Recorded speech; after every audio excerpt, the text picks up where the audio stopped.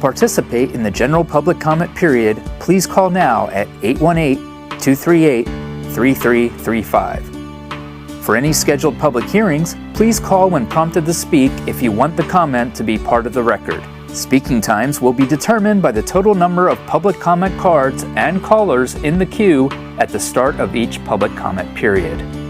For 1 to 20 total speakers, each speaker will receive up to 3 minutes. For 21 to 39 total speakers, each speaker will receive up to 2 minutes. And for 40 plus total speakers, each speaker will receive up to 1 minute. No additional comment cards or calls will be accepted once the public comment period begins.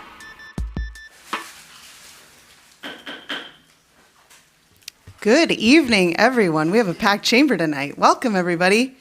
And thank you for joining us for a meeting of the Burbank City Council with the Successor Agency, Housing Authority, and Parking Authority on Tuesday, May 6, 2025. Please join me for a moment of reflection. And this moment is intended to begin our meeting with a positive and collective support for our beloved community. The City Council welcomes everyone joining us this evening. We encourage you to take a moment to reflect on our community and the work we will be doing tonight. Although each one of us has our own unique reasons for being here, we are united in our passion for our wonderful city.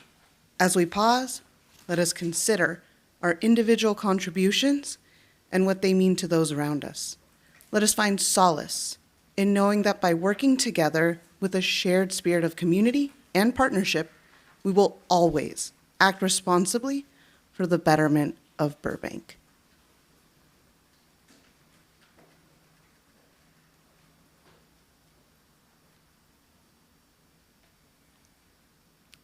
Thank you, and please join me for the Pledge of Allegiance.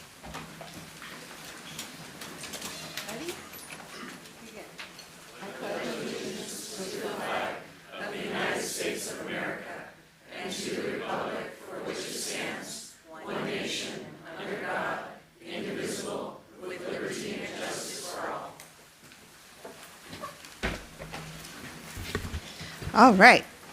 Madam City Clerk, how are you this evening? I am terrific. Thank you for asking, Madam Mayor. Great. Is the computer on? Everything's working? Everything's working We're all splendidly. ready to go? How are you? How are you this evening? I'm doing great, Good, living large. Good. Yes.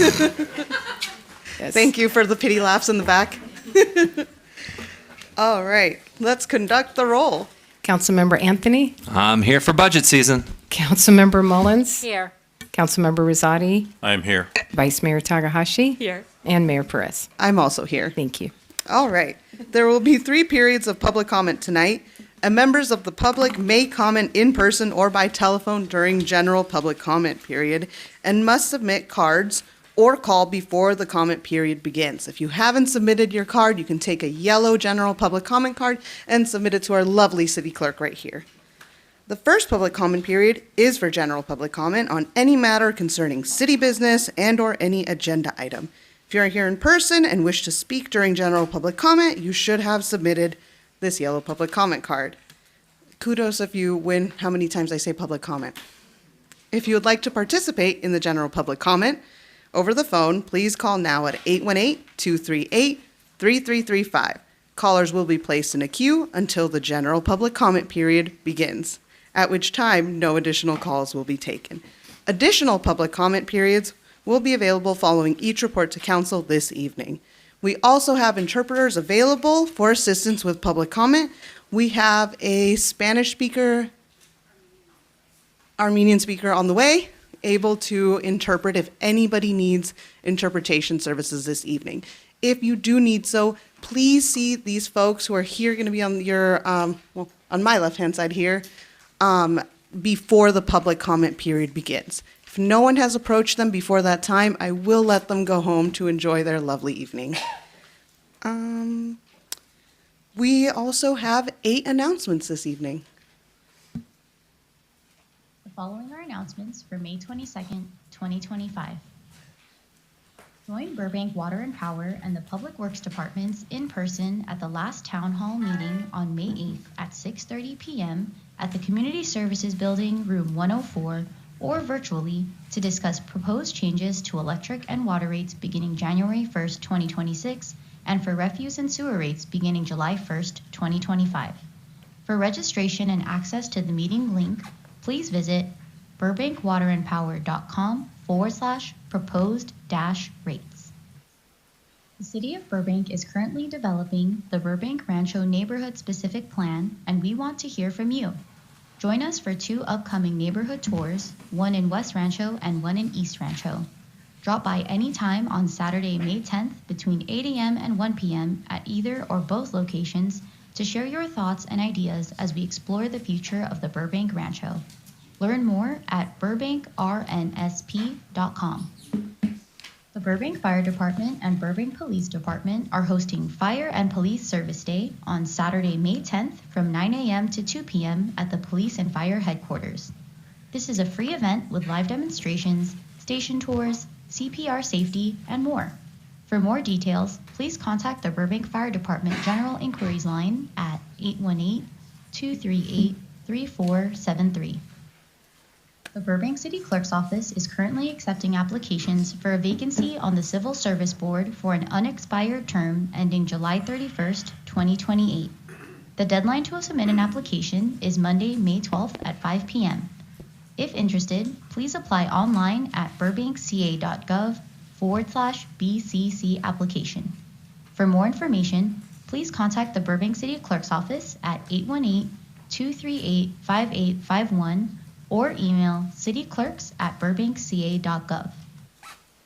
The City Clerk's Office is currently accepting applications for a total of 26 upcoming vacancies on the following boards, commissions, and committees: Burbank Cultural Arts Commission, Infrastructure Oversight Board, Park Recreation and Community Services Board, Planning Commission, Police Commission, Sustainable Burbank Commission, and Transportation Commission. The deadline to submit an application is Friday, May 30th at 5 p.m. If interested, apply online at burbankca.gov/BCC application. For more information, please contact the Burbank City Clerk's Office at 818-238-5851 or email cityclerks@burbankca.gov. The City of Burbank's Economic Development Team will be hosting the next Burbank Startup Pitch Fest event on Thursday, June 26th at Woodbury University Fletcher Jones Auditorium from 5:30 to 8 p.m. This event is an opportunity for local entrepreneurs to take the stage and pitch their startups live in front of a panel of expert judges.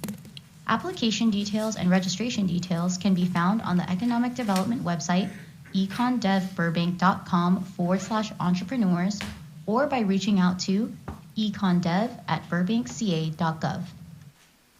The City of Burbank is thrilled to invite artists from across the country to participate in the Johnny Carson Park Shade Structure Public Artwork Project, a part of the city's Art in Public Places program. This exciting project will transform Johnny Carson Park with a unique artistic shade structure that will both enhance the park's beauty and provide much-needed shade for its visitors. The request for qualifications is now open via Planet Bids and will remain available for 8 weeks. To learn more about this project, visit burbankca.gov/APP. The City of Burbank is developing an urban forest master plan, a long-term strategy to grow and care for Burbank's urban forest, and we want to hear from you. Take a quick survey and share your thoughts about Burbank's urban forest. Just visit burbankca.gov/urban forest master plan or scan the QR code on the screen. Your voice will help shape the future of Burbank's trees for today and future generations. This concludes the announcements for this evening. All right, we have some exciting presentations for all of you this evening. And our first presentation is a presentation of the Burbank Police Foundation's annual Matthew Pavelka Scholarship Award. I would like to welcome Burbank Police Foundation founding member and Matthew Pavelka Scholarship Award Program Chair and former Mayor, Mr. Michael Hastings, to the podium. Welcome. Thank you, Madam Mayor. Thank you and good evening. I'd also like to welcome my board members that are here. If you could stand up or raise your hand. Raise your hand. You can do that. Also, one of the founders, Captain Claudio Lasacco is here also. He was also a fellow founder, so we are very grateful he is here as well.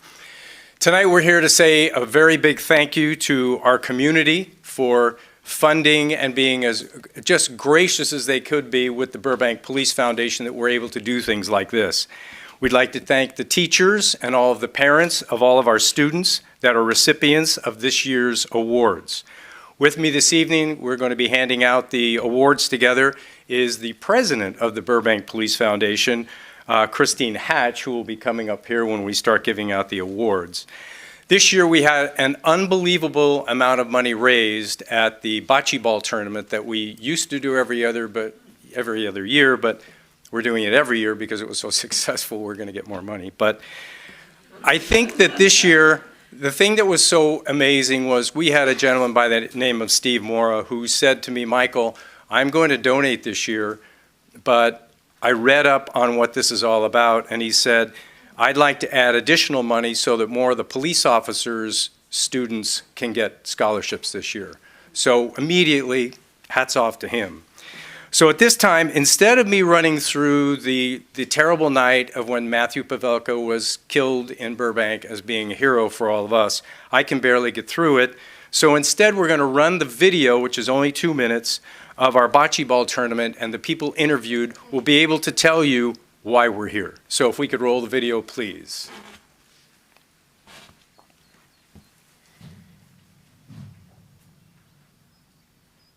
Hi, my name is Christine Hatch, the president of the Burbank Police Foundation. We're here at Lakeside Country Club for our bocce ball tournament. This event is to raise funds for the Matthew Pavelka Scholarship, where we award 5 high school students with scholarships in the name of Matthew, who was our fallen hero 21 years ago. My name's Chris Rosati, Burbank City Council member. I'm here at Lakeside Golf Club that's hosting the Matthew Pavelka Bocce Ball Tournament.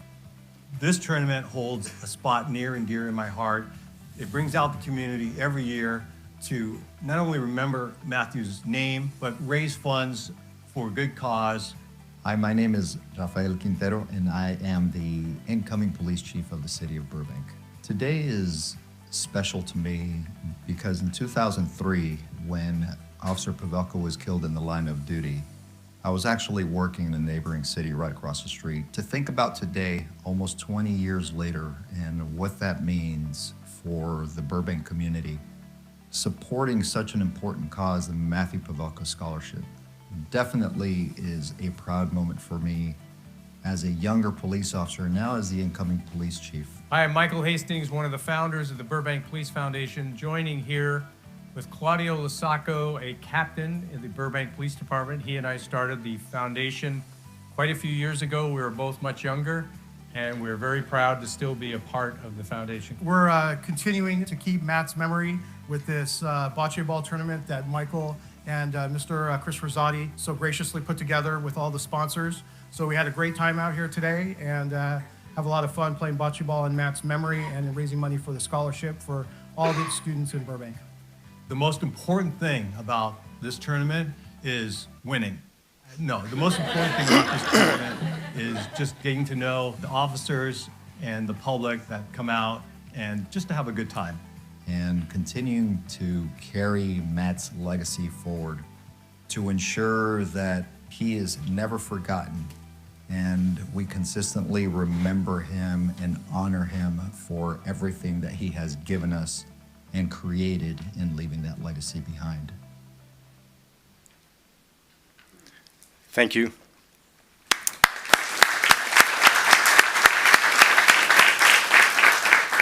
And I hope you noticed Chris was the co-chair of this tournament this year, and because he's on the city council, he did win. Because the last thing you want to do is have a city councilman lose, so his team did win the tournament this year. So at this time, what I'm going to do is invite up our recipients, and if they don't mind, as I call their name up, if their family could come up and join them, I'm going to read little excerpts from their resumes from either teachers or counselors or someone that knew them much better than I did. But also, as we go through this, you'll see what kind of spectacular students we have, and they are our future. So Christine, if you'd like to come up, and Madam Mayor, if you would like to come up as well, please. So at this time, we're going to start with Alyssa Embleton. Alyssa, if you could come forward, please.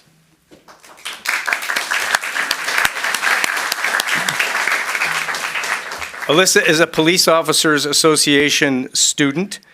Alyssa has consistently sought to challenge herself academically by enrolling in some of the most demanding courses available.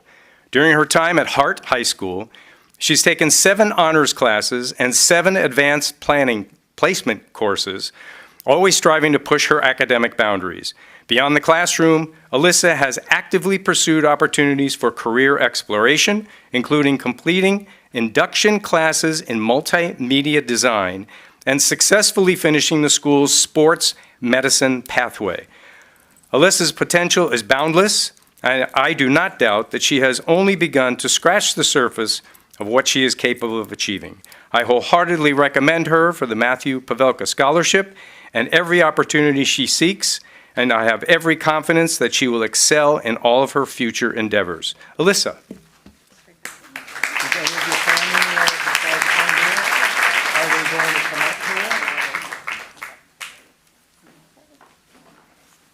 Is Dad in the air tonight? Her father is flying the helicopter tonight, so he's not able to be here. Oh, he's flying to D.C. tonight. Oh, he's flying to D.C.? He's flying the helicopter to D.C.? Oh, for the Unity tour. Come in here, young lady.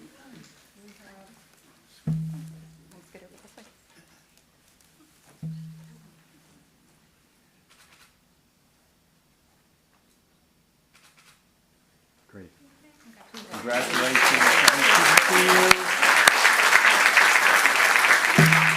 And if you recognize from the video, Aaliyah, who is just about to sit down, she played in the bocce ball tournament this year. She's also a former scholarship recipient. So next we have Patrick L. Puglisi, Burbank Police Officer Association student. So Patrick, you want to come up and your family, if we can. Where's Dad? He's here somewhere. Patrick's academic abilities are very strong. Though SCC's ratings demonstrate a more rigorous program of study than both state and national averages, Patrick consistently excels still more. In addition, he has chosen to intentionally take courses that are more demanding for the purpose of challenge and better preparation. With each passing year, the strongest quality I've noticed in Patrick is his leadership. He's not only demonstrating strong qualities now, but has potential for even greater success later. He has excellent rapport with his fellow students and shows a sincere interest in them as individuals. He constantly searches for ways to assist others and offer his own time to students of all grade levels. I have heard him encouraging other students, and I also lean on him to be a positive voice among his peers. And as always, he delivers. Patrick.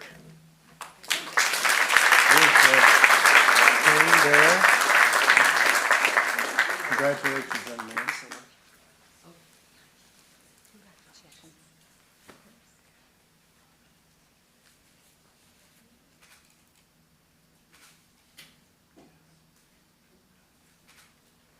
Thank you.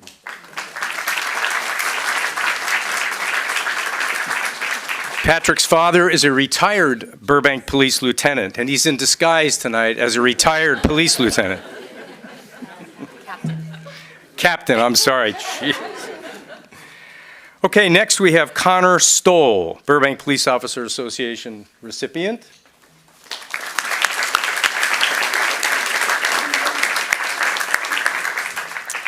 Patrick's academic abilities are very strong, though SCC's ratings demonstrate a more rigorous program of study than both state and national averages. Whoops, wrong one. Bottom of the page. Connor's music abilities are exceptional. Thank you very much. You're tall, you can see everything I'm doing here.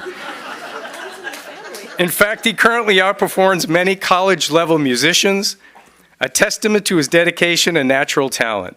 What sets him apart is not only his ability to play at a high level, but also his consistent, reliable approach to practice and performance.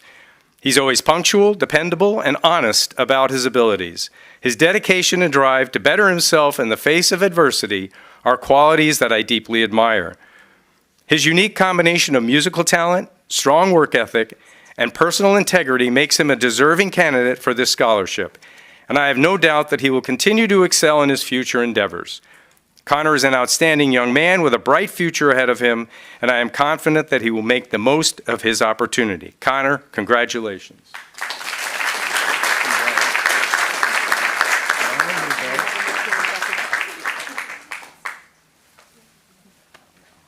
wait.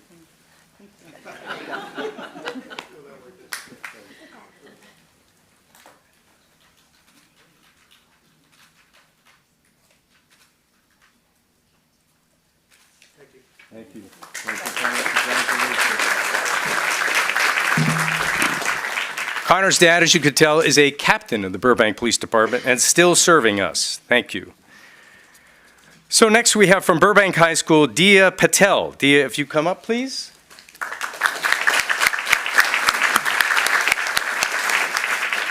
Dia's academic abilities and potential are without equal. This is obvious when you look at her grades and scores. I attribute her academic achievements to a combination of intellectual curiosity, strong analytic skills, and exceptional work ethic.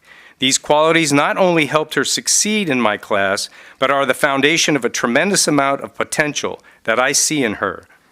She prodigiously synthesizes new information and weaves it into highly sophisticated understanding of science. Obviously, you could tell I didn't write this. I anticipate that the further development of her through college and medical school will be exceptional. Based on academic merit and potential, there are very few students that I would compare with Dia. For all of these reasons, I believe that Dia is an exceptional candidate for the Matthew Pavelka Scholarship. She will use this award to continue to use and develop her intelligence to gain greater understanding of the world around her. Dia, congratulations.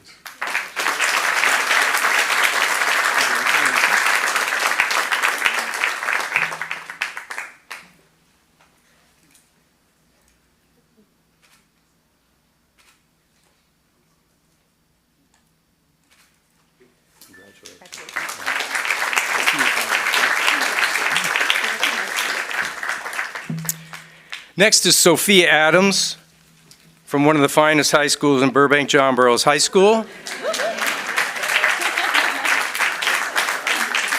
No prejudice here, no prejudice.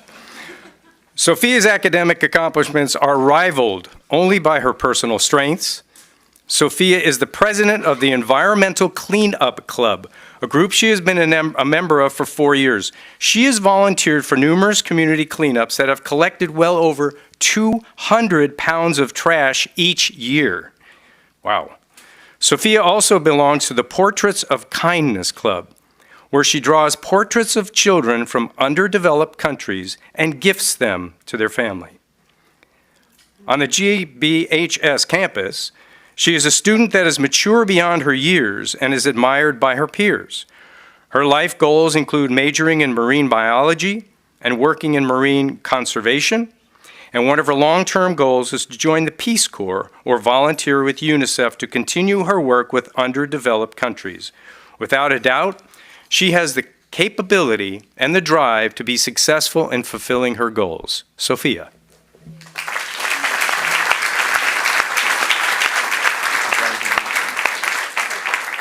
Bring your family up here.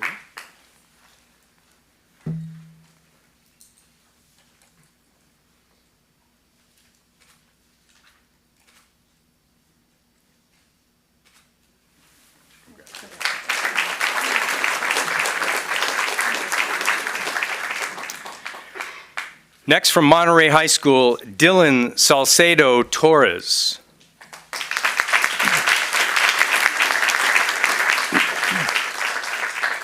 Dylan joined our campus in the fall semester this year. Only a couple of weeks after arriving, he was named Rookie of the Week by our staff for his positive attitude, kindness, and willingness to work hard. As part of Student Council, Dylan is a point person for planning our monthly activities that focus on celebrating diverse groups in our society. He also organized and teaches an origami workshop for students and plans to lead weekly origami outlets and workshops to provide students with the creative abilities to build school spirit. Dylan has become a go-to student that if you ask him for help, because you know he will deliver, he always does. On top of this, Dylan maintains a stellar GPA, and he's ready to move forward with this post-secondary goal of becoming an engineer, and I have no doubt that he will do incredible work in college and beyond. Dylan, congratulations.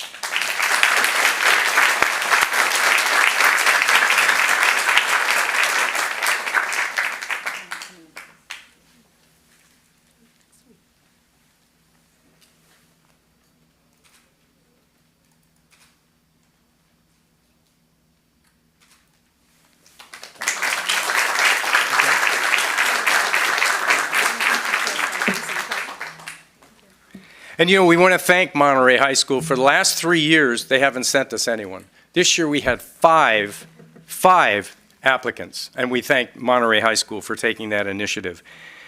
And now from Providence High School, Sophia Estrada. Sophia.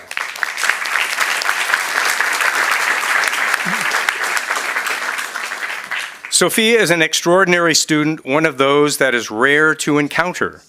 Her praiseworthy work habits have been surpassing those of all the other students that I have ever encountered. Even when compared to different age groups, she sees the value of good education, and in return, she's not hesitant in investing her energies and all of her efforts into it. There is no end to her thirst for knowledge, and never enough questions to be answered. Not only that, but she is also someone who strongly is capable of advocating for herself and others, someone who can find ways to dialogue and argue at the same level with her peers and grown-ups as well, someone who respects values like honesty and determination when it's about the right thing to do. Sophia embodies the qualities of intellectual curiosity, leadership, and personal integrity that are essential for a thriving college community. Sophia, congratulations.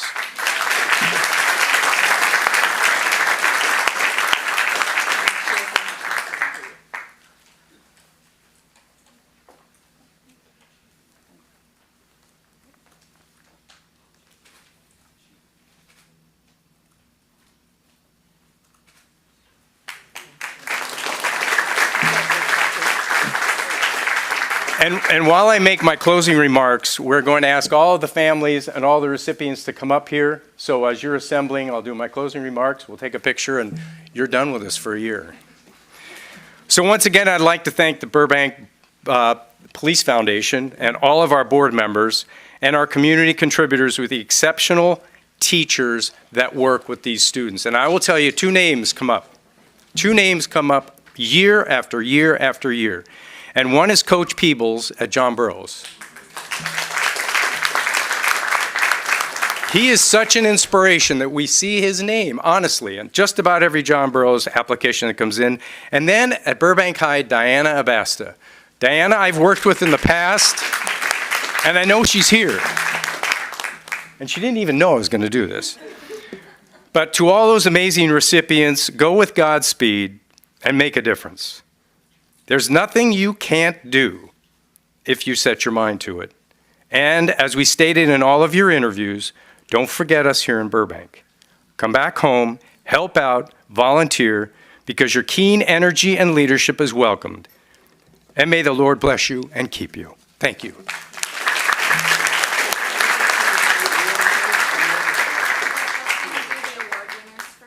Award winners. And then we'll do it. Chief, would you like to jump in here? Oh, no, you stay in here. Why don't you line up right here next to the mayor? Congratulations.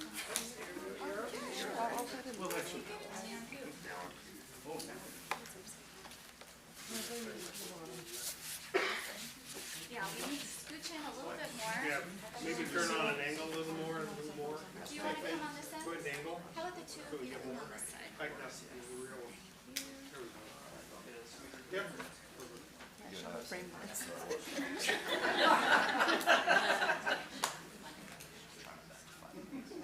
Here, let's slide back here. I'll make more room. There we go. How's that, Ross? Good? Okay. Looking there. And looking here.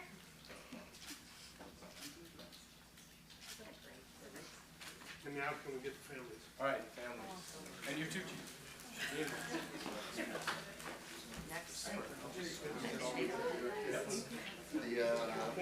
We'll put this guy in the back. We'll have to make some rows. Yeah, and let me stand back here. Folks in the back. All right, and then Mark, you want to come back here, stand in the back? In front. In the back. No, you're good. No. Can we have the mayor squeeze in between you guys so that we can have her be part of it? She's a party of two.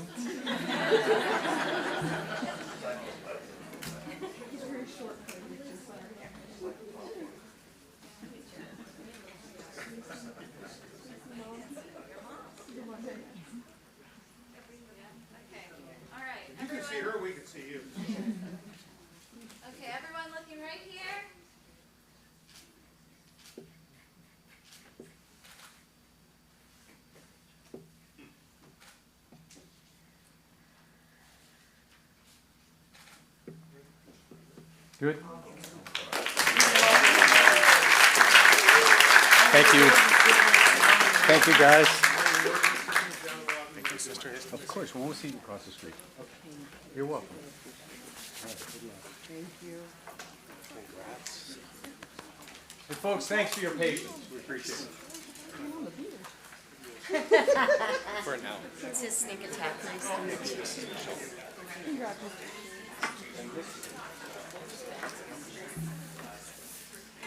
Let's give these folks one more big round of applause.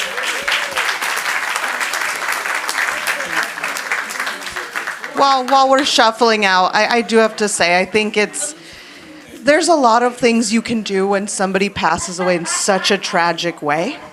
And a lot of them can be angry, hurt, and different feelings. And I remember being a kid at that time and how much it affected this community. But I think what these folks have done with it is wonderful. They have taken a tragedy and turned it into something that helps us for generations to come. So I'm really grateful to these folks and everything they've done. And I love to see more and more students every year, more and more schools included. And I can't wait to see it go on forever. So thank you to the Police Foundation. Thank you to all of you.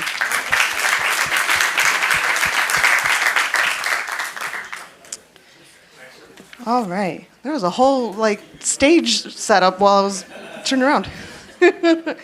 All right. Our second presentation this evening is a presentation of a proclamation declaring April 20th through 27th, 2025, as National Days of Remembrance in the city of Burbank. At this time, I would like to invite Burbank Human Relations Council President, former mayor, and one of my role models, Marcia Ramos.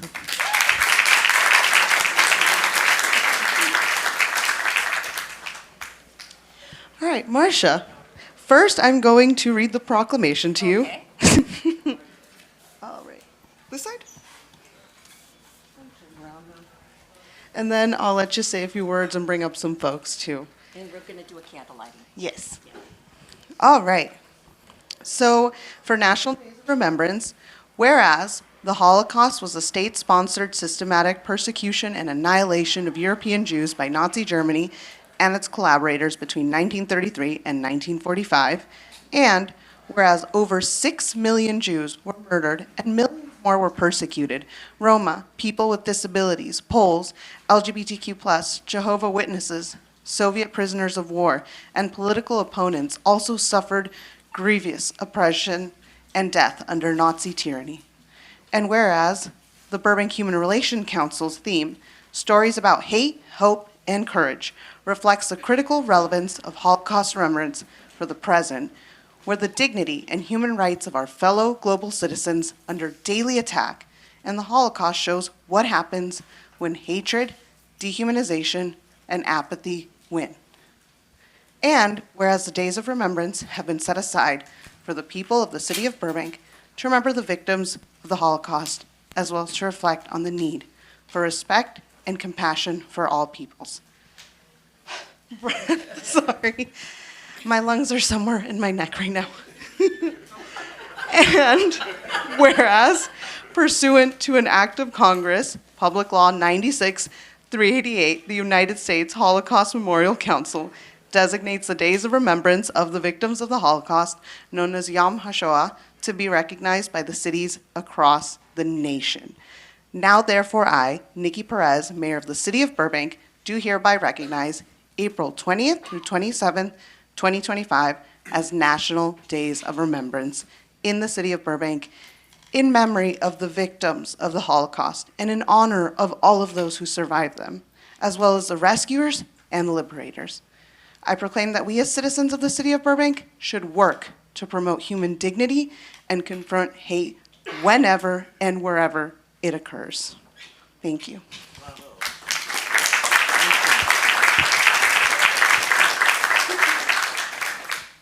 Beautiful proclamation. Thank you. The Burbank Human Relations Council thanks the City of Burbank, our Mayor Perez, members of the City Council, City Manager Hess, staff for the opportunity to present Days of Remembrance Holocaust commemoration at this council meeting. The Burbank Human Relations Council has coordinated and presented this annual commemoration since 1989, right here at City Hall. At the time, Michael Hastings was on the City Council, and our board member, Tim Murphy, was on the City Council as well.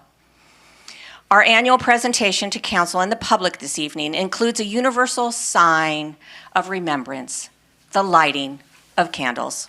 This evening, we are fortunate to have Harry Davids, a Holocaust survivor who will light 6 candles in remembrance of his family and the 6 million Jews who perished in the Holocaust. For this portion, BHRC board member Mike Chapman, who is of Dutch ancestry, will tell you about our candlelighter and survivor, Harry Davids.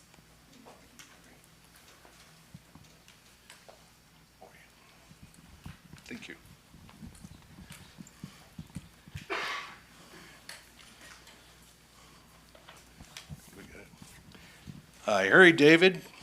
Harry Davids has participated in the candle lighting and Holocaust education in Burbank for more than 2 decades.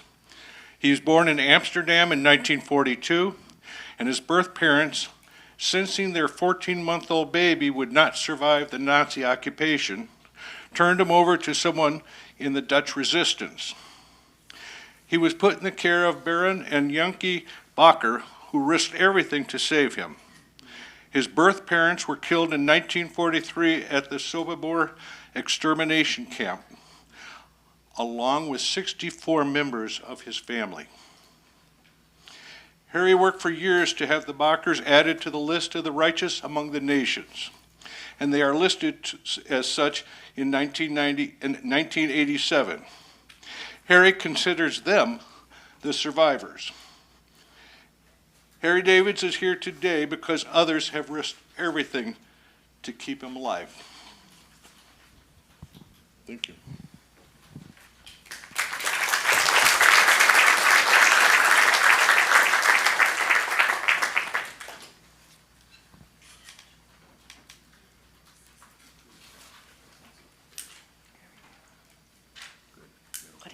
What happened to the long one?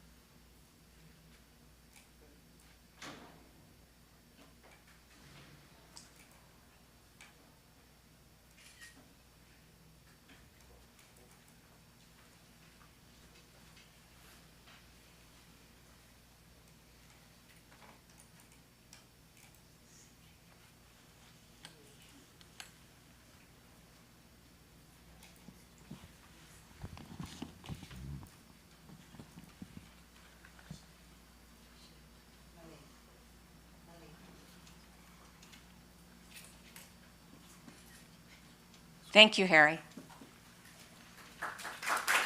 We're so fortunate to have him with us. In the past, we would have 6 Holocaust survivors, but as you know, people age. And so, 6 candles for the 6 million Jews who perished in the Holocaust. Every year, we've added a 7th candle.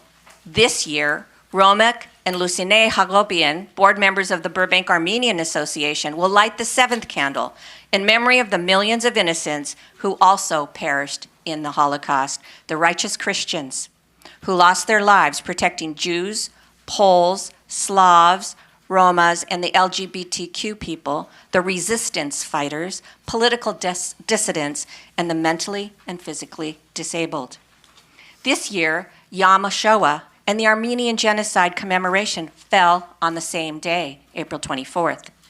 It is important to remember that it was at the conclusion of Adolf Hitler's Ober-Salzburg speech in 1939 that he stated, who, after all, speaks today of the annihilation of the Armenians. Hitler knew about the Armenian genocide, and he was stimulated by these acts to commit further atrocities. And it is the reason we ask the Hokopians to light this candle. Lucine's great-grandmother actually has a card, and if you look at the picture, she's also was part of the Holocaust roundup. Additionally, the seventh candle is lit in memory of all who have been victims of hatred, and for the millions of innocent victims tormented by violent conflict and war throughout the world. Our hearts ache for the victims of October 7th terrorist attack. Today, in this moment, let us pause in solemn remembrance of the innocent lives in both Gaza and Israel. These 7 candles are lit as expressions of hope and remembrance. For peace in our world, we pray. Thank you for your time and attention. BHRC will continue to commemorate the days of remembrance by hosting a community interfaith gathering and service next Tuesday evening, May 13th at 7 p.m. at First Christian Church of Burbank, located at 221 South 6th Street. The program will include a short performance from the play Survivors, followed by a discussion with playwright and producer Wendy Kaut and executive producer Jeannie Benson. All people of goodwill are invited to attend and hear the stories of hope and courage. Join us and numerous local faith congregations and clergy in an interfaith service that includes words of inspiration and music. We hope you will join us, and with that we say shalom.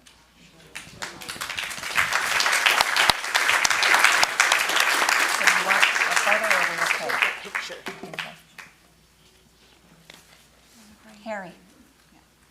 And I do want to acknowledge my BHRC board and committee members that are here that have spent months working on the program. And if you'll please, you can come and join us in the photo if you'd like. Don't be shy.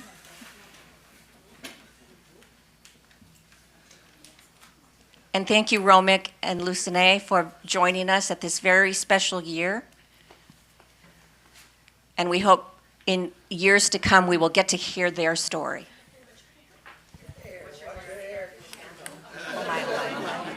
Here you go, Nikki. I'm going to give this back to you.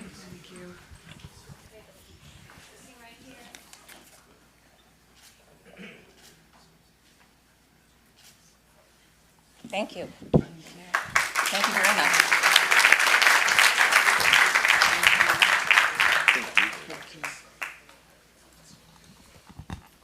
We're now going to put out the candles so the fire chief can stop sweating back there in the corner. Thank you, Chief, for letting us do this.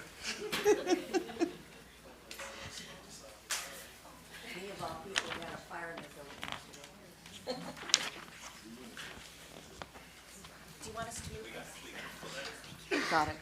Thank you once again. Let's give BHRC a big round of applause.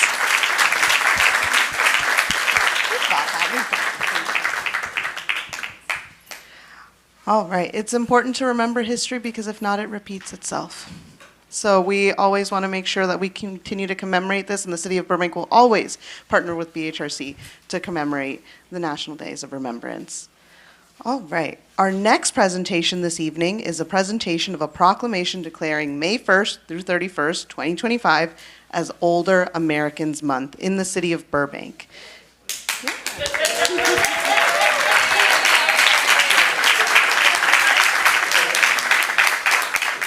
If you have not met our older Americans here in the City of Burbank, they are the liveliest and loudest crew.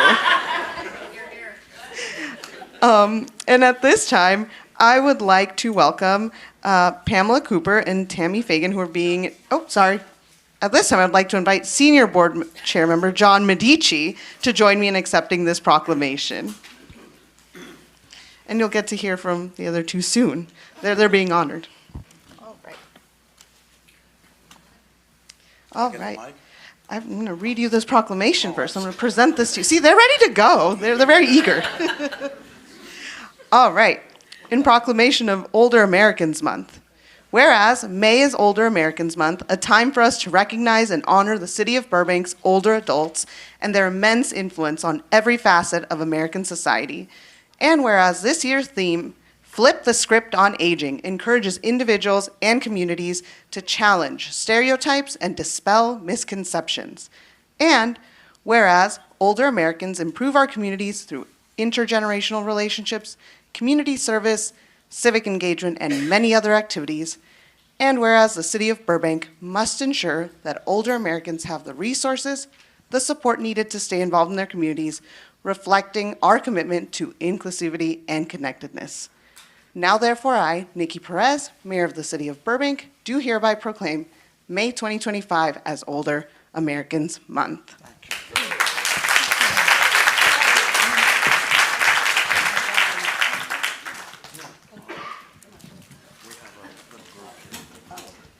Let's welcome everybody up.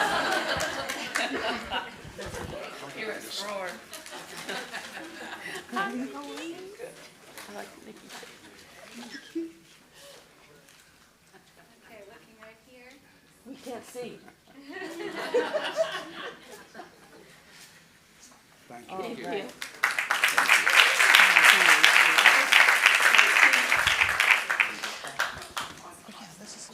Congrats. Congratulations, and thank you for keeping things lively for all of us. You give me spirit to aspire for. All right. Next, I would like to invite Parks and Recreation staff from the Jocelyn Adult Center, Kim Freed and Derek Baker, to please join me for the presentation of the Peter McGrath Older American Volunteer Service Award.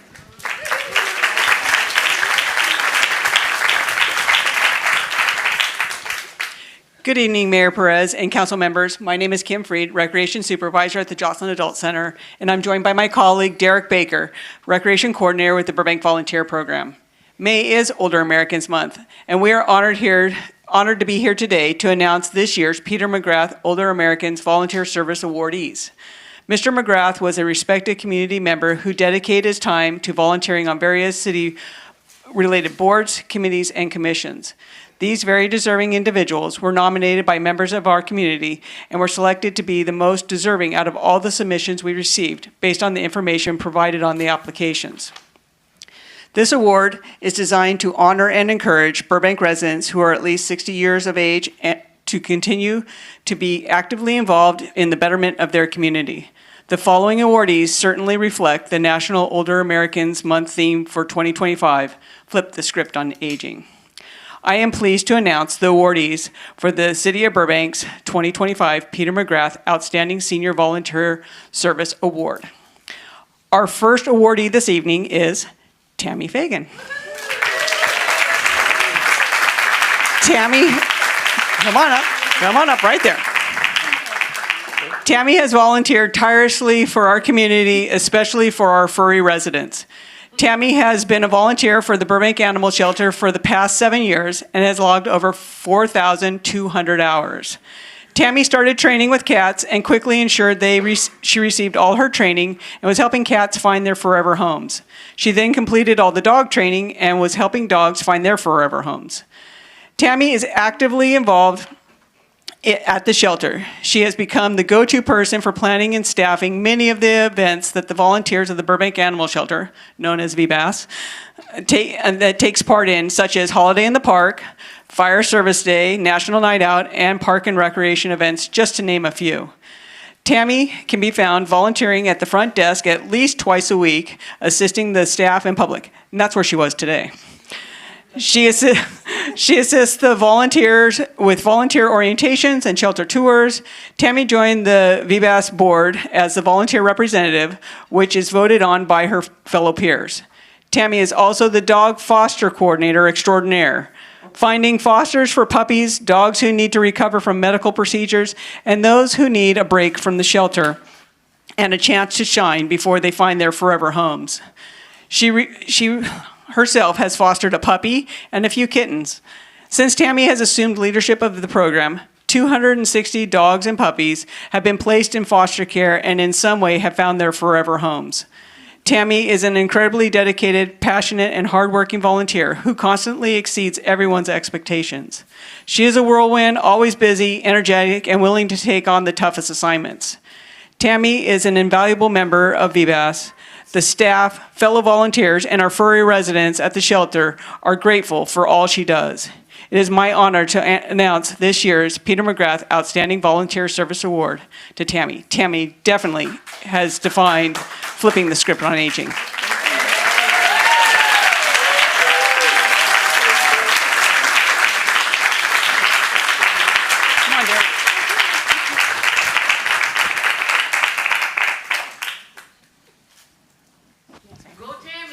I just want to say, I want to turn this award in and take the one for, instead of the older person award, I want to take the scholarship for Matthew Pavelka. Thank you, everyone. Appreciate it. So our next awardee this evening is Pamela Cooper.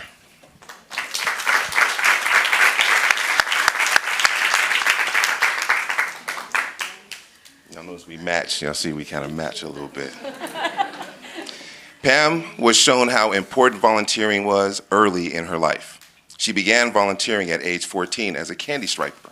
And since her teenage years, she has demonstrated an unwavering dedication to uplifting those in need.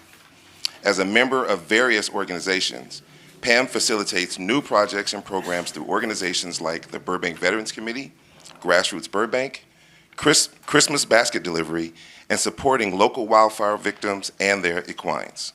She currently is facilitating a program with the National Charity League Burbank chapter, empowering mothers and daughters to learn yarn crafting for the military. For over 23 years, Pam was a member of the NCL, and she continues instilling the spirit of giving in the next generation.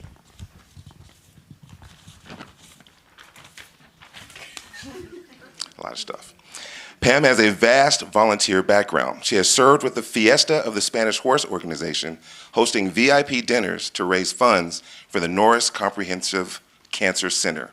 And she is an active member of the USC Mascot Traveler Crew. Y'all don't know what that does to me right now, but okay. Thank you very much. Thank you. But that's okay. We're wearing green today. That's right. See, we together today. We together today.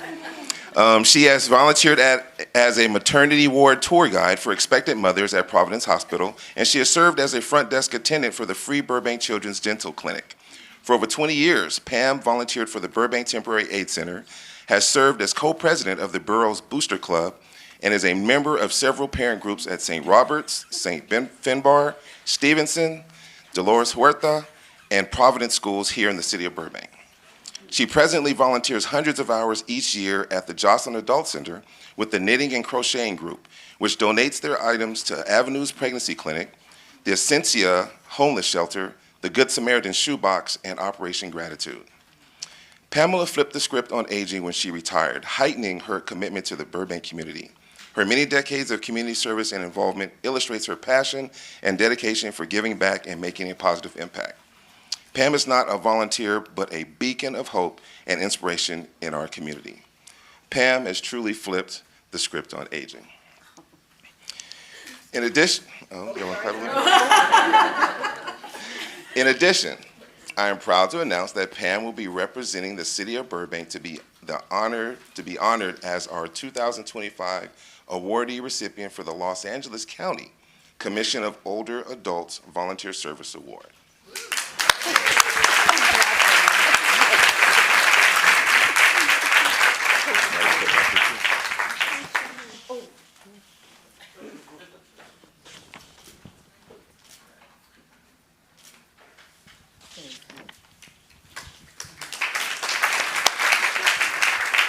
So Pam, would you like to have a few words, some brief words?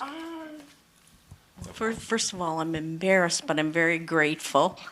Our Parks and Rec is not just for kids.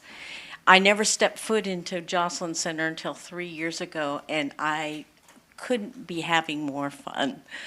The people there are wonderful and welcoming, and there's all kinds of programs. And Parks and Rec has, all my children grew up through the Parks and Rec. As a matter of fact, Kim was their camp counselor and also in the sports office, and so we have known each other for a long, long time.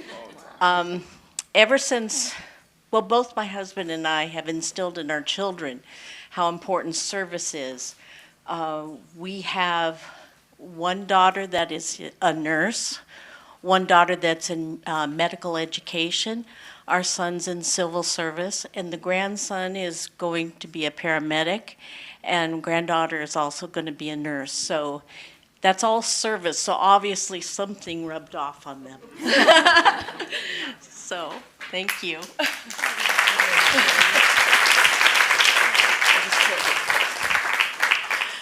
So in closing, thank you, Mayor Perez and council members, for joining us this evening to celebrate May is Older Americans Month and these two wonderful community volunteers.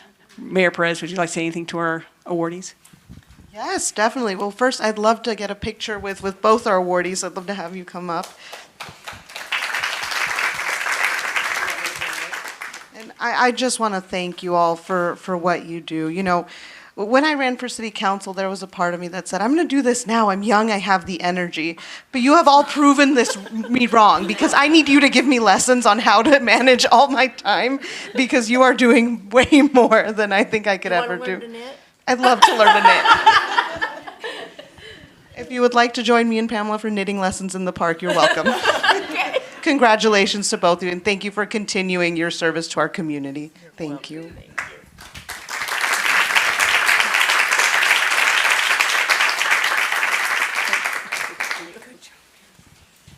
Thank you.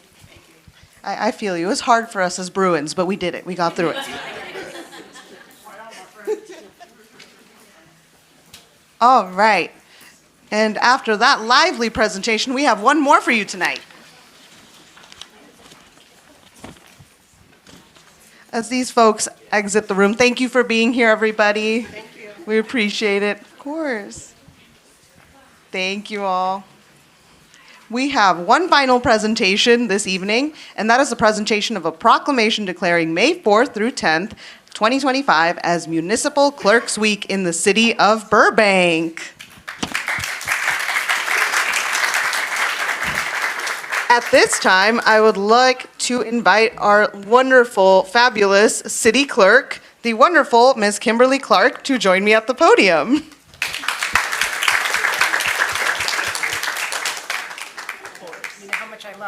Yes, I love to do this for you. I love to embarrass you. I'm just kidding. No, Kimberly does not get enough recognition for all the wonderful things she does here in the city. So, round of applause for Kimberly Clark. All right. So, we have a proclamation declaring Municipal Clerks Week. So I will read this over to you, and then I'll hand it over to you if you want to say anything. And apologies if I lose my breath once again in the middle of them, because they are long tonight, and my lungs are crushed somewhere at the top of my neck. Just read the first sentence and the last, and we'll call it done.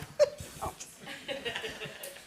All right. Whereas the office of the professional municipal clerk, a time-honored and vital part of local government, exists throughout the world, and whereas the office of professional municipal clerks is the oldest among public servants, and whereas the professional municipal clerk serves as the information center on functions of local government and community, and whereas professional municipal clerks continually strive to improve the administration of the affairs of the office of the professional municipal clerk through participation in education, programs, seminars, workshops, and the annual meeting of their state, county, local, and international professional organizations. Now, therefore, I, Nikki Perez, Mayor of the City of Burbank, do hereby proclaim the week of May 4th through May 10th, 2025 as Municipal Clerks Week, and further extend appreciation to our city clerk, Kimberly Clark, and to all professional municipal clerks for the vital services they perform and their exemplary dedication to the communities they represent. Thank you.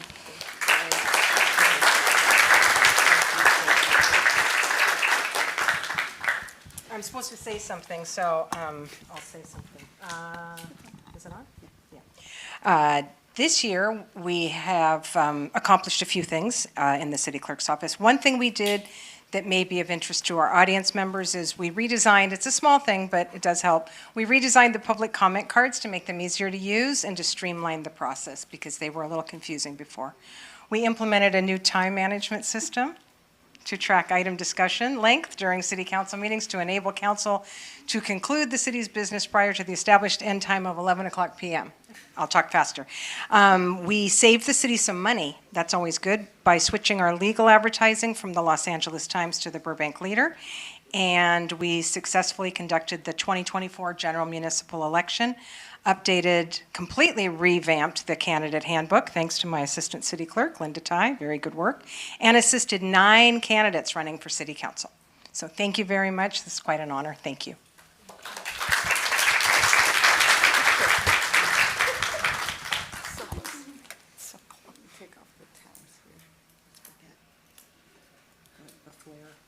Seven pieces of flair.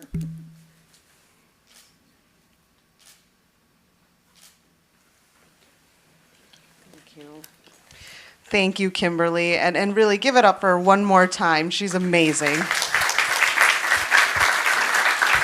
Keeps us on time, keeps us with good public records, and does so much to make sure our city and our council meetings run efficiently.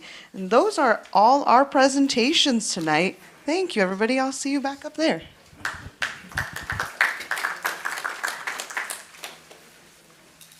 Mr. City Manager, I'll ask you here. Do you have anything to report? Madam Mayor, yes, I do. I have one item. I'd like to call up our Housing Authority Manager, Ms. Maribel Leland, to provide an update on our city housing rights clinics that we just started.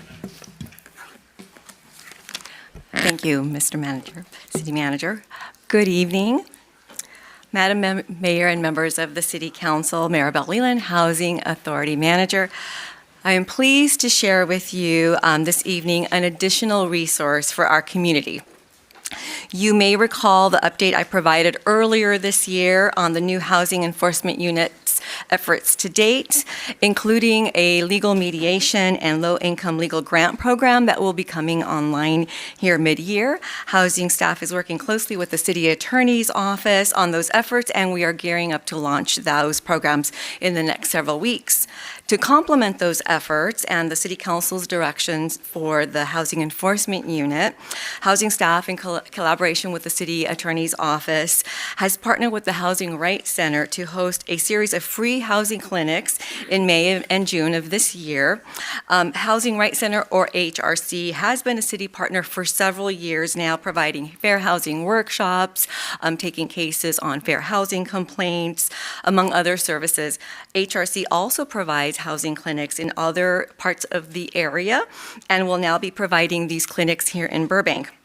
Staff believes these clinics will help bridge the gap between the Housing Enforcement Unit, the different programs we have as the city efforts, including the efforts of the Landlord-Tenant Commission, aren't to provide legal advice.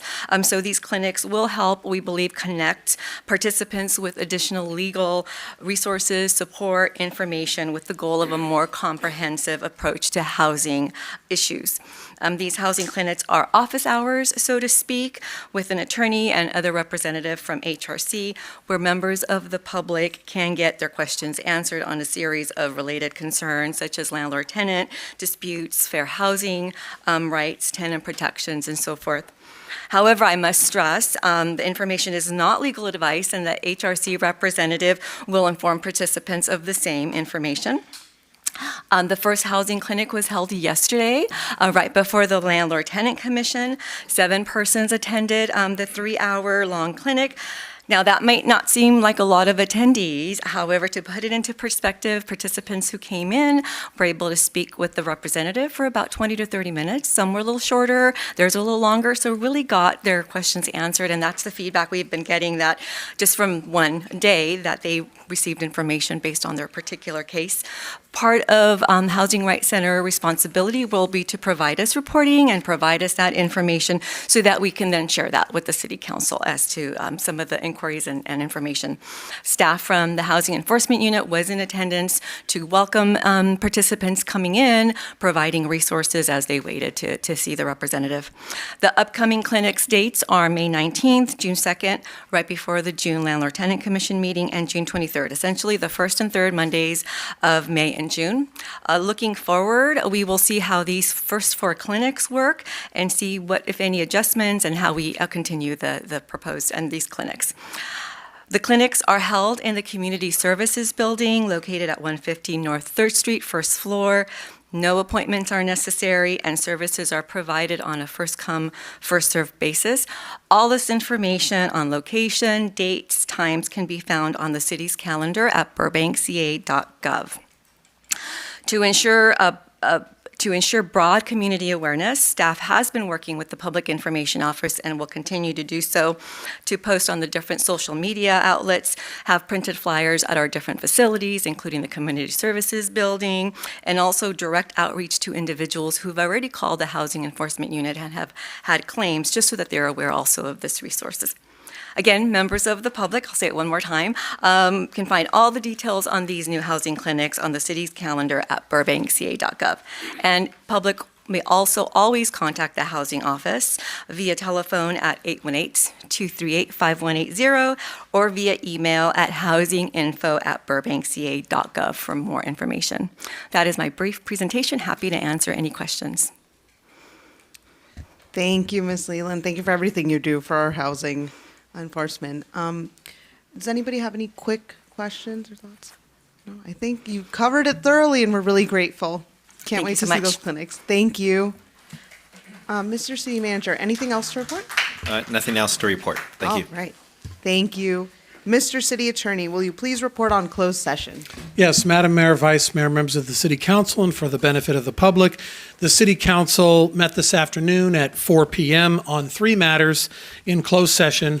The first matter was conference with legal counsel concerning existing litigation pursuant to Government Code Section 54956.9D1 in the small claims court matter of Angela Town versus City of Burbank. The City Council gave unanimous direction for the City Attorney's Office to file an appeal in this matter. The City Council also met with the city's labor negotiator, the city's management services director, Ms. Betsy McClinton, pursuant to Government Code Section 54957.6 concerning negotiation with the Burbank Firefighters International Association of Firefighters Local 778. And finally, the City Council met with the City Manager pursuant to Government Code Section 54957B1 to conduct a public employee performance evaluation. The City Council took no reportable action in labor negotiations or the City Manager's annual performance evaluation. Thank you so much, Mr. City Attorney. Now is the time we've all been waiting for. Now is the time for general public comment. I'll be calling out the speaker's name as well as the person who is next in line to speak in order to keep the public comment moving in a timely fashion. We have a designated seat right here in the front for speakers who are next up to the podium. A timer is available right on the podium, and this is also the last call for anybody who needs an interpreter. If nobody has reached out to the 2 lovely staff members right here in the front, I will let them go for the night. Seeing none, you are free to enjoy your evening. Thank you for being here as always. Persons may choose to use the first period of public comment to address an agendized report, but you will not be able to speak on that item following this segment.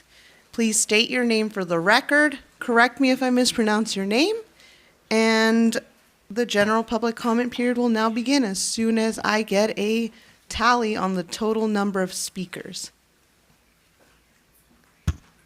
15 in person and 4 phone callers. Okay, we are just there. So everybody will get your 3 minutes to speak and address the council. All right, we will start our public comment with Mike Santoro, followed by Bud Overham. You each will have 3 minutes.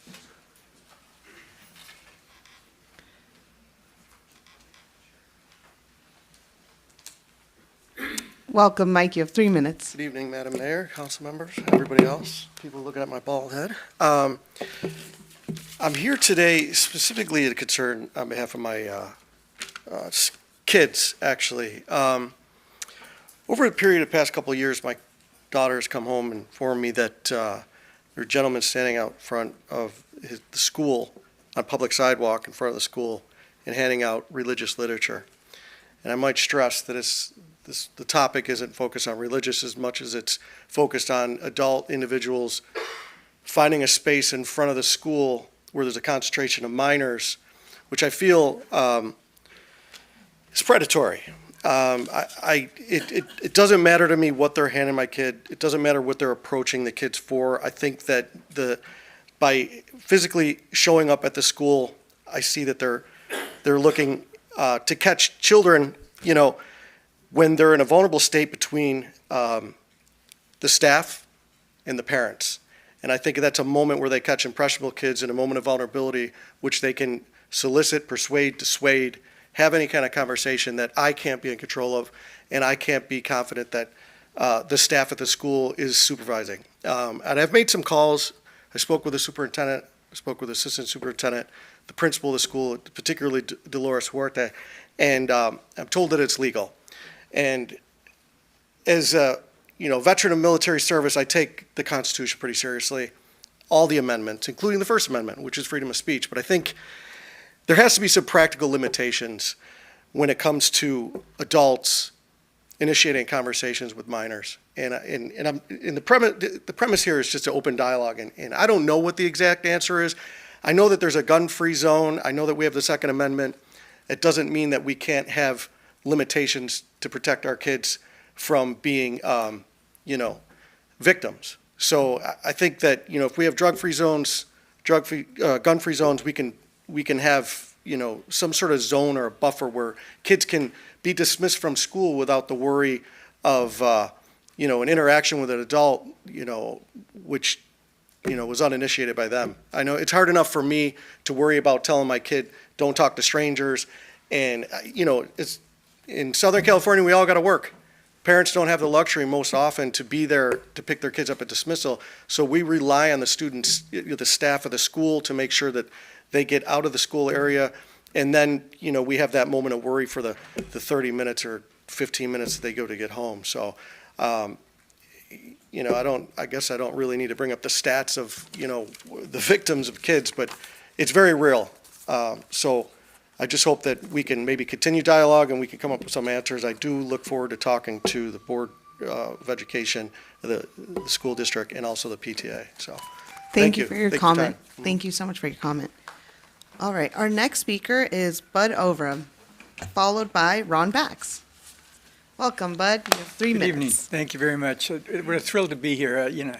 I don't get by often enough, and it is really, you can take it for granted what you see tonight, but it's really inspirational to see the recognition that people here. It really is quite thrilling. I am Bud Overham, a 36-year resident, 18-year city employee, and for the last 3 3/4 year, I've been one of your airport commissioners, and I'm here tonight to seek your support in considering me for a second term. It has been a tremendous honor for me to serve you by being on the Airport Authority. You'll recall that the decades that the airport terminal project sat stagnant for a lot of variety of reasons. And I, as you know, have been involved with a lot of major projects. Even to me, it's phenomenal the amount of progress we've made in the last 3.5 years. You can drive by it and see it. Technically, it's 40% done, money-wise. It's a $1.3 billion budget, and we're $400 million spent. So we're about 40% of the way through.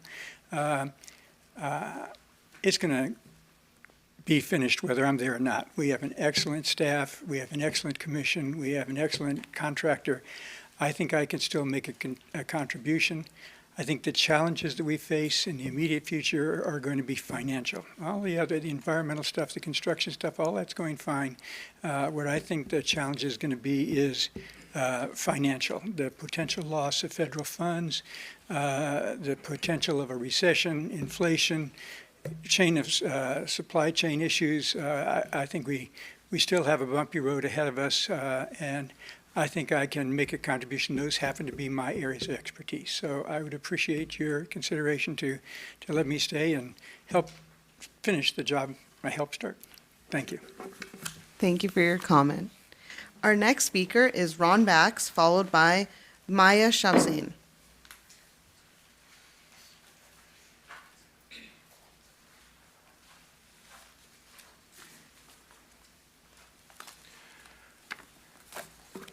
Good evening, Council. Ron Bax. Being more direct didn't work, so I guess I'll have to get specific. What ifs are uncomfortable because they are generally predictions of the future, but I'm posing a current day possibility caused by the Tenant Protection Ordinance. If a tenant gets behind on his rent, tenders a check for partial amount due, the housing provider rejects it, which he's allowed to do per state law, the renter files a complaint with the Burbank Housing Enforcement Unit, which refers it to the city attorney's office. Will the housing provider receive a letter from that office, and the tenant copied, or will the tenant receive a letter from the office with the housing provider copied? My attorney is incapable of knowing what the city attorney's office decision will be.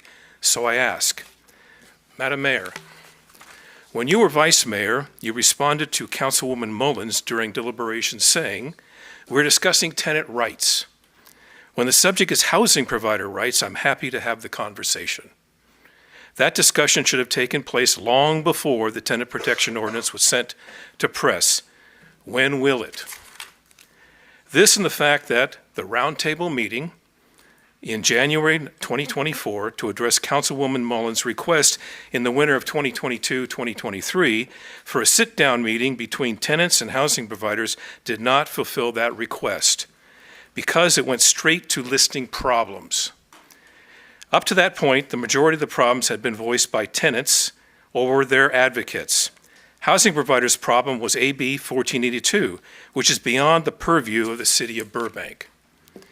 Listing problems in the absence of each side becoming acquainted with the other's world reality, the fact I had mentioned it multiple times, and there being no evidence of any effort to circle back and fulfill the request, and in the city proposed budget for fiscal year 2025-2026 is a tenant unit data collection item. Its common name is rent registry. Raises suspicion there is prejudice against housing providers or the city is acting in bad faith. Misdirection at the Magic Castle is expected, but not here. This is, changing subject, this is a 2-inch cast iron fitting, okay? I want you to guess what the cost of changing or repairing this is. 3 of their fittings were replaced as a precaution because the source of the damage seemed to be the use of caustic drain cleaners that I counsel my tenants to never use. Do not include the cost to find the problem or seal the ceiling back up. If you want more data, call me. I can text you pictures. Thank you. Thank you for your comment. Our next speaker is Maya Shamsin, followed by Martin Adams.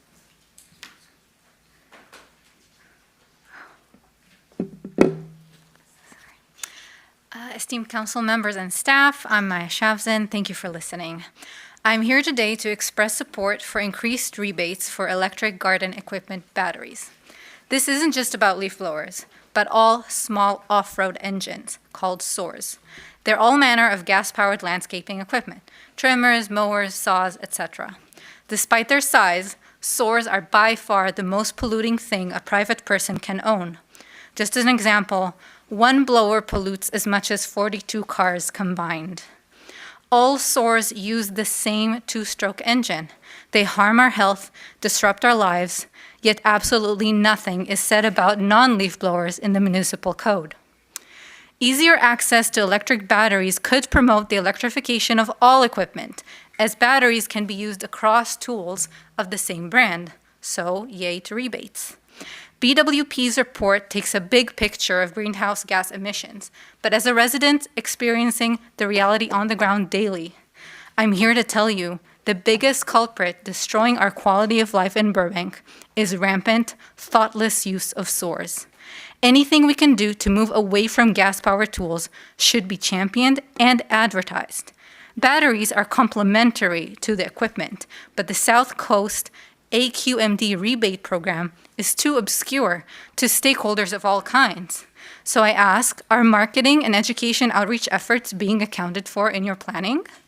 People hesitate in the face of change, even if it is overwhelmingly positive, or they may be ignorant of the opportunities we have here. We must bring them in, business owners, institutions, private operators, and residents alike. If they don't know how easy and how beneficial it is to switch, nothing will change. Another concern is this effort going hand in hand with advancing a ban on gas-powered leaf blowers? The first staff report and ban discussion happened 8 months ago. Is there a second staff report? What is the council's position? These machines are something all of us in Burbank are forced to suffer every single day for no reason. I remind the council and the staff that we should learn from our neighbors about their electrifications. South Pasadena led the way and electrified all its city equipment 5 years ago. Shortly after, the mayor himself walked around the city speaking with private operators to make sure they knew about the rebates. He said, "We have an opportunity to improve air quality, reduce operating costs for gardeners, significantly quiet the noise level in our neighborhoods, and most importantly, protect public health." So I ask you now, what are your priorities? Thank you. Thank you for your comment. Our next speaker is Martin Adams, followed by Emiko Sawanobori. Good evening, Mayor and council members. I'm Marty Adams. I'm one of the 11 applicants that you have in front of you tonight for the Burbank Airport Commission. I just want to take an opportunity to introduce myself real briefly. I know time is critical tonight. It's going to be a long night for you.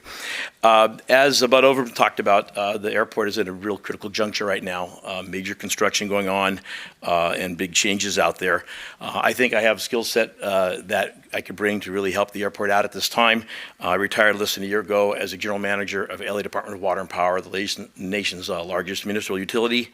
I currently serve on the White House National Infrastructure Advisory Council, and I'm on the LA County Blue Ribbon Committee for Fire Safety Recovery, as well as a number of other committees and boards that I serve on. I think these are experiences that I can bring to bear with the Burbank Airport to help them through this very important time. I do recognize you have two of the applicants are current commissioners, Bud Overton and Emily Gable-Luddy. I think they do marvelous work. I know they're very dedicated to the commission and to the city as well. But if you are looking to make a change in the leadership on the commission, I certainly wish to be considered and think that I can do a good job, and I am ready and willing to serve. So thank you. Thank you for your comment. Our next speaker is Emiko Sawanobori, followed by Elin Ruskian. Welcome, Emiko. You have 3 minutes. Good evening, everybody. My name is Emiko Sawanobori. I have a few things to talk about, but first I would like to thank the staff of Burbank Water and Power for holding the community meetings concerning the future rate hikes. I certainly don't like the rate hikes, and I thought anybody is super stoked about it. But the presentations did help me understand that these costs are necessary, so thank you for that. Second, I would like to ask the city council members about the status of the rental registry and relief for the entertainment industry. A few more of my friends and colleagues have had to move away as rents rise and jobs disappear. This is an incredibly dire situation that needs to be addressed, and I was quite disappointed to see that neither issue was included in the May agenda forecast. I know that there's a giant to-do list for the city, but I do think this is an emergency. The entertainment industry is crumbling before our eyes, and I'm afraid that any kind of relief that we can get on that front will be too little too late. So I'm here to urge City Council to please do something about the oppressively high rent and to provide support for larger scale local indie film projects. Larger established studios are giving their CEOs raises but won't greenlight anything. So we're basically being squeezed from all angles. The wealth gap is visibly growing and transforming the city into a place I don't recognize. I love Burbank. I love the culture here. I love the people here. And I'm trying not to lose faith, but it gets harder every day. I do appreciate all the hard work that goes into the city. I know it's a difficult and thankless job, but we're all really tired. And I'm here to speak for the people who have gotten a little too tired to keep trying. Thank you. Thank you for your comment. Our next speaker is Elon Ruskian, followed by James Corll. Thank you. Just Elon Ruskin, by the way. Hello, Mayor, councilors, city. Off script, I just want to acknowledge the little remembrance that we had here some minutes ago. My great-grandparents' memorial also says Hashem Yukom Damam. So I just thank you for that. And maybe we can head off the next one. All right, anyway. Talking about rents, I saw the Housing Authority on today's agenda, and as someone who lives in housing, I took great interest in the report. The Regional Housing Needs Allocation Progress Reports has some remarkable numbers, I found. Burbank is tasked with adding 8,772 homes for people to live in by 2029. Last year, we permitted, if the table's to be believed, 363. Very low-income housing, target 2,553, permitted 151. Low-income housing, target 1,418, permitted 66. Medium-income housing, your gaffers, riggers, grips, PAs, some of my friends from 839. No, I'm kidding, animators, don't go home. Target 1,409 units, permitted 16. 1-6 in a city of 100,000 people. Since 2022, we've permitted 1,700 homes, 7,000 remain, half the time, a quarter of the permits. Now, I know today's agenda item is certifying the statistics. It's not going out there and building the housing. But at this pace, we're not even going to hit half the target. So I'd love if you could take a minute during the minutes to let us know what happens if we come in that far behind and what we can do to triple the pace. Thank you. Thank you for your comment. Our next speaker is James Corll, followed by Mark Scroggs.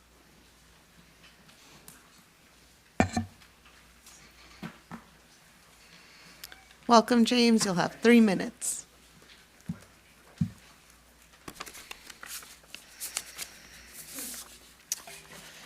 Good evening, Madam Mayor and council members. My name is James, and I'd like to express my strong support for the library's Job Connect Plus program.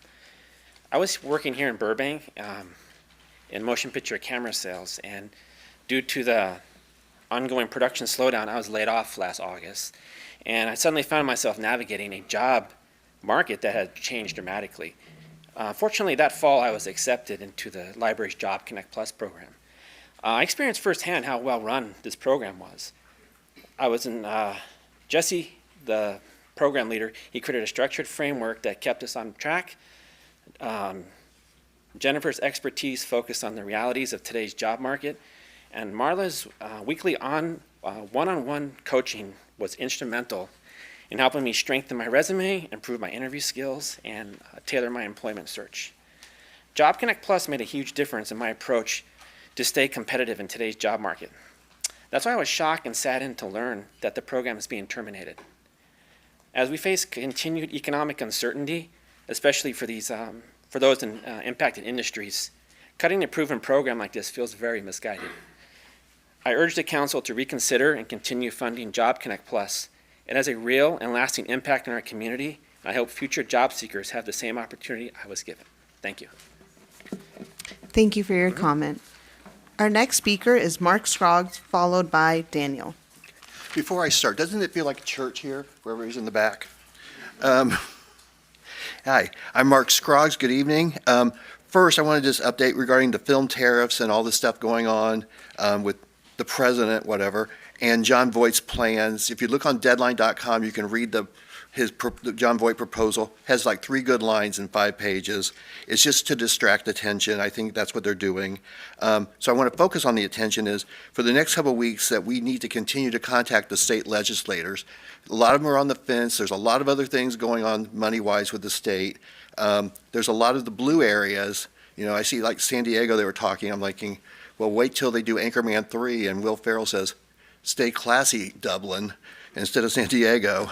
But it's important that we do it because right now is crunch time. There's a lot of other parts, like Amiko said, that we got to be dealing with this. But if we don't do this, I can just say, I've been a Clippers fan for a long time. Every year we get promised the playoffs, we're going to win a championship. Every year we get out in the first round. That's what California is. We're promised that we're the best. They keep saying, well, we're wonderful, and these other places are passing us by. So I've posted stuff on my social media, on Facebook under my name, Substack, Instagram, and all that. It's all public, so anybody can look at it to find out who to contact, all the emails, phone numbers, and then we'll deal with other things a little bit later. But on the positive side, I've noticed the current incentives, Euphoria, which they all use different titles, so you won't know what they are. But Euphoria, which is LA Nights, is shooting here, a lot of it in Burbank. Lucky, which was called Aces, was shooting a lot at Hotel Burbank last week. Those were both tax incentive projects. There's a few other films and film shows, no films, like the Green Lantern spinoff on HBO, the Bill Lawrence, Steve Carell show, the Pit's about to start up. So there are a few things going on, but they're shorter episodes and just like they're like off season. So, but they are going on, so that's good. Also, I learned that just on the other side of it, last week there was an article about YouTube in the Times and Darman Studios, which you drive by when you go by the airport. You think, oh, it's just some little like space. It's like a $45 million a year YouTube studio and podcast studio that most people don't know about. And we got these other things here. Screw Disney and Warner Brothers, because they're going to leave us at some point anyway. We got to focus on these other places. And I say that with someone who's gotten paychecks recently for clients from Disney and Warner Brothers. So I just want to say there's a lot to do, but everybody just keep reaching out to people because it's not going to get easier. So. Thank you for your comment. Our next speaker is Daniel, followed by Jamie Padilla.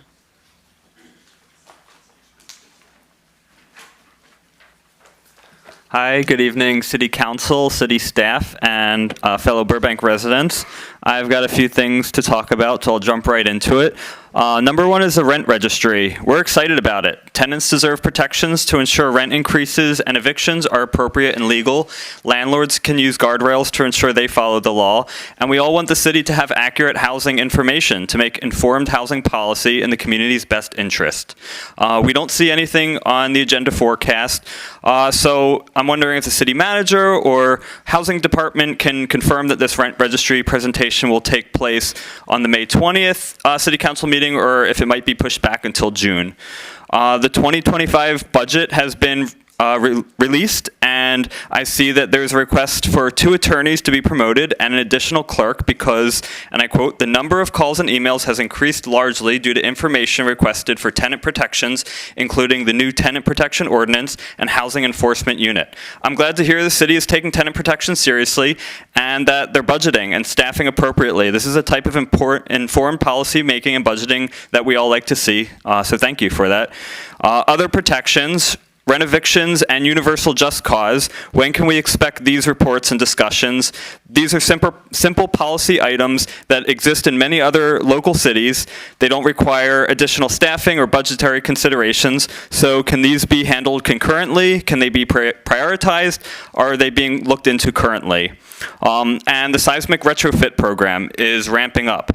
Burbank will subsidize the permitting cost, but as I understand it, landlords will pay the renovation cost. Will that cost just be passed down to tenants? How can the rent-eviction, no-fault eviction be used in these cases? Will this be one more opportunity for landlords to evict entire buildings, especially of below-market tenants, under the guise of seismic retrofit?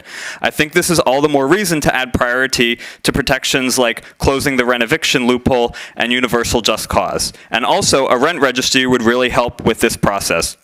Imagine having a registry of all the rental units in Burbank, be able to see which ones meet the criteria, and have a way to track progress. And then finally, the Burbank Airport Commission. So as Mayor Perez has very nicely explained it, the city of Burbank doesn't have power over the airport, but the Airport Commission does. And as we become aware, Velo Airlines has signed a long-term contract with ICE to engage in human trafficking, illegal and unconstitutional deportation. So I would love in your discussion today, as you decide on these commissioners, to try to ensure that these commissioners will do what they can with their power over the airport to not be complicit in these actions. Thank you. Thank you for your comment. Our next speaker is Jamie Padilla, followed by Christopher Bonk. Thank you, Council. Jamie Padilla. I have been a renter here in the city of Burbank for about 16 years, since 2016. I'm sorry. I'm accompanied this evening by my son, Santiago. He is a second grader in Burbank Unified. I love living here in Burbank. And I'd like to be able to stay. I am really happy where I'm at, have a fantastic landlady, and also a lot of angst around trends I'm observing. We're facing cuts in our school district, and much of that is attributed to lower enrollment rates, and that's on account of families having to leave, and that's largely on account of the increasing cost of living. I have had the opportunity to speak with friends and neighbors who've been here advocating for increased tenant protections. I'm encouraged by the steps that our city is taking and want to voice my support for a rent registry. I don't see a downside to more data.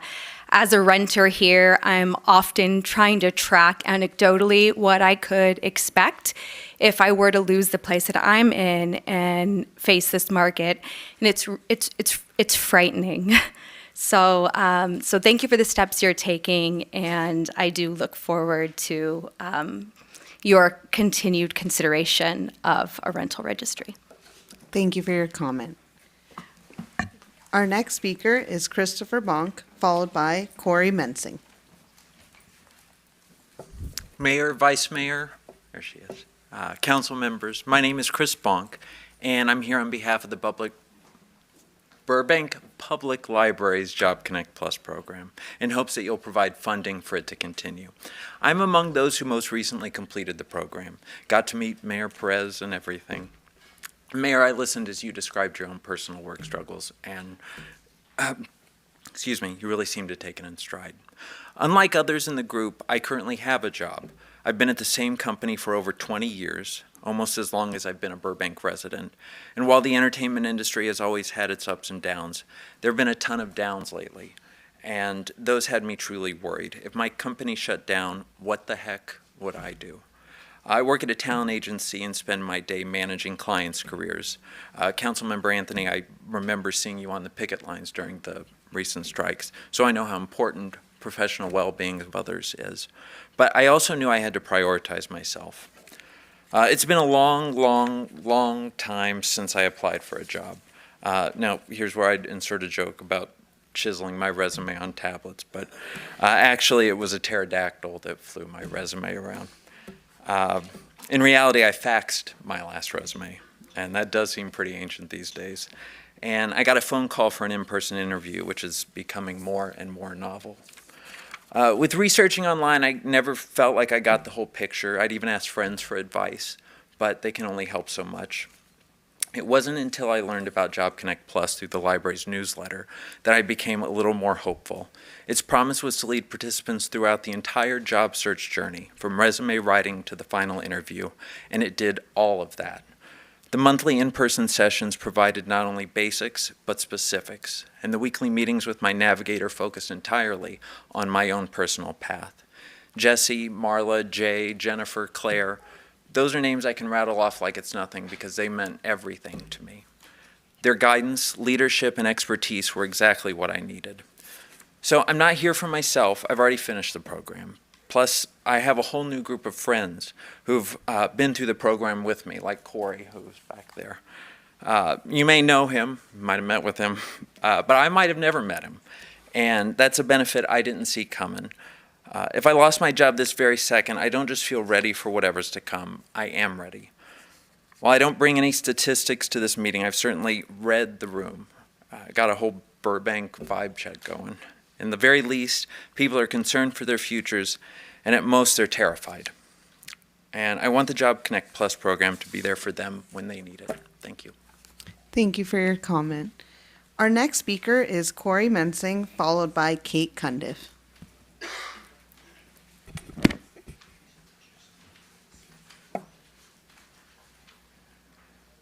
We're good? Oh, hi, Vice Mayor Takahashi, council members Mullins and Rosati, Mayor Perez, Councilmember Anthony, Assistant City Manager Paget, thank you again so much for coming to our Job Connect Plus ceremony.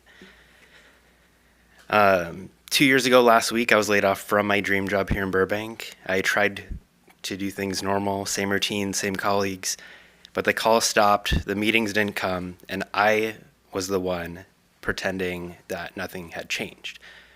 And that's difficult to admit. But there's a silver lining. In my absence, a shareholder somewhere got a dividend. That's not bitterness, that's just the math. But I'm not just a statistic. I don't live in a spreadsheet. And we all know what's happening in Burbank's biggest industries. I had spent hours on hold waiting for help that never came. When I found Job Connect Plus, I found real people, speakers from those same agencies I was trying to call who said, call me. Navigators who were a sounding board and support, and week by week, the curriculum built on itself. Resumes led to interviews, interviews led to networking, and none of us lacked skills. We needed support, and this program gave it. Because communities aren't companies. They're not here to turn a profit, they're here to lift people up.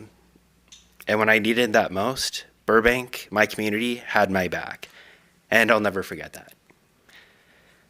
If you can't relate to what I've said, I truly hope you never do. But if you can, and you're watching this right now or later, please connect with Burbank Public Library's ongoing job support program right now. The info's on the bottom of your screen. Just kidding, it's not. But if you have one takeaway, if you're a Burbank resident, you're not alone. I'm grateful for this program. So council, I really want you to continue this program and to expand it. I don't want to be someone that pulls the ladder behind me. And I really do think everyone deserves this chance. Thank you. Thank you for your comment. Our next speaker is Kate Cundiff, followed by Pam and Craig Bassett. Hi, good evening, staff and council. I want to throw in my support for the rental registry. I think it's vital that we know how many rentals there are in the city. I also want to ask you to reinstate the allocated money to Home Again LA. It was a program that existed about a year ago, and it has since been defunded by the city. It provided 3 months of relocation assistance for the people who fell out of the traditional relocation assistance. There are between 10 and 20,000 renters in the city. Again, we don't know the exact number because we don't have that data, who are not members of, who are not protected under the Tenant Protection Act. Therefore, they're not entitled to relocation assistance. As someone who personally went through this, I can tell you how financially devastating it is to get 60 days notice while you're still paying your landlord to try to come up with a security deposit and rent, paying double utilities and all of this without any assistance. It is financially very hard. We were very fortunate that we were even able to stay in Burbank while going through that.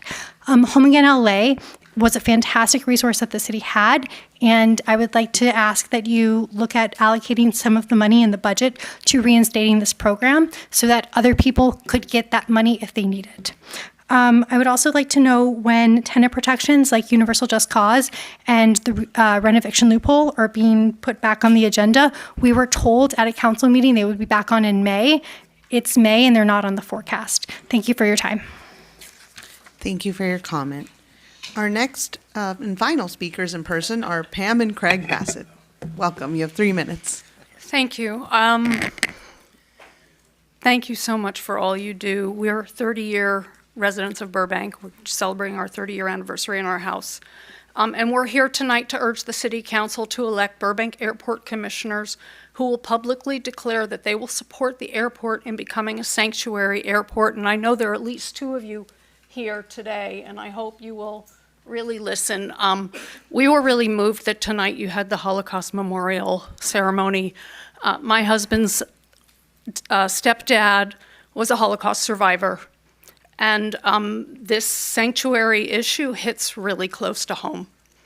At the age of 13, his stepdad, Barry, was abducted from his home in Amsterdam and transported to a foreign country, Germany. He had no access to lawyers or due process. He was held against his will in an inhumane prison, Bergen-Belsen, the concentration camp. And what ICE is doing isn't a far cry from what happened to Barry. People today, every day, are being abducted from their homes, kidnapped, shackled, and deported to El Salvador's maximum security prison without due process, without oversight. They are accused of crimes, but presented with no evidence, given little or no access to lawyers, and convicted without trial. Our court system has ruled against ICE taking these actions without due process. These deportations are unconstitutional and illegal, and still they continue. And Avelo Airlines is now a co-conspirator in the process, flying detainees to El Salvador at the behest of ICE. Just as Burbank is a sanctuary city, we must insist that Burbank Airport become a sanctuary airport. We must stand strong against the immoral, illegal, and unconstitutional acts our federal government is taking. We must not sit idly by. I urge the City Council to ask each candidate for airport commissioner to publicly declare where they stand on making Burbank Airport into a sanctuary airport, and to then only vote for a commissioner who will publicly declare they will be an advocate for turning Burbank Airport into a sanctuary airport, following standard protocols similar to that of sanctuary cities. So I don't know if the two of you are willing to do that today, and if there are any Excuse others. me, I'm No. sorry, you can't direct yourself to the public. You have to direct Okay. yourself. Yeah, you can't ask them questions. Thank you so much for listening and for all you do. Thank you for your comment. All right, that was my last speaker card. Madam City Clerk, do we have folks on the phone lines?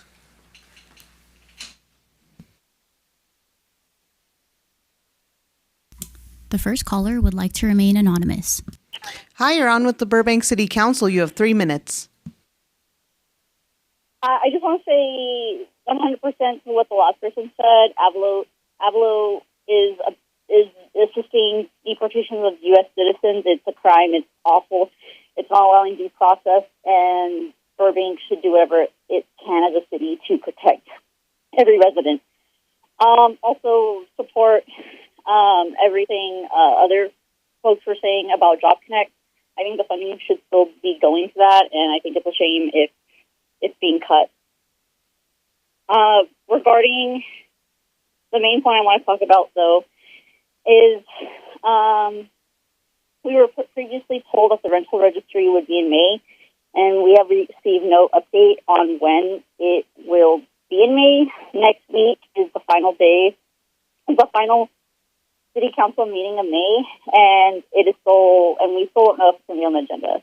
So I just ask and encourage City Council to put it on the agenda. Also, regarding that,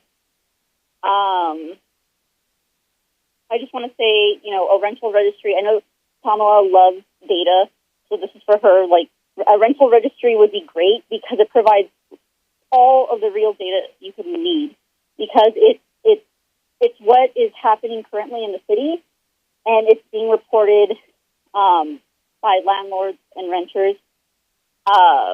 It would be better than just outreach that the city has done in the past, which doesn't really give enough information to make policy decisions. Relying on just tenants to come forward with their issues and their illegal rent increases puts the full burden on the tenant to expose themselves and risk the long battle of fighting a landlord over harassment or a no-fault eviction. This is also vital to what a previous person said about the earthquake retrofit there, which could also end up forcing just tenants to pay the full price on behalf of the landlord if there is no tracking of what rental increases are happening within the city. And if the retrofit happens and then a rent increase happens, and that's all being reported within this registry, then City Council would know without a shadow of a doubt that, illegal things are happening and they're definitely affecting tenants. Also, regarding BWP, who's most likely going to increase prices soon, at Earth Day, they were saying that they were going to offer free energy-efficient fixtures to help reduce costs. But I spoke with other people that went to Earth Day and who just spoke to BWP, and we were all kind of wary of doing that, because even though it's a free thing that BWP is trying to offer to reduce costs. Thank you for your comment. That's your time. Thank you for your comment. That's your 3 minutes. The next caller is Mike Van Gorder. Hi, Mike. You're on with Burbank City Council. You have 3 minutes. Good evening, Madam Mayor, members of the council. I've got some unprepared comments and some prepared comments. So unprepared first, as a housing policy analyst for the state of California, I can tell you that we need data in order to perform good analysis, and a rental registry will provide exactly that kind of data. We need to understand what the housing situation looks like in our city, and a rental registry will be a crucial tool towards advancing that policy. So please agendize that as soon as possible. All right, prepared comments next. So we heard comments earlier today talking about remembrance, Holocaust remembrance, which is remembrance of state-sponsored terror. One of the purposes of remembrance is to remain vigilant against the seeds of extremism in state-sponsored terror. We are in this moment seeing a similar flavor of state-sponsored terror play out in the human trafficking campaign waged against innocent Latin American men, most of whom have no criminal history, and all of whom have been denied the basic human right of due process.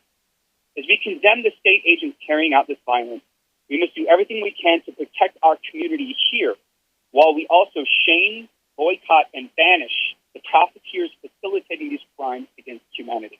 In our backyard, Avelo Airlines intends to carry on business as usual while kidnapping victims out of Mesa, Arizona. And Castle has an opportunity to address this atrocity by appointing tonight's airport commissioners that are committed to adopting an ordinance mirroring the city's existing sanctuary city ordinance to prevent non-federal employees from cooperating with immigration officials. To the applicants, I say this. The hundreds of weekly protesters that have shown up to denounce Avelo's crime demand that you stand with them, denounce this airline, declare your support for sanctuary policies that will protect the basic rights guaranteed by the U.S. Constitution. And while our president might forget his oath, all public servants down to city commissioners are required to swear to uphold and defend the Constitution of the United States. Due process and sanctuary policy does exactly this. Thank you very much. Thank you for your comment. The next caller would like to remain anonymous. Hi, you're on with the Burbank City Council. You have 3 minutes. Hello, I am calling because I recently found out that there is no longer an invocation at City Council, and that really, it makes me sad. And so, if it is permissible, I would like to offer an invocation because I know there are a lot of decisions to be made in our country, in our world, and in our city. So, I am going to offer this invocation. And Heavenly Father, we lift up Burbank, seeking your protection and peace over every home. Guard this city from harm, filling it with your love. And bless our first responders, our police, our firefighters, our paramedics. Bless them with courage, wisdom, and safety. Be their shield and strength against evil. We pray for our city council members, for Nikki, for Tamala, for Christopher, Constantine, and Zizette, and all city staff. Guide them with humility, truth, and freedom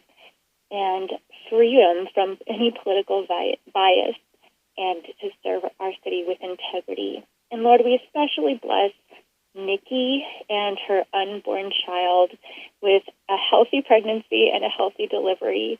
You're doing great. For the Police Foundation Scholarship students, grant inspiration to shape Burbank's future with excellence. Bless our elderly volunteers who are the soul of Burbank. Honor their service, strengthening our community. And protect Burbank from crime, Lord, and foster unity. Guide solutions for housing, for motion picture jobs, and for traffic, and solutions that harm none but uplift all of us. And we lift up our Jewish brothers and sisters and survivors from the Holocaust. Grant them peace and strength as we vow never again to any of these atrocities. And we pray this, and we ask for your light to shine on Burbank, uniting us in your love, and we place this city in your hands, Lord. In Jesus' name, amen.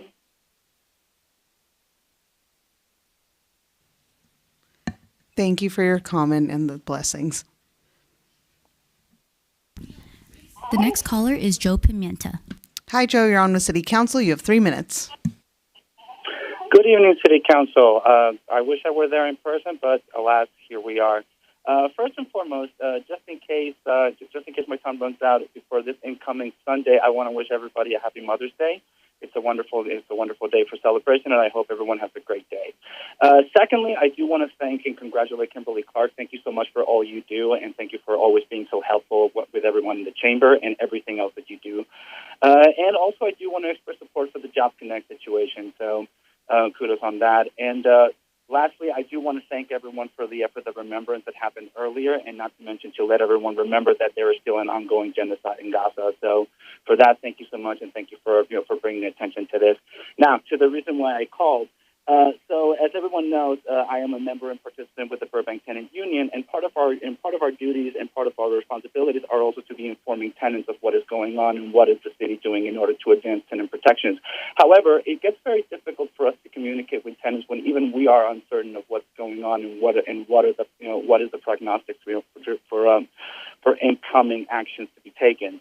I'm, of course, talking about how for the past few months we have been talking about a rental registry coming up, no fault eviction coming up to discussion, and as it has been mentioned in the chamber this evening, there seems to be no clear signage of when that's going to be discussed. So we would like to make sure that, again, to continue raising urgency of this situation so we can also continue talking to tenants about why this is important and when it's happening, so we can also tell them when to show up and when to keep communicating with City Council as well as with City staff.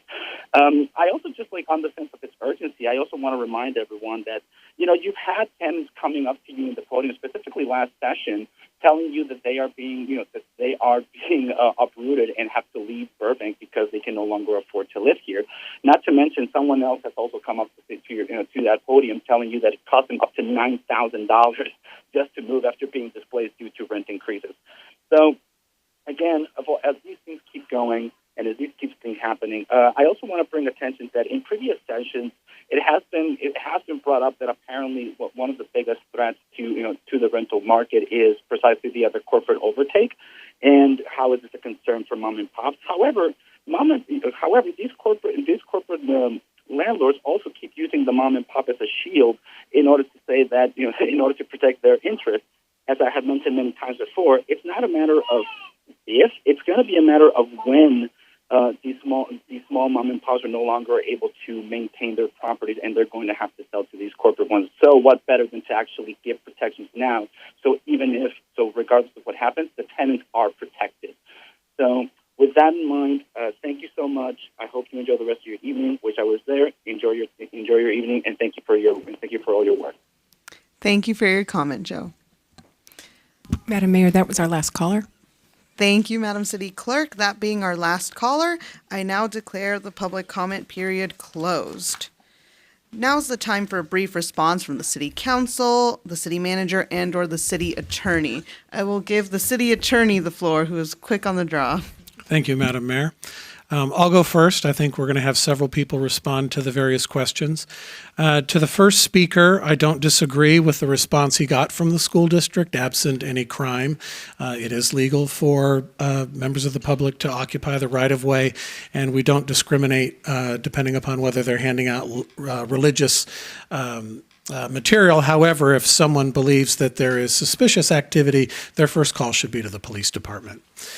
With regard to Ron Bax, if a renter files a complaint and if the Burbank Housing Enforcement staff refer it to the city attorney's office, once we review the file and whatever materials were submitted with the complaint, our first call would be to the housing provider to just collect data.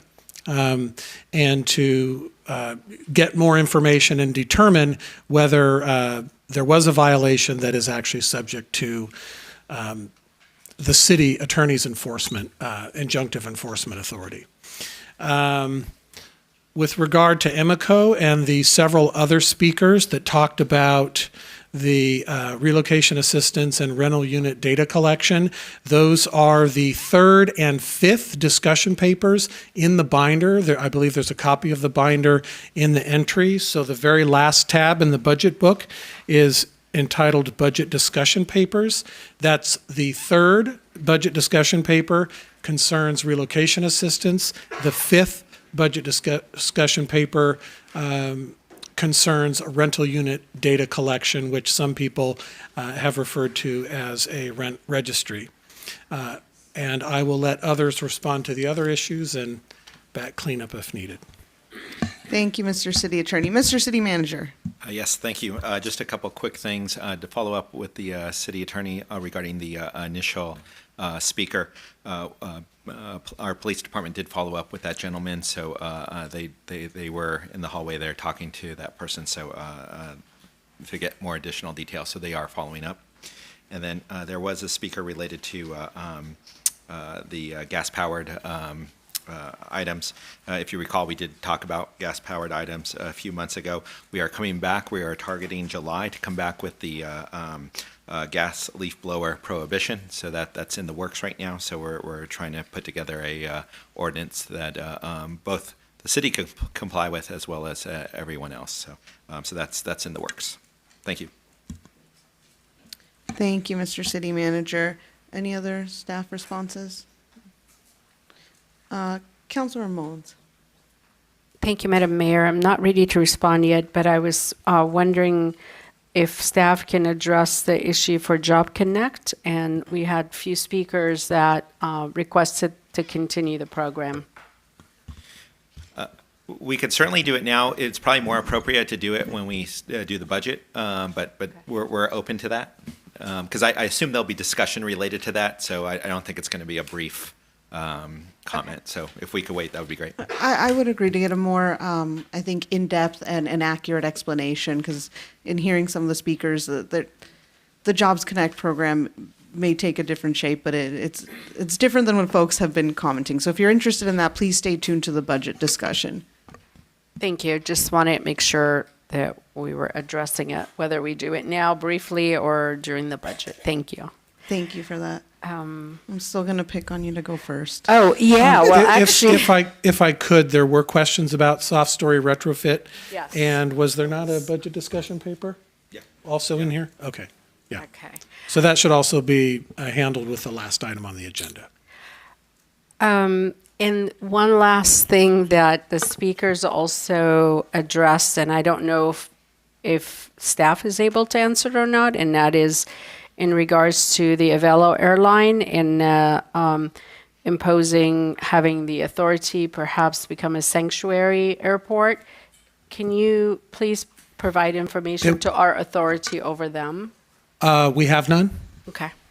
So it wouldn't be proper for the council to, it's also not agendized. If I can add, though, so next meeting on the 20th, we do have our regularly scheduled airport authority presentation. So, so the executive director will be here. Thank you. I appreciate that. I just want to make sure that they hear that we don't have an authority over the airport authority or over the airport in general, but that would be discussed at the next council meeting. So with that, I'm going to thank everyone who came and of course called and stuck around. I want to congratulate really quick, because I know we're running behind on time, everyone that came in earlier, all the presentations, congratulations, and all the proclamations that we issued tonight.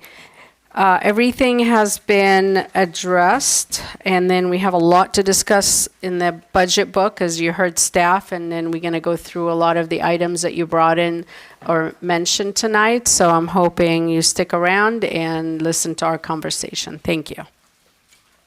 Thank you, Councilor Mullins. Councilor Anthony. Thank you, Madam Mayor. There was a question about our housing needs and how we're not meeting those numbers. Could we just, can I get an understanding of how, just real quick, about how the pace of housing increases as we do the permits and the plan, like how can we? Can you ask that during consent when that is on there? I'll do it then. Perfect. Brief question. Yes. Thank you.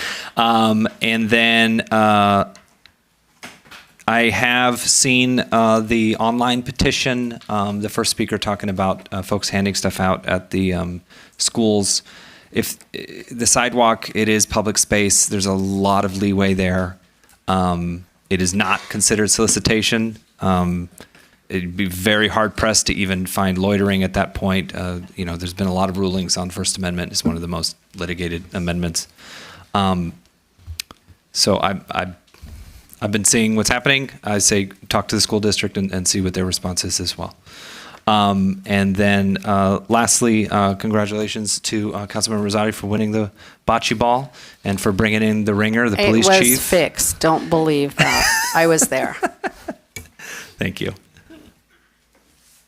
Thank you, Councilmember Anthony. Councilmember Rosati, would you like to? Sure, thank you. Great job to all the recipients tonight that received awards, or a lot of hard work, and both for the nonprofits to hand out those dollars. We'll talk about the Jobs Connect, but it was just very heartwarming to see so many people that were affected by this program and all the good that it did. So it'll be a good discussion. To the gentleman regarding housing, we're not standing in the way of housing. We are doing everything we can. Bring some developers, turn over some properties. We're more than interested in building housing here in Burbank. So that's definitely our thrust. There's probably roughly 2,500 units coming online. So, but we want more. And then for the person who called for the invocation, thank you very much. We appreciate it. Thank you. Thank you, Member Councilmember Rosati. As always, thank you for coming and speaking tonight at our council meeting. If this is your first time here, welcome to our council chambers. Thank you for coming. Thank you to those who called in and all to those who emailed and called us during the 2 weeks since our last meeting. Always appreciate it. All my questions and thoughts with what has been said were covered. I wanted to also echo Councilmember Rosati's appreciation for the final caller who gave an invocation. It's nice to hear positive and thoughtful and blessings when we have tough things to talk about, and so it's nice to hear the kind words. So really appreciate that. Always welcome. But overall, I think we're going to get to a lot of these things later, and as always, follow up if you have any further questions or comments and you want to connect. All of our information is online, and my direct phone number and my link for meeting with me is online as well if you'd like to connect. Actually, there's one thing really quick follow-up. Speaking of online, it reminded me. Mr. City Attorney, for the discussion papers you mentioned with the items you discussed, you said they're in the binder, but they're also available on the link for the agenda, correct? Yes. At the end of the attachment for the, is it the end of the attachment for the budget?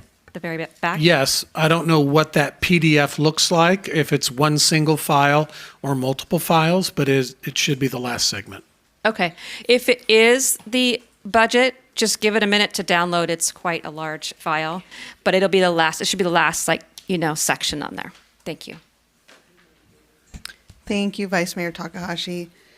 I will just join my colleagues in thanking everybody who came down to speak tonight, to be with us for this very important budget season. I hope all of your questions were answered to those who had questions. Thank you to our police department for speaking with Mr. Santoro on the side. I hope that clarified things for him. And thank you for emailing us if you're listening. We're glad you came on down. For Maya, thank you for bringing up the SOARs, their effect on our health, and all of the gas-powered equipment. You and I have had great conversations about this. Thank you for your patience. I know it's taken some time. All of these things have taken time down the pipeline, and thank you, Mr. City Manager, for letting us know July. We should look towards that date. Thank you to the applicants who spoke for the Airport Commission. We appreciate it, and we look forward to that agenda item.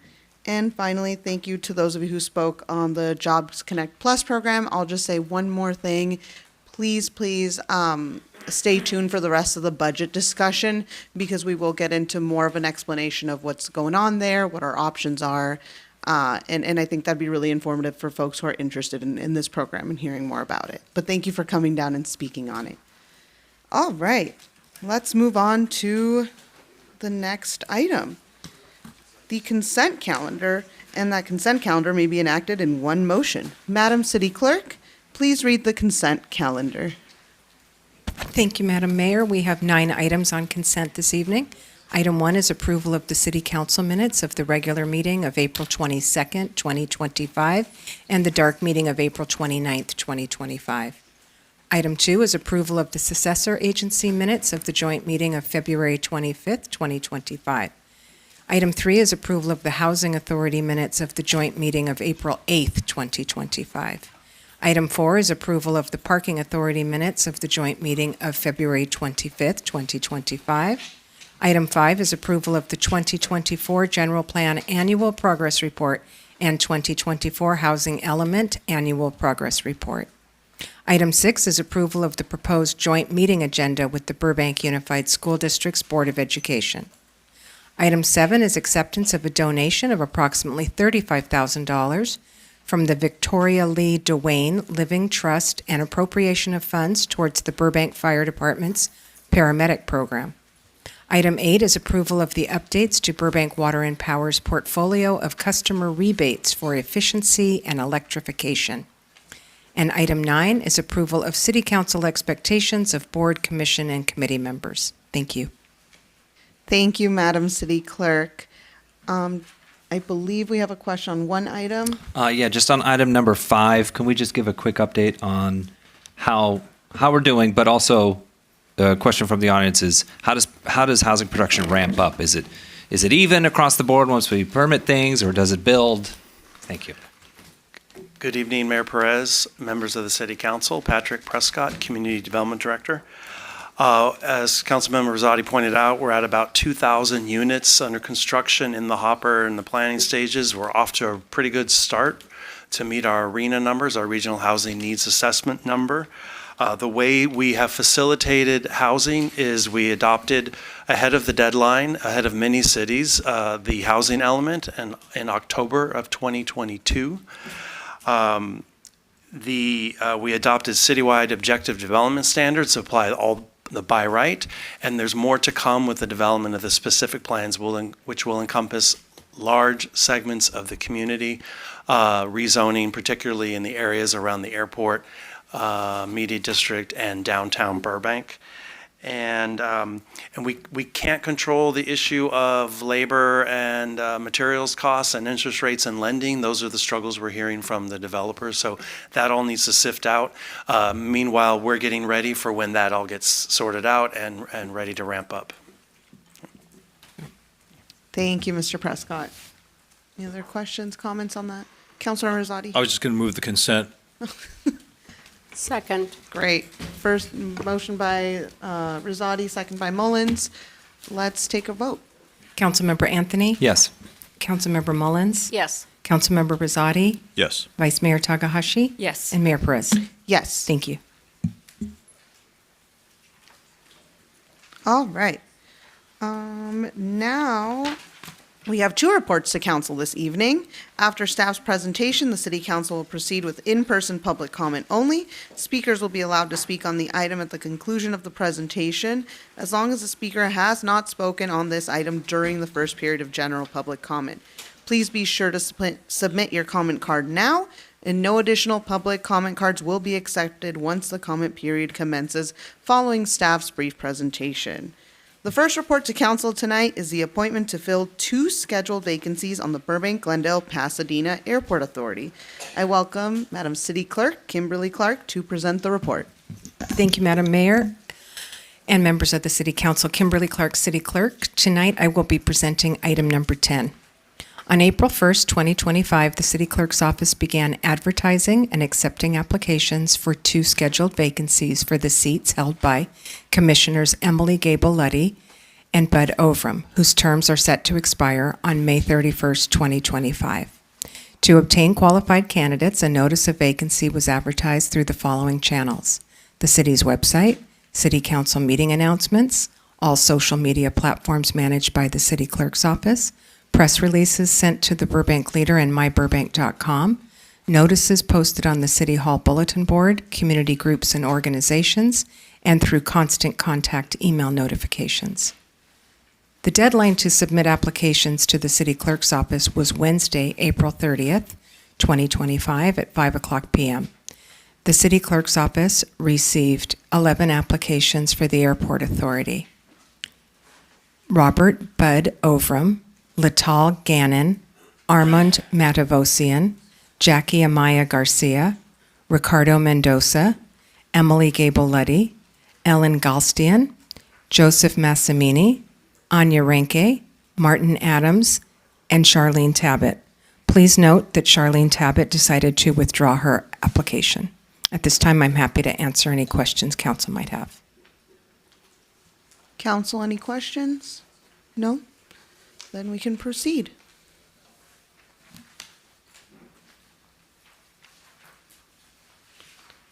We're ready. Oh, that's right. Public comment. I have one public comment card. Emily Gable-Luddy, you have 3 minutes.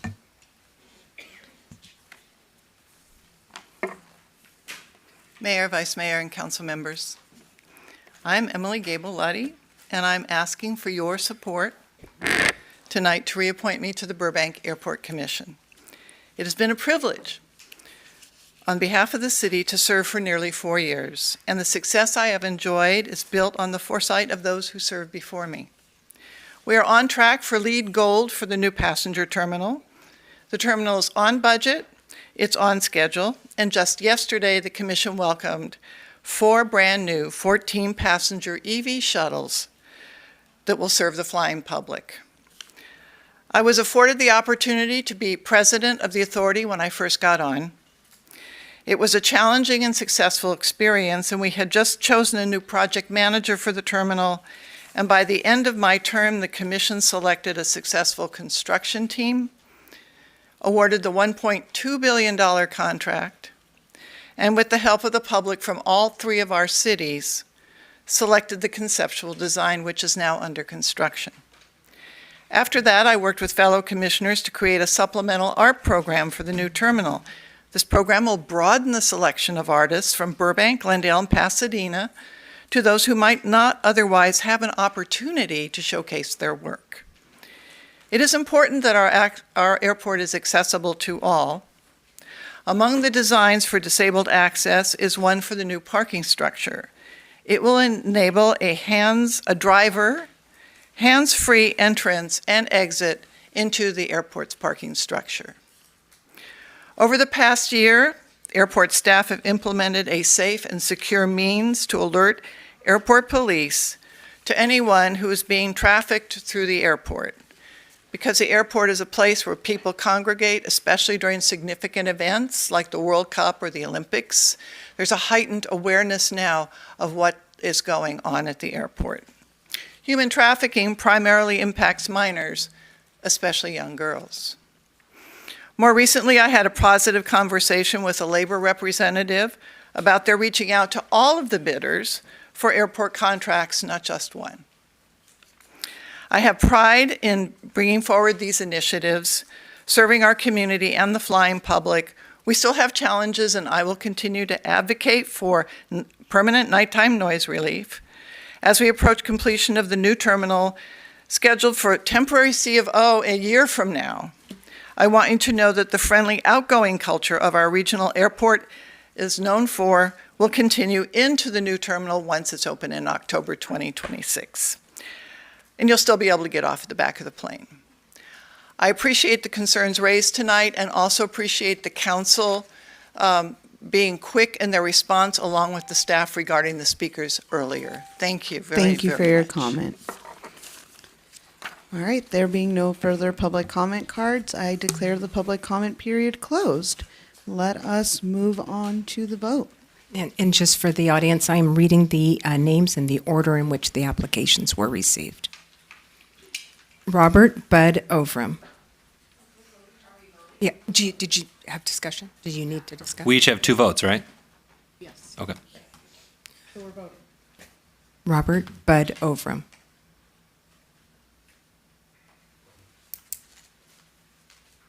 Latal Gannon. Armand Matavosian. Jackie Amaya Garcia. Ricardo Mendoza. Emily Gable-Luddy, Ellen Galstian, Joseph Massimini, Anya Renke, and Martin Adams. Bud Ovram and Emily Gable-Luddy are appointed. Thank you. Thank you, Kimberly. And thank you to everybody who applied. We really appreciate you all applying. It's not an easy decision, and we had, I want to say, we all, and I don't want to speak for everybody, but I feel like we all voted for the candidates who really had top tier quality here and who came out and spoke and showed that. So even if you didn't get on tonight, I think we saw, council saw how amazing you were, how much you deserve to serve on there, and we appreciate all of you. We are lucky in Burbank that we have a plethora of candidates who are very much well qualified. And we encourage you to apply to our other boards and commissions. Well, Madam Mayor, there's openings right now for Yes. boards and commissions till the end of May. So I encourage everyone who did not get on tonight or others that want to apply, go on the city clerk website and apply for that. Thank you. That was my shameless plug. Oh, that's okay. That was going to be my shameless I was ad time for the helping city. you out. Yes, please do check our website and apply. We really want to have folks serving on our boards and commissions, and there are plenty of them to serve on. If you have any questions, please reach out to our city clerk's office. Our amazing city clerk and her staff are very willing to help out. All right, let's move on to the next item, item 11, our budget.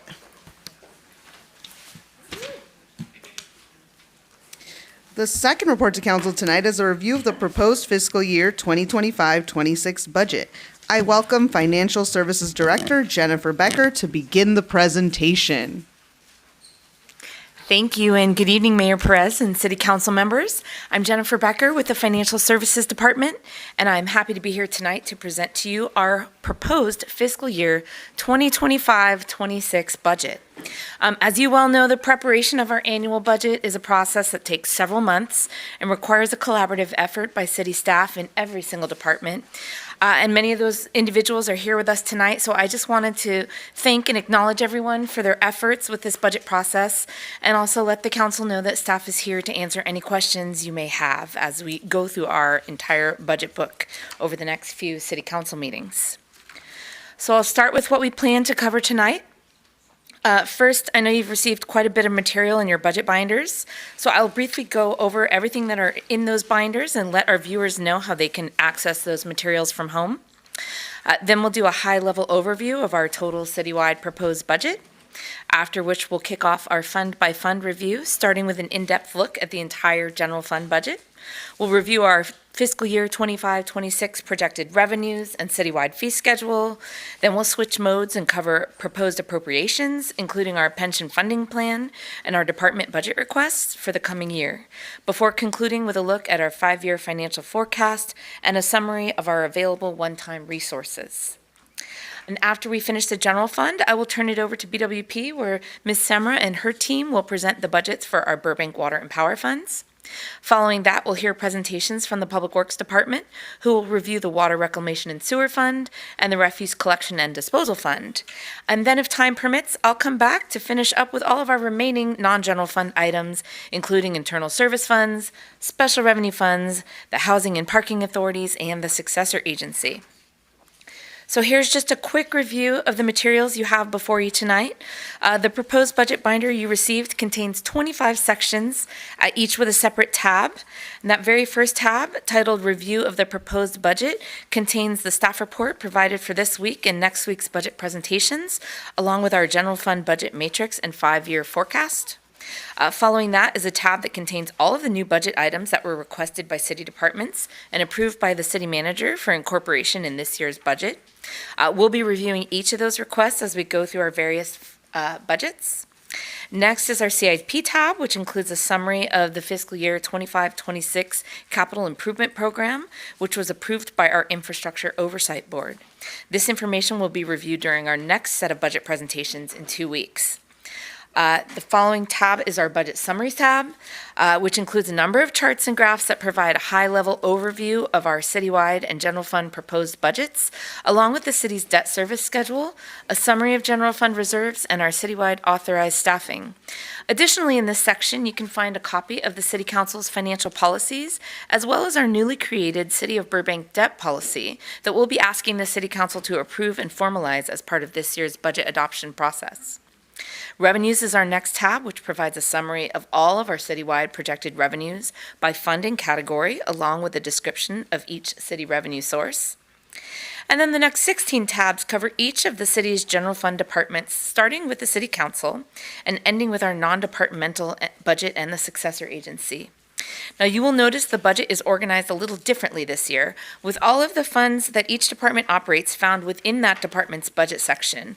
We hope this update to our budget book provides a little bit more clarity and transparency to our readers in terms of the overall size and scope of responsibility for each of our city departments. We have 3 additional sections in the back of the budget, the first being our agreements and contracts list. This list includes all of the contracts for professional services, as well as general goods and services that the City Council is authorizing as part of the adoption of this budget. Behind that is a summary of our fee schedule changes that are proposed for fiscal year 25-26. And lastly, in that final section labeled Budget Discussion Papers, this section includes any additional memos or discussion papers that were requested by staff or the City Council as part of this year's budget process. We may add more items to this section in the coming weeks as the budget review process moves along. And for the members of the public that are interested in reviewing these budget materials along with us tonight or learning more about the budget, you can find it on the city's website at burbankca.gov. There's a link right on the homepage that will take you to the finance department where the budget is posted. Or if you prefer to view a paper version, we have hard copies of the proposed budget available for review at the Financial Services Department public counter, the City Clerk's Office public counter, and at each of the city's 3 library branches. You can also pick up a copy of our proposed Budget at a Glance brochure to take home with you at these locations as well. So looking over our schedule for the next month, as I mentioned previously, tonight we'll be covering our general fund and our enterprise funds, including our sewer, refuse, electric and water utilities, and if time permits, our remaining city funds. We will continue any remaining items from tonight's budget review at the City Council meeting on May 20th.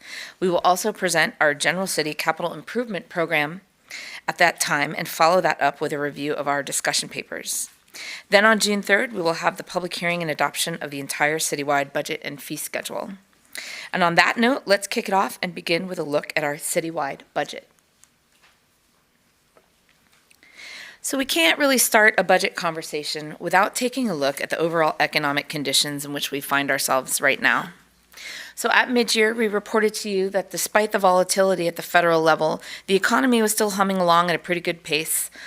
Well, we all know how quickly that can change. The U.S. economy appears to be entering a period of instability, one that is largely self-inflicted. After years of steady growth following the COVID pandemic, the U.S. GDP actually contracted by 0.3% in the first quarter of 2025, fueled by a massive surge in imports following the recent tariff announcements. The stock market also took a massive hit, with the Dow having its worst April since 1932. While the courts have largely overruled recent attempts to freeze federal funding for a variety of current programs, there is still an imminent threat of future funding cuts to everything from farmers to foreign aid, and state and local governments are certainly not immune to these impacts. Programs like CDBG, public safety grants, and renewable energy initiatives are all on the chopping block as Congress begins to weigh the president's budget recommendations. All of these actions have sent U.S. consumer confidence plunging to its lowest level since 2020. Unemployment has ticked up just slightly due to what I'll call the Doge effect, but the impact in California has been pretty minimal. The California unemployment rate is at 5.3% compared to 5.1% at this time last year, and the U.S. rate is at 4.2% compared to 3.9% a year ago. Fortunately for now, inflation is still trending downward, with the March CPI for LA at 3% and the U.S. at 2.4%. Interest rates are also holding steady, with the Federal Reserve holding back on any additional rate cuts so far in 2025. Now, assuming these tariff wars continue, two things can happen here moving forward with the economy. Either the tariffs result in higher priced goods, which then forces the Fed to raise interest rates to try to control the resulting inflation, or the tariffs send us into a full-blown recession, in which case the Fed will lower interest rates to try to stimulate the economy. Depending on the source, economists now predict the risk of recession at somewhere between 45 and 60%. So here in California, the fiscal year 25-26 proposed state budget includes $322 billion in total state funding, with $229 billion of planned general fund spending. The proposed budget also includes a $4.5 billion set aside in the special fund for economic uncertainties, if you needed SFEU, if you needed another acronym, which can be used for any unexpected economic event that arises, from revenue shortages to wildland firefighting. I should note that the most recent budget proposal we have from the governor's office is from January 2025. And at that time, the state did not project a shortfall for the coming fiscal year due to stronger than anticipated revenues and a thriving economy. We expect that might change when the governor releases his May revised budget, expected sometime next week, and we'll keep you posted on the status of the state budget as it moves throughout the revision and adoption process. So all of this information can kind of be summed up in one word, and that is uncertainty.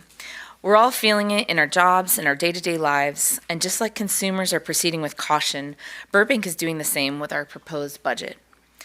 Tonight, we are presenting to you a fiscal year 2025-26 proposed budget that maintains the level of services and programs the Burbank community has come to expect and provides some enhancements in specific areas that address the City Council's goals and priorities.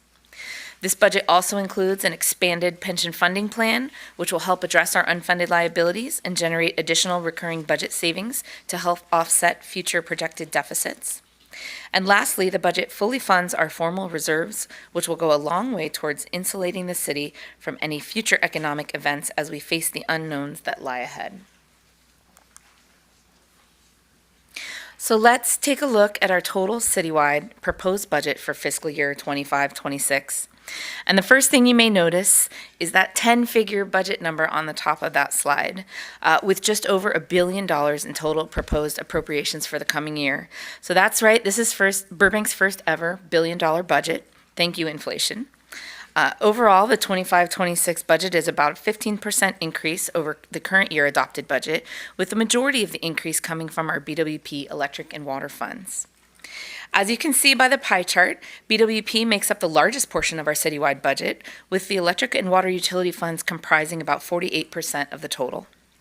The general fund, which is the city's main operating fund, is the second largest section of the budget, coming in at $275 million or 27% of the budget. Overall, the citywide budget is made up of 32 different funds proposing appropriations, including 4 enterprise funds, 7 internal service funds, 16 special revenue and capital projects funds, the Housing Authority, the Parking Authority, and the Successor Agency. And we will present each of these funds as we go through our full set of budget presentations, but as is tradition, we will start with our general fund. So the chart here shows our projected general fund revenues for fiscal year 25-26. Our revenue forecast is a critical component for the general fund budget as it basically determines our spending levels for the coming year. As you can see from the many colors on the pie chart, Burbank has a very diverse stream of revenues, which helps insulate the city from fluctuations in the economy. Sales tax and property tax are the two largest sources of general fund revenue, representing about 56% of the total anticipated recurring revenues. The table shown here provides another way to look at those general fund recurring revenue categories. Here we show the actual receipts from fiscal year 23-24, the adopted and revised revenues for 24-25, and the projected recurring revenues included in our 25-26 proposed budget. Overall, we're projecting total revenues to increase by 3.5% over our revised 24-25 projections. Our revenue staff uses a variety of methodologies to provide the most accurate projections for each of our different revenue categories. And overall, the results are mixed, with some revenue categories anticipating negative impacts from the current economic environment, while others continue to thrive due to Burbank's attractiveness as a destination to live, work, and play.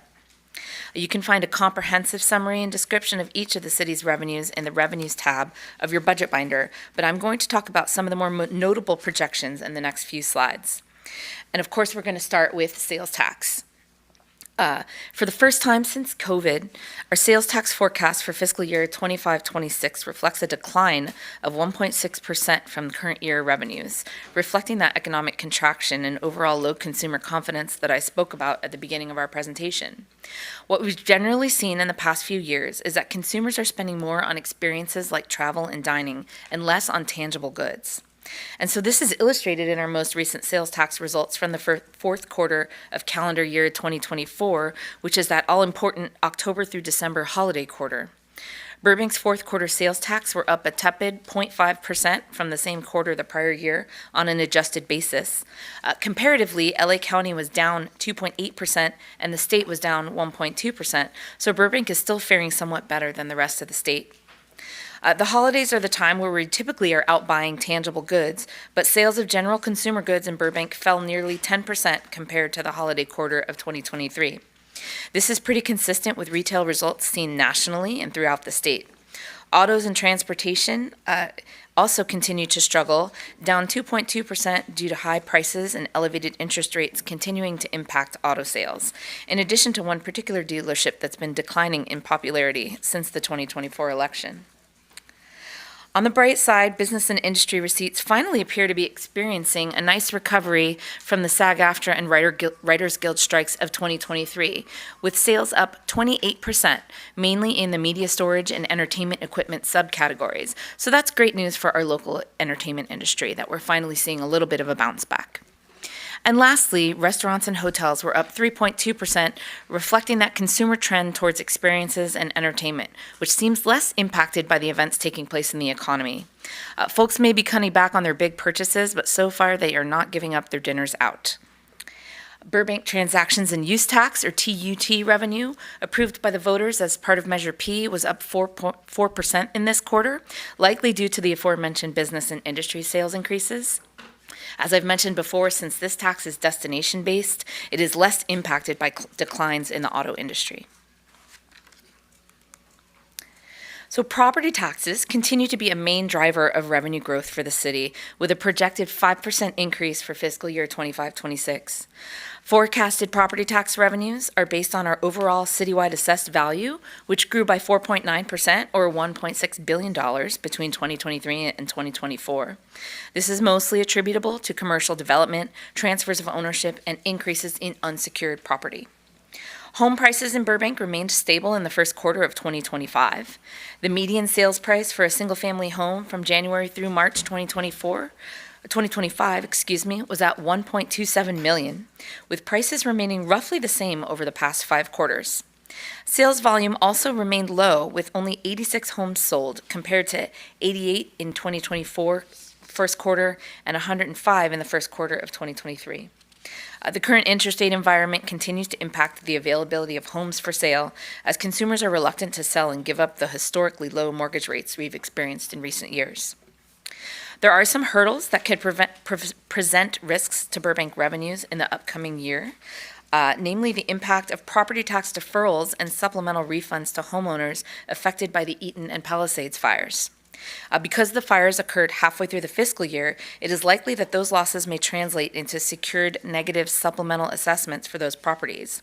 The impact of these reassessments will actually be spread across all agencies in Los Angeles County in fiscal year 2020, in this current fiscal year 24-25, and in 25-26, depending on the timing of the work done by the LA County assessor. The potential exposure to Burbank is estimated at up to $840,000 in lost or deferred property tax revenues, but fortunately those impacts to the city will be one-time in nature.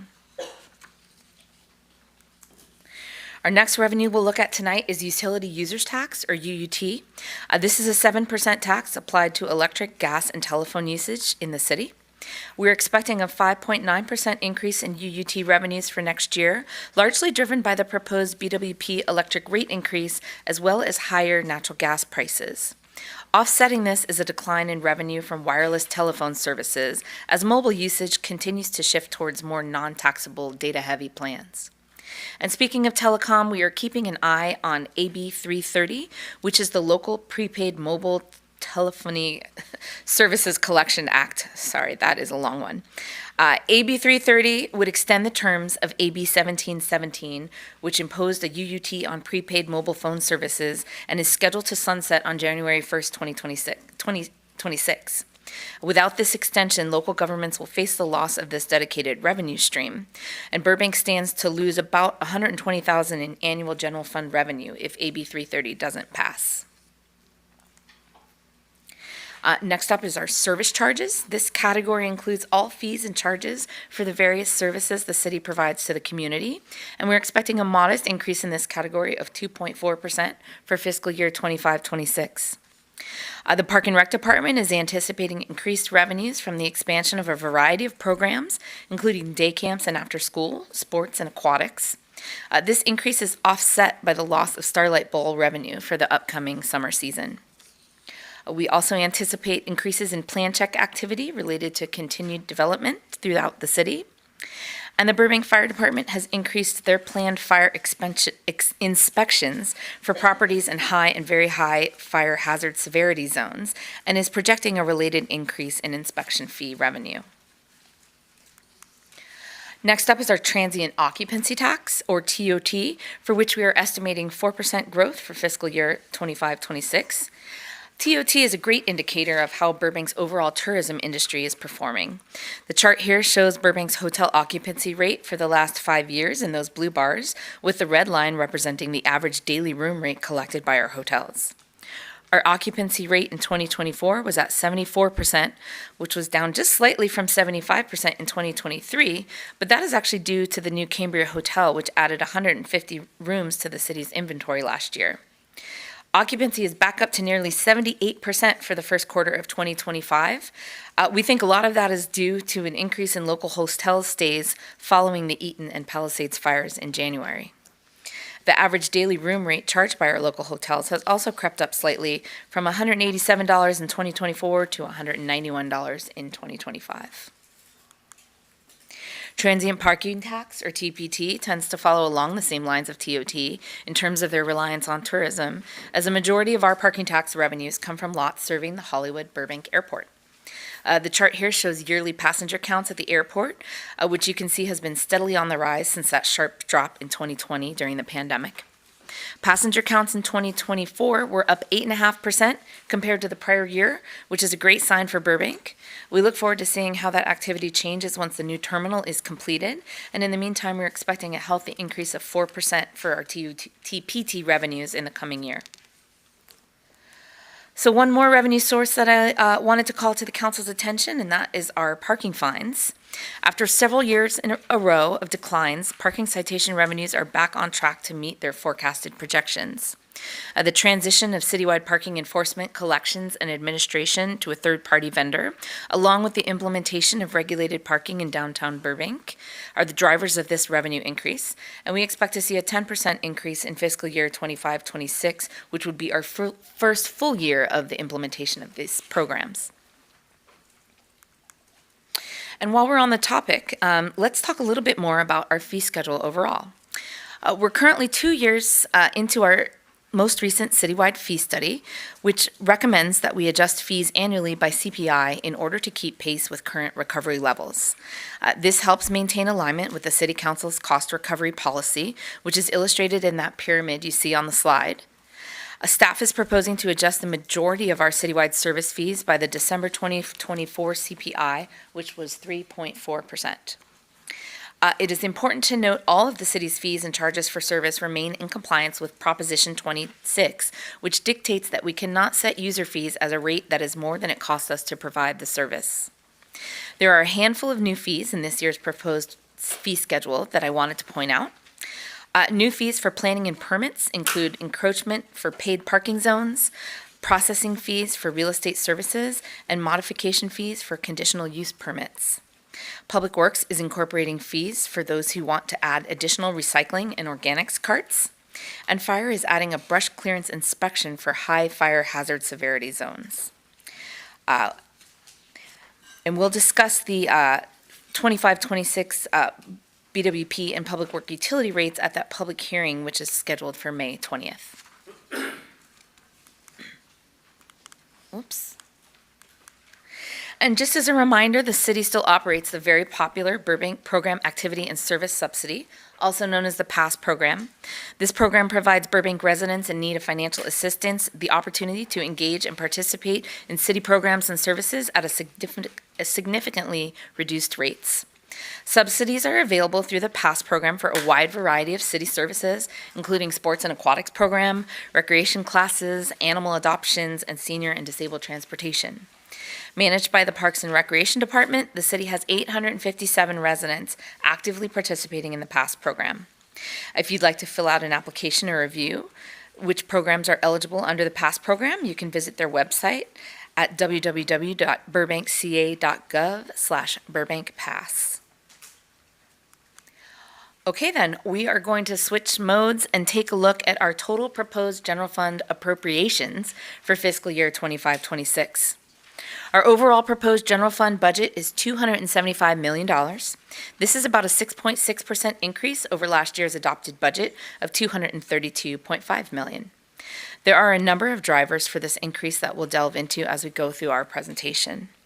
The chart you see here shows how our general fund appropriations are broken up by city department. 48% of our budget is dedicated to providing safety services to the public, including our police and fire departments. Another 32% is dedicated to our community-facing departments, including community development, public works, parks and recreation, and library services. And roughly 12% of our budget is dedicated to administrative functions such as finance, management services, city manager, city attorney, treasurer, clerk, and city council. Roughly 74% of our total general fund operating budget is comprised of salaries and benefits, including the CalPERS benefits for city staff. Thus, I'd like to start our expenditure discussion with a review of our citywide pension costs.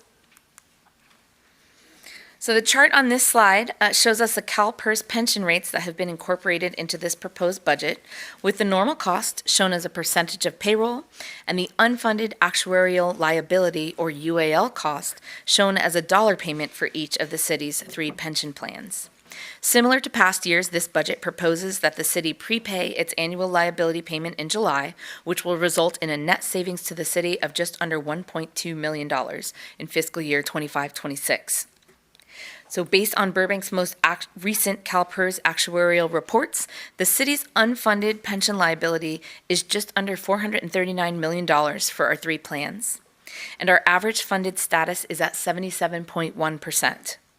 You can see from the chart that our liability payments continue to climb each year while our normal cost rate declines slightly. This is largely due to the growing number of PEPRA employees that make up our employee populations. Employees hired under PEPRA receive a reduced pension formula compared to our classic employees and are automatically required to contribute half of their normal pension costs. As of April 2025, 56% of the city's employees now fall under PEPRA. You may remember that CalPERS ended the 23-24 fiscal year with a net investment gain of 9.3%, well over their expected rate of return of 6.8%. As a result, we expect to see a modest improvement in the city's funded status and a slight reduction in our UAL payments beginning next year in 26-27, as CalPERS sets their rates a year in arrears from their actual returns. Now, given the current condition of the stock market, we could see the complete opposite effect in fiscal year 24-25. It was widely reported that CalPERS lost $26 billion from their portfolio in the 2 weeks following the president's tariff announcements in April. They still have some time to recover before the end of the fiscal year, but any investment performance under their expected rate of return will result in an increase to our unfunded liability and a decrease in our funded status beginning in fiscal year 27-28. So it's likely the next 2 years are sort of going to wash each other out. Additionally, CalPERS performs an experience study every 5 years that analyzes current assumptions such as life expectancy, disability rates, and salary inflation. Their latest study is currently underway and is slated for release in September of 2025. Historically, these studies have not produced favorable results for PERS agencies, so we can expect those revised actuarial assumptions will also impact Burbank's UAL payment and funded status beginning in fiscal year 27-28. Fortunately, the city continues to take measures towards mitigating future pension cost increases, including sending additional discretionary payments, or ADPs, to CalPERS over the city's required contributions to decrease Burbank's unfunded liability. As part of the last year's budget process, Council adopted an expanded pension funding plan, which includes a citywide contribution of $9 million in fiscal year 24-25 and another $4.5 million in 25-26 to help reduce future pension liabilities. More recently, at midyear, the Council indicated they would support an even bigger investment for the upcoming budget if it were financially feasible. So as requested, the 25-26 proposed budget includes an additional $3 million in general fund contribution, which will bring the total payment to PERS to $7.5 million for the coming fiscal year. This investment will generate an estimated $1.3 million in recurring budget savings for the city, with $1 million of that savings directly benefiting the general fund budget. So let's get into the heart of the budget and talk about all of our general fund department appropriations. This year's general fund budget includes roughly $1.7 million in new general fund recurring requests net of revenue, which includes about 8 additional full-time equivalent positions. The budget also includes $4 million in one-time budget requests, along with a $1.2 million contribution to the Information Technology Fund for the Enterprise Resource Planning or ERP software ramp-up funding, which I'm going to discuss a little bit later in the presentation when we get to our Fund 537 budget. And of course, the budget also includes the general fund's share of the additional payments towards our pension liability. So each new budget item was reviewed and approved by the city manager's office prior to its incorporation in the proposed budget. New appropriations were prioritized according to their adherence with the City Council's goals and priorities, including city services, economic development, housing, quality of life, sustainability, and transportation and traffic. So these next slides are going to be organized a little differently than you're used to seeing in prior budget presentations. Rather than organizing our budget requests by department, we've organized them by City Council priority. I'm going to cover the highlights, but you can find a more detailed description of each item under the new budget requests tab in your budget binders. And of course, if you have questions on any of the individual requests contained within the budget book, we have representatives here from each department who can answer them. So the first goal we're going to talk about is city services, and we have a number of budget requests to address this goal. First, the Public Information Office is requesting part-time staffing and additional overtime funds to ensure control room coverage for city council meetings and other televised boards and commission meetings. Community Development is requesting $260,000 in consulting services to support the plan check and building inspection functions and their ability to efficiently inspect projects and ensure code compliance. CDD is also requesting $150,000 for real property support services, which includes site surveys and fair market appraisals. Library Services is requesting funds to increase the hours of their social services supervisor position. Management Services is requesting to upgrade 3 positions within their Employment Services division to help recruit and retain city employees and reduce the city's vacancy rate. The department is also requesting a $25,000 increase to the medical services line item to cover increased costs for pre-employment and promotional medical exams. And lastly, the Park and Rec Department is requesting a $50,000 increase to the veterinarian services contract to cover the increase in the number of animal intakes at the animal shelter. Our next City Council goal is economic development, for which we have 2 related budget requests tonight. First is an increase to the accounting and audit service line item in the finance department budget. This will cover CPI increases to our internal and external audit contracts, as well as the incorporation of an additional hotel into our TOT audit program. Next, given the success of last summer's media industry job fair, the Library Services Department is requesting to make this an annual event at a recurring cost of $35,000. Addressing housing and homelessness remains the top City Council priority. In support of these goals, the City Attorney has requested 2 attorney position upgrades within the litigation division to help provide support to the new Housing Enforcement Unit. The City Attorney is also requesting $50,000 in one-time funds for a land surveyor consultant to assist with real estate transactions. CDD is requesting one-time funds of just under $600,000 to expand the scope of our Allied Homeless Services contract from 3 providers to 5. And lastly, CDD is requesting a new intermediate clerk within the affordable housing section to provide administrative functions for the Housing Enforcement Unit. Of course, public safety has always been a top priority for the City Council, and that is reflected in this year's proposed budget. The fire department is requesting to expand their ambulance pilot program to a 24/7 operation for the upcoming fiscal year. This will require a one-time appropriation of $1.6 million. The department is also requesting $970,000 in one-time funds to run a firefighter recruit academy in anticipation of pending retirements and promotions. And lastly, fire is requesting $35,000 for community outreach and risk reduction programming to expand public education on fire and life safety and introduce youth to the fire service. Next up, the Management Services Department is requesting $176,000 in one-time funds to extend their police department recruitment program. And of course, it's not a public safety budget without the police department. Police is requesting $120,000 for parking citation processing fees, as these have been increasing with the expansion of the parking enforcement program. These are offset, of course, by parking citation revenues.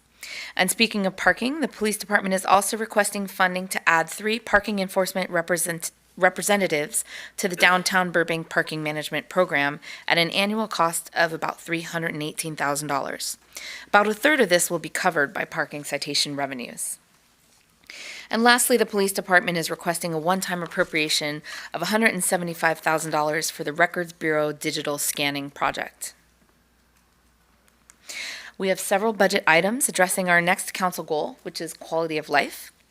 Library Services is requesting recurring funding of $150,000 for outreach and security ambassadors who support our libraries with de-escalation, education, and enforcement of the library rules of conduct. Additionally, the library would like to purchase additional hotspot devices for public lending for a total of $4,000.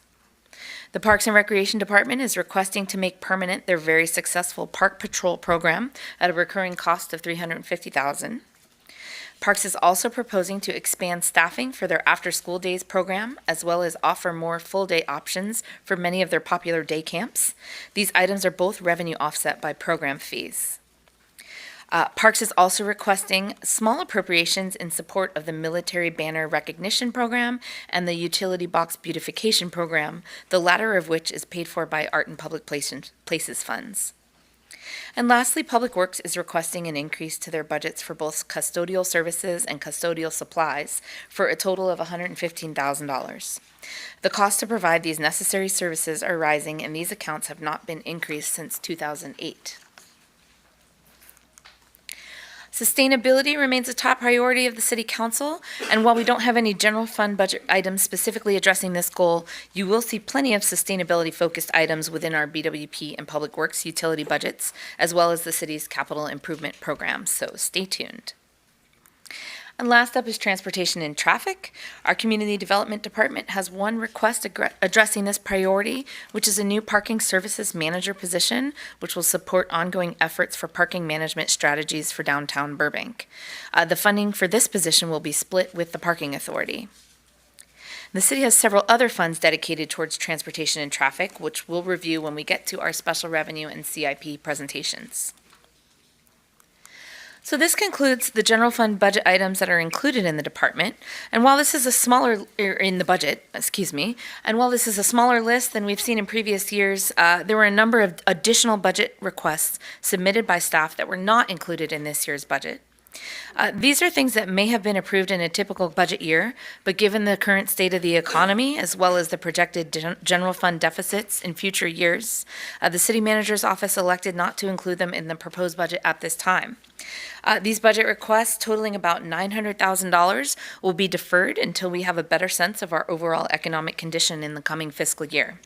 If at the end of the first quarter, general fund revenues exceed our projections, we will bring back some or all of these items to the City Council as part of the first quarter report and recommend incorporating them into the budget.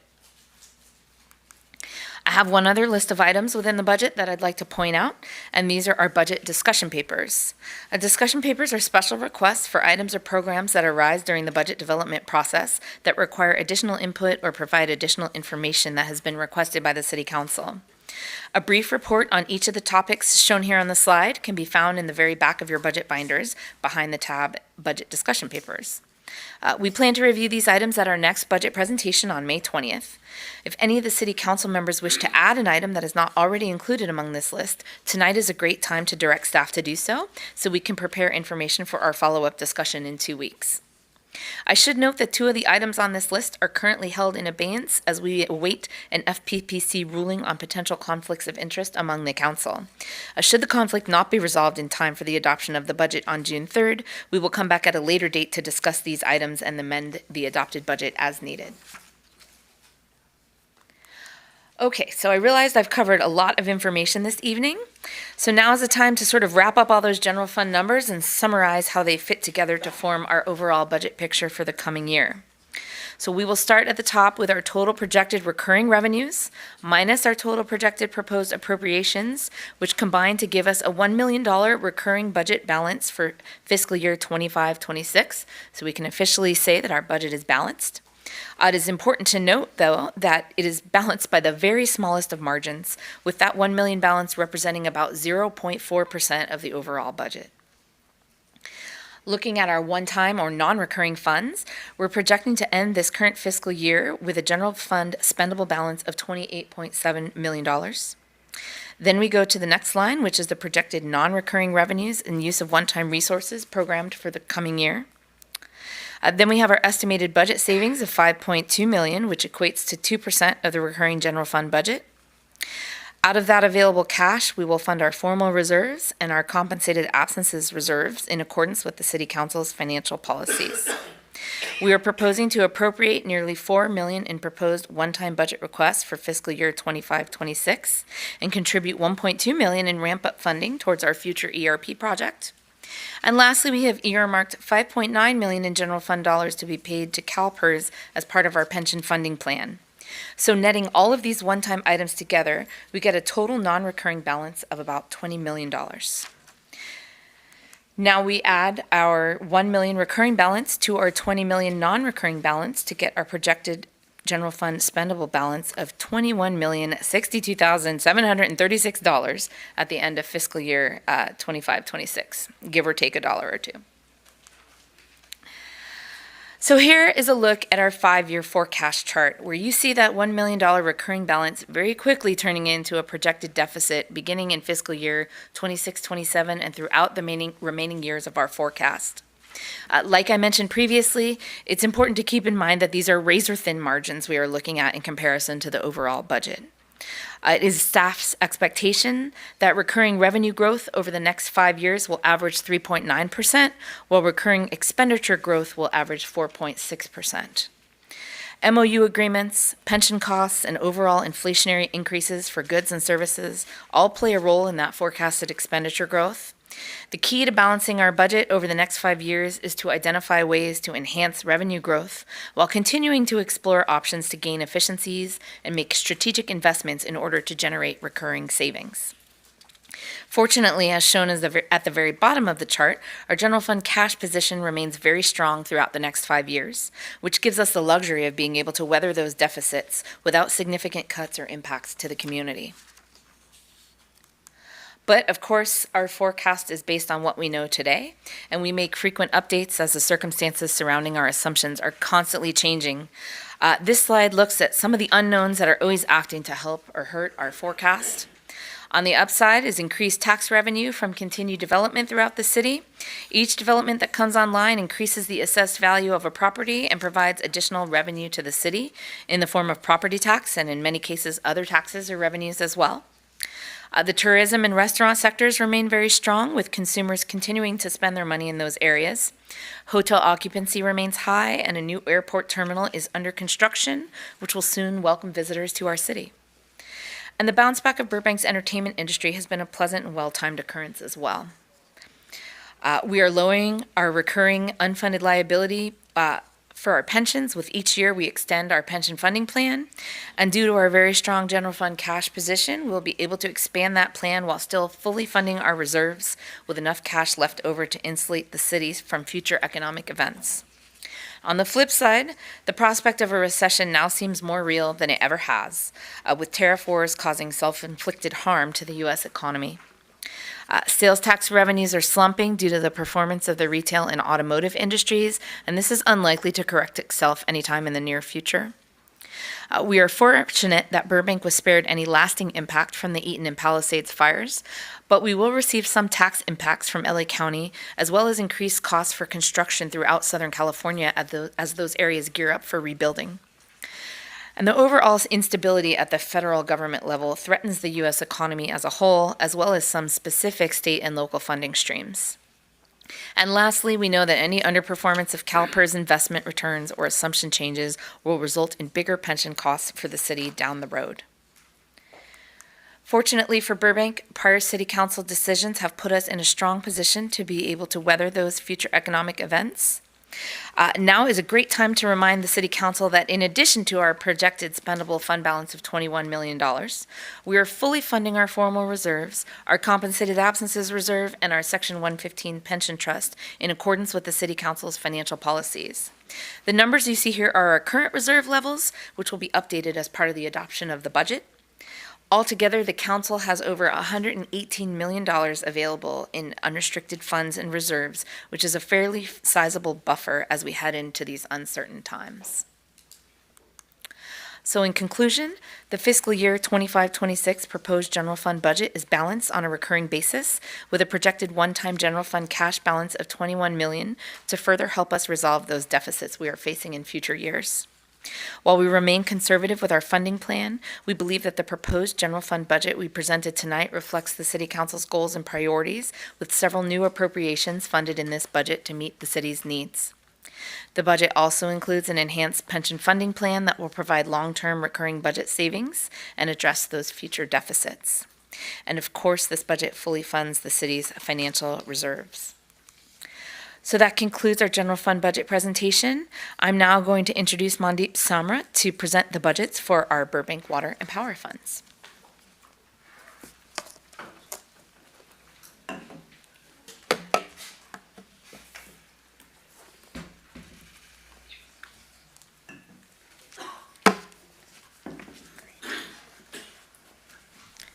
Welcome, Ms. Samra. Thank you, and good evening. I'm glad it's not 11 o'clock, so there's some time here. So good evening, Honorable Mayor, Vice Mayor, and City Council. I will provide you today with an overview of Burbank Water and Power's fiscal year budget for 25-26, and you'll also see 26-27. We do a two-year budget, but I'm solely going to focus on 25-26. I do want to add that on April 3rd, our board approved the budget, so our BWP board approved the budget.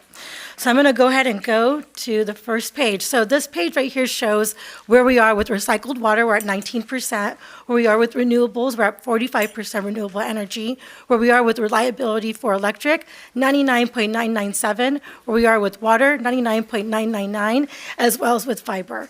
I just wanted to point this out because it shows not only are we one of the most reliable utilities in the region, we also are one of the lowest cost utilities in the region. I do want to highlight that out of 2,200 public utilities, we're in the top 100, the top 5% of utilities in the nation for our reliability. And I think that's quite a feat, given that we are a medium-sized utility. In terms of challenges, so this is going to be the longest slide, so I'm just going to warn everybody, there's a lot of challenges that we're facing.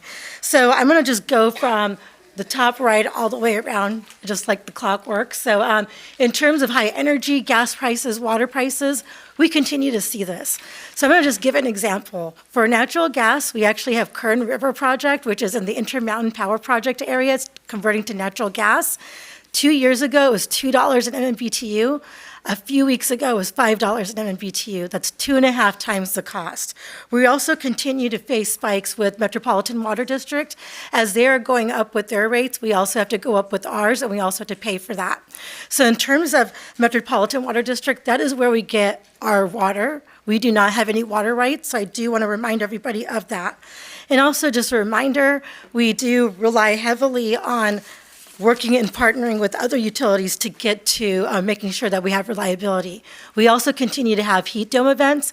Last September, or 2 Septembers ago, it went up to $1,000 for a megawatt hour for energy. That is one of the highest prices we've seen in a while. Second, we continue to face challenges with supply chain and inflation. A bulk of our budget is a result of that. I'm going to give 2 examples here. For transformers, it used to be 3-year wait time. It's now 4-year wait time. And for our capital budget, we have to put in the orders now, and we also have to budget for it now in order to get it 4 years from now. In terms of inflation, I'm going to give you an example of a substation. The Ontario substation came online in 2019. It was $17 million.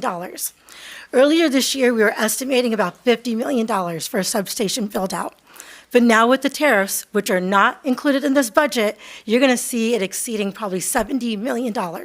And that's something we did not project, and those are costs outside our control. Third, we are in the midst of major changes at the federal government. The impacts of the tariffs have not been included in the budget. The impacts on what's going to happen with tax-exempt financing is not included in the budget. We are seeing potential tariffs anywhere from 30% to 3,000. 3,000 is for solar. That was pointed out last week from the Trump administration for any solar panels coming from overseas. Fortunately, a lot of the projects we're doing right now, they're manufactured in the U.S., but that's not going to be enough to meet our renewable goals. Like I mentioned again, these are not included in the budget. Fourth, customer expectations. Our customers do not want to wait on the phone for 20 minutes. They want to be a couple of minutes when they're calling. We need to work hard. We need to get our applications up to date to make that possible. So it's a couple of things that need to happen here. We need to hire more staff to be able to answer those questions. We also need to be smarter with the way we do business with applications that we use. We just implemented a customer information system upgrade. We continue to look at other software platforms for our account system software as well, which is budgeted in this budget. We also have to deal with a lot of the other policy changes that are occurring too that I'll talk about later, which is also including SB 35 and our renewable portfolios, which I'll discuss. Fifth, we do have to keep up with technology. So as we're looking at advanced meter infrastructure, we are looking at the best technologies out there. And we're also looking at AI and maybe drone technology too, to see where we may have outages. Six, we have to plan for emergency events. What happened in January? It was a windstorm. We're lucky we did not have a fire here, but we have to proactively plan for that. A 1 in 100 event, like a hurricane, an earthquake, a windstorm, is now a 1 in 2 event. So these are events we now have to plan for every single year in case they happen and proactively prevent any major destruction. So we also have to plan for the planned down power lines. We need to make sure we plan for what happens with Magnolia if it goes out, as well as Lake. Seventh, we need to partner with other utilities and other agencies in order to mitigate our costs. We partner with the Southern California Public Power Authority to do a lot of our large-scale projects. Our Intermountain Power Project is through that. Most of our renewables are through that.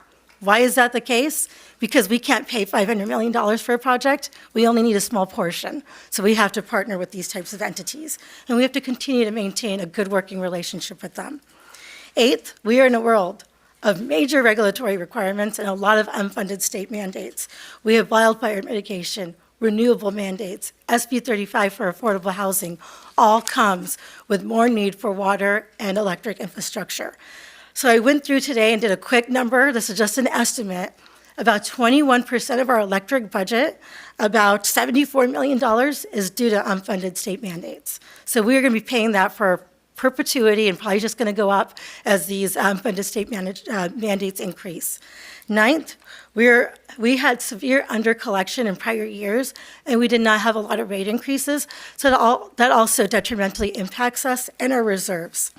Lastly, I want to touch on our workforce and our aging assets. A bulk of our workforce could actually retire tomorrow, over 50%. So we do have to invest in the next generation, and that requires having money for safety training, training overall, and also just paying a fair market wage. In terms of aging assets, we're a 100-year-old utility. A lot of our assets are over 100-year-old. We have to maintain them, we have to change them out, and you will be hearing about some of the ones we have to change out. We also continue to replace over 200 poles a year. After the windstorm, we still have to check the integrity. It'll probably be more. I'm not going to touch on this too much. It's just the risks. We have a lot of risks with the utility. Some of them include catastrophic events, like weather events that we just faced, a lot of the unfunded state mandates, and other catastrophic events. A couple of years ago, we had a hurricane, right? We had hurricane-like winds, and we had an earthquake. Who would have thought that would have happened together in Burbank? But it did. And that did have some implications to our electric system. So we have to start planning for events like that, which means we have to start planning to maintain our reserves, to maintain the city policy goal for that. In terms of our proposed budget authority, this does show an increase. The bulk of our increase is due to capital expenditures to maintain our operations and our infrastructure, but also to plan for the future. We will discuss those in later slides. And now I'm just going to focus on the electric fund. So this is our electric fund authority. There's an $82 million increase. Yes, you heard me correct, $82 million. The bulk of this is for substation and capital work, as well as to meet some of the state mandates for renewable energy, and also to help pay for the Intermountain Power Project. So as I already mentioned, a good bulk, $74 million, is due to unfunded state mandates.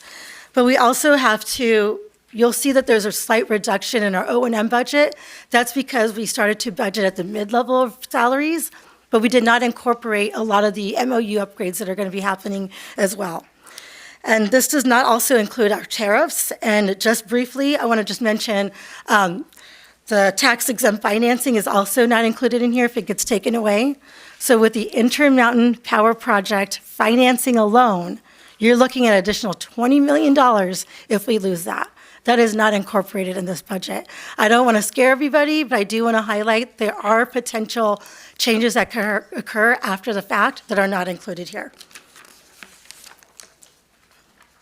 And in terms of electric highlights and assumptions for this budget, we did plan for the 48% renewable mandate in 2026, as well as 51% in 2027. That is planned in our budget, and we are trying to meet those requirements. However, those projects are really hard to find. And then the Intermountain Power Project, I've been part of this project when I worked at Anaheim, so it's been almost 10 years. It was $1.7 billion in 2017. It is approaching $6 billion today. It is going to come online in summer, but the costs are just going up every time we have a meeting. And that is something outside our control, a result of two things: inflation and supply chain, as well as a third, which is labor. They couldn't find enough labor. We also have something else approached here too. We did briefly mention what our rates are going to be, but we will discuss that May 20th, so I'm not going to focus on that right now. And in terms of our electric cash reserves, this is very, very important for us because our reserves are what allow us to maintain our AA- rating, to be able to have the ability to get bonds at a lower interest rate, which really do help drive costs down. The policy, the minimum reserve policy set by council, is 105 days cash on hand. The recommended policy is 160 to 200 days cash on hand. What does this mean? If we had an emergency and something catastrophic happened here, and I'm going to give you an example, the Magnolia Power Project went out. That is $1 billion asset that we have. If it were to go out, we would have to buy money from the market. We would need enough money when it's out to be able to go out and buy. I'm not going to have time to come to council and get budget authority. I'm going to have to start paying for that power. It's making sure that we have the money there in case something bad happens, but also so we could pay for some of our capital assets in the meantime as well.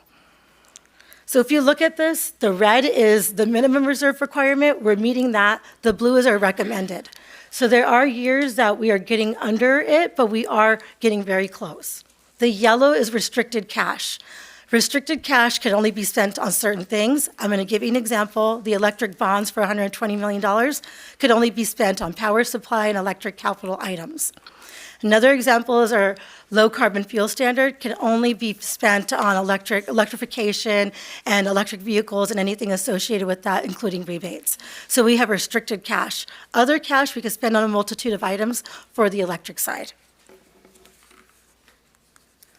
And in terms of capital improvements, I'm not going to go through all of these here, but I'm going to focus on two. We have the airport substation. This is our share because there's also additional energy there that can be used for other customers. That is our share of it. The airport's paying their other share.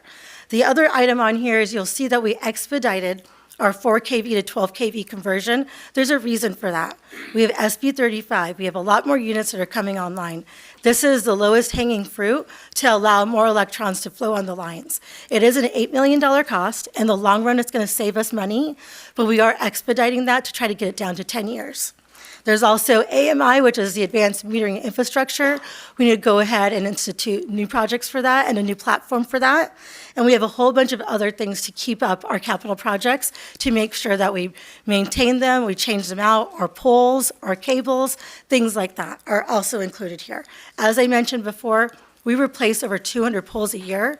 I don't know how many we're going to replace this year because of what happened in the windstorms. We're still looking at them. The total funds here are $69.5 million, significantly more than the previous year. This slide shows the electric aid in construction. So this is where customers will pay for the projects they need to be able to come online. The biggest item here is the airport substation, so the airport is paying that share. This is very important because this isn't necessarily what happened a couple of years ago. This actually helps mitigate our costs and put some of the burden on the customers when they're adding additional load. So this is about $76.3 million, actually offsets some of our budget.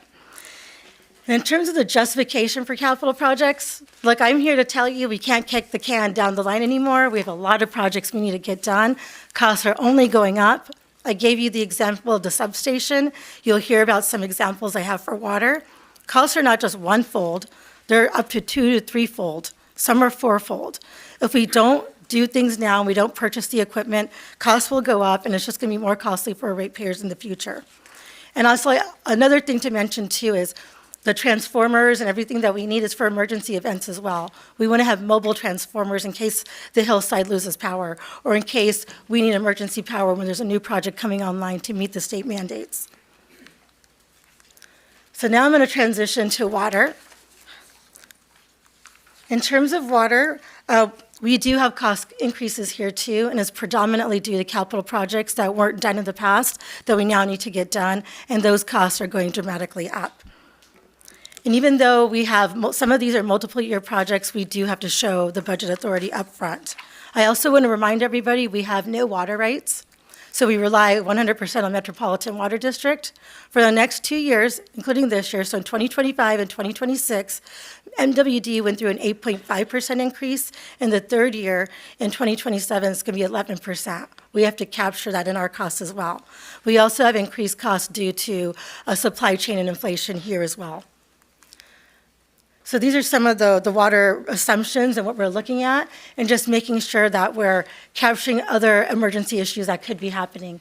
So we want to make sure that in order to be able to do some of the projects we're thinking of doing, maybe additional studies on potable reuse, we may have to take out a bond in about 2 to 3 years for $30 million. But we're also looking at potential grant opportunities. We do go to the federal government, we do go to the state quite often to really look at and advocate for some of the projects that we're doing to offset as much of the cost as possible.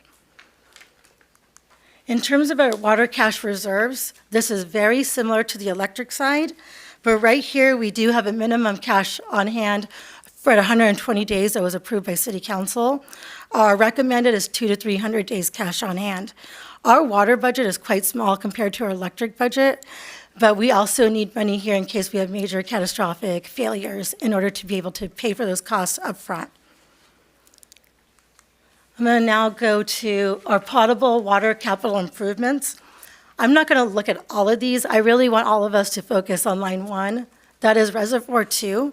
Reservoir 2 right now is capable of handling 2.5 million gallons of water, but there's a leak. It can only go up halfway. We need to change this out. We need to refurbish this and replace it. We've delayed too long to do this. Had we done it a few years ago, it would have been, if we did it 5 years ago, it would have been $12 million. We're looking at an estimate of $24 million now. If we delay further, the costs are just going to go up. So this is one of our major forces or driving forces for our budget for water. We also have continuous infrastructure projects that we need to do, so we'll continue to do that too on this water side.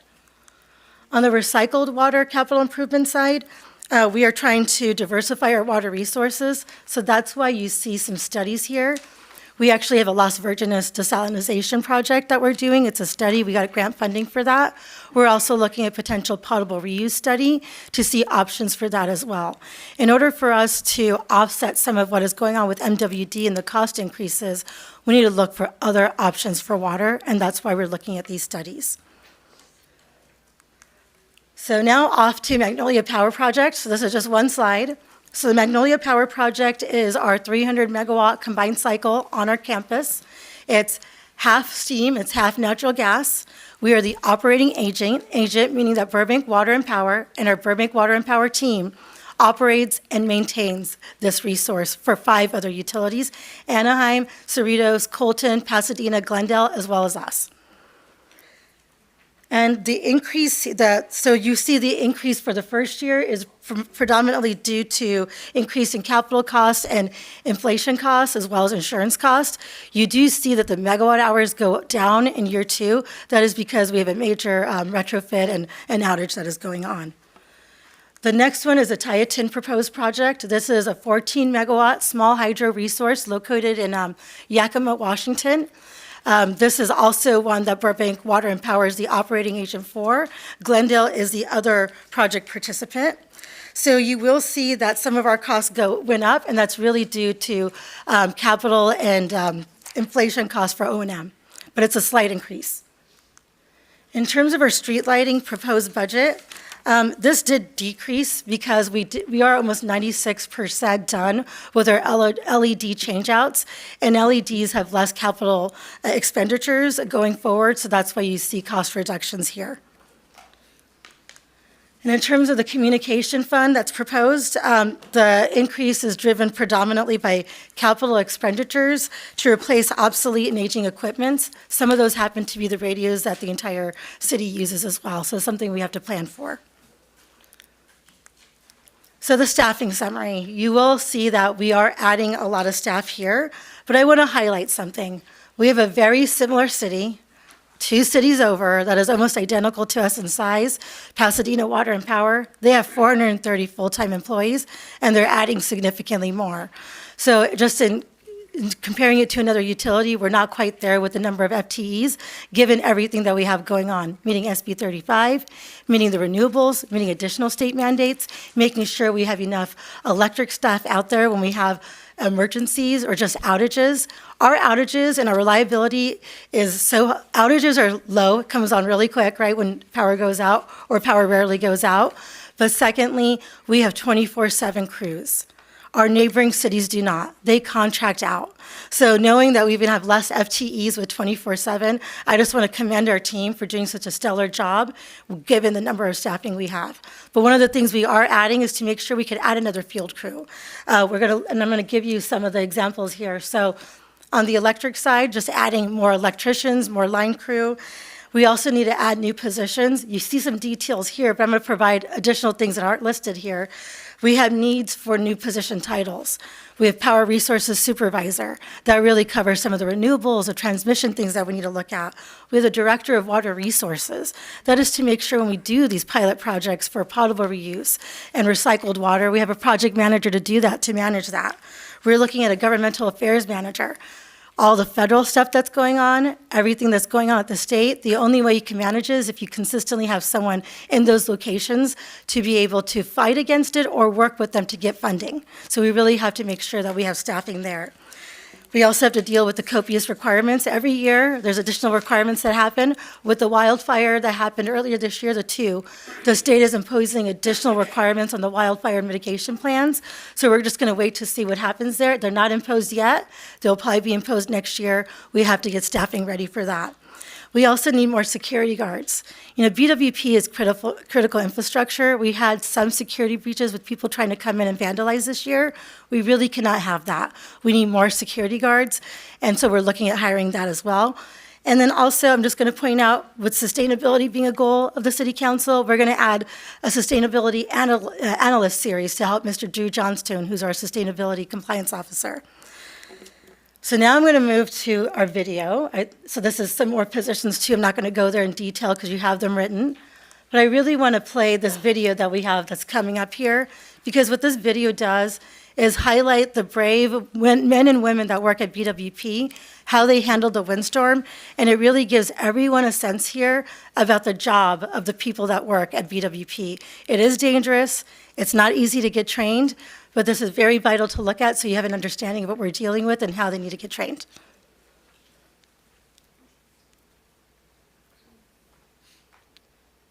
So I think there's a separate, okay, sorry, it's a separate video that's going to get played. We're almost done, I promise.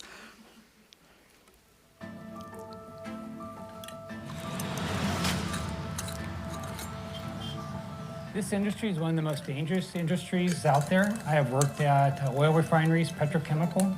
So the jobs and the tasks that our employees have to do have some of the highest risk on a day-to-day basis. It's just inherent in the jobs that they do. Climbing power poles, working with live lines with electricity.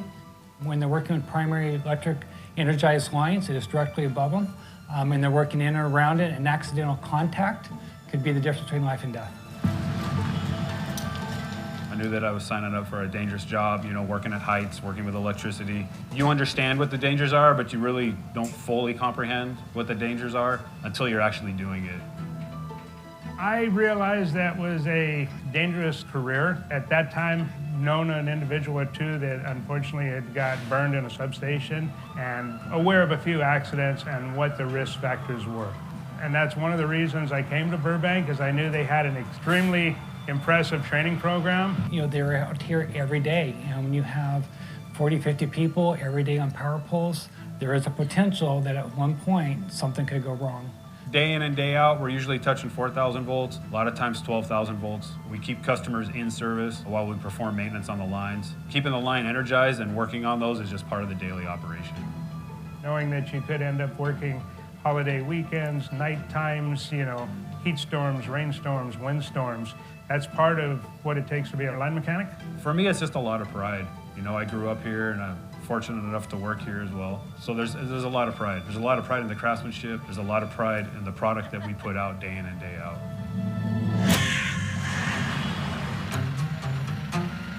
I think this job can be very dangerous. I mean, we're around heavy machinery all day. We're in trenches with 400-pound pieces of pipe swinging over our head.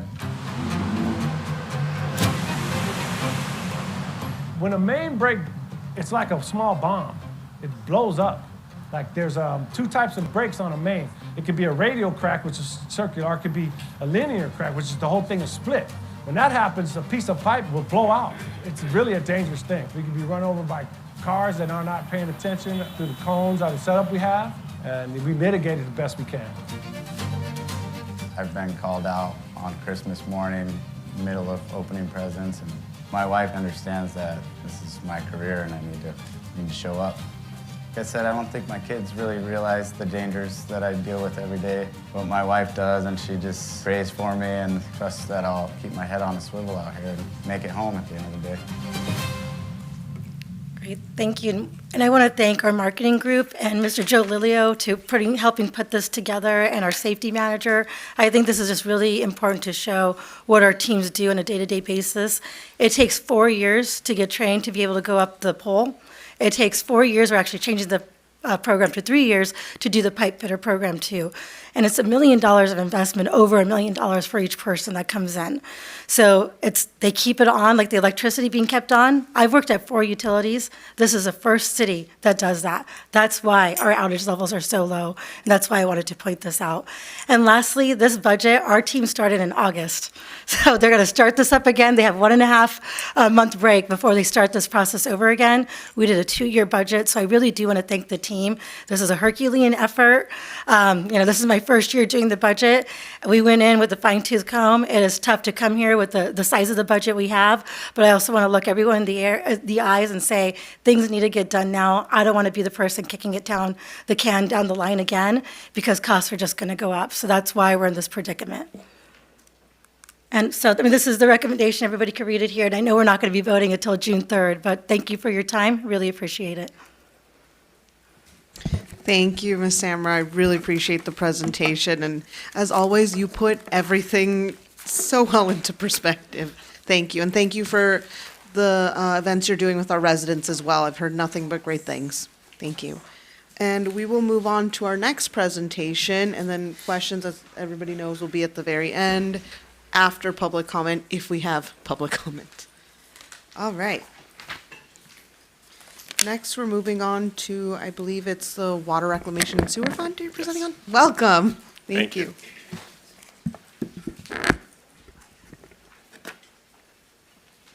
Can you bring up the presentation? Sewer.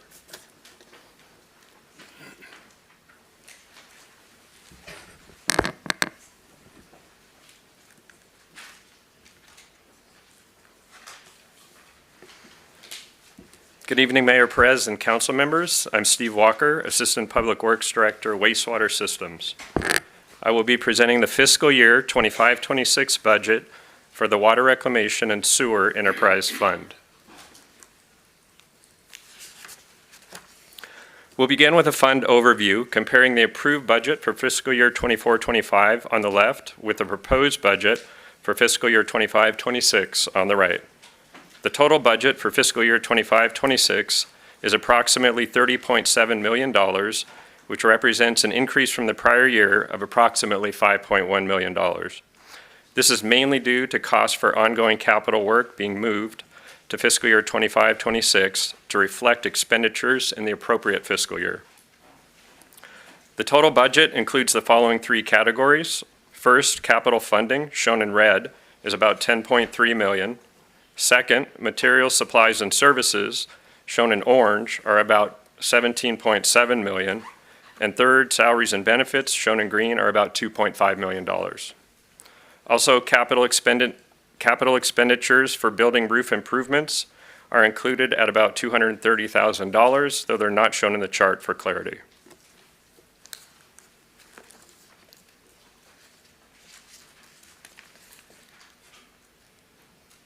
The total sewer fund revenues for fiscal year 25-26 are estimated to be approximately $22.8 million, which represents an increase from fiscal year 24-25 of about $1.2 million. The total expenses for fiscal year 25-26 are estimated at approximately $20 million, and the year-to-date expenses for fiscal year 24-25, the current year, including encumbrances and depreciation as of April 1st, 2025, are approximately $17.3 million. With the highlighted changes to revenue and expenses, the sewer fund is projected to have a positive change in net position of $2.8 million for fiscal year 25-26.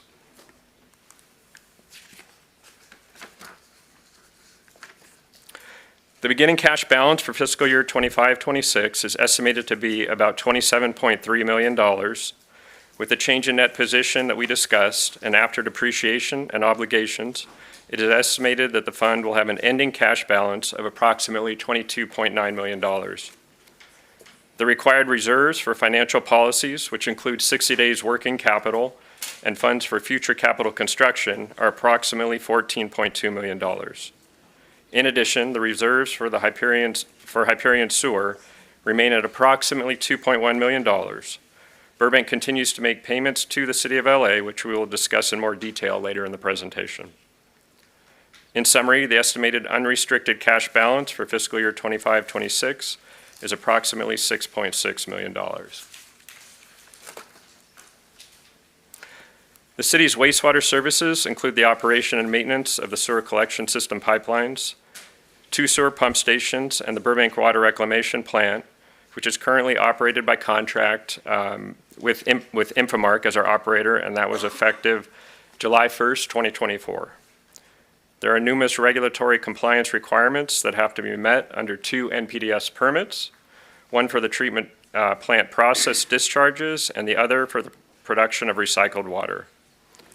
The Burbank Water Reclamation Plant currently treats approximately 7.5 million gallons per day and converts raw wastewater into recycled water for reuse throughout the city.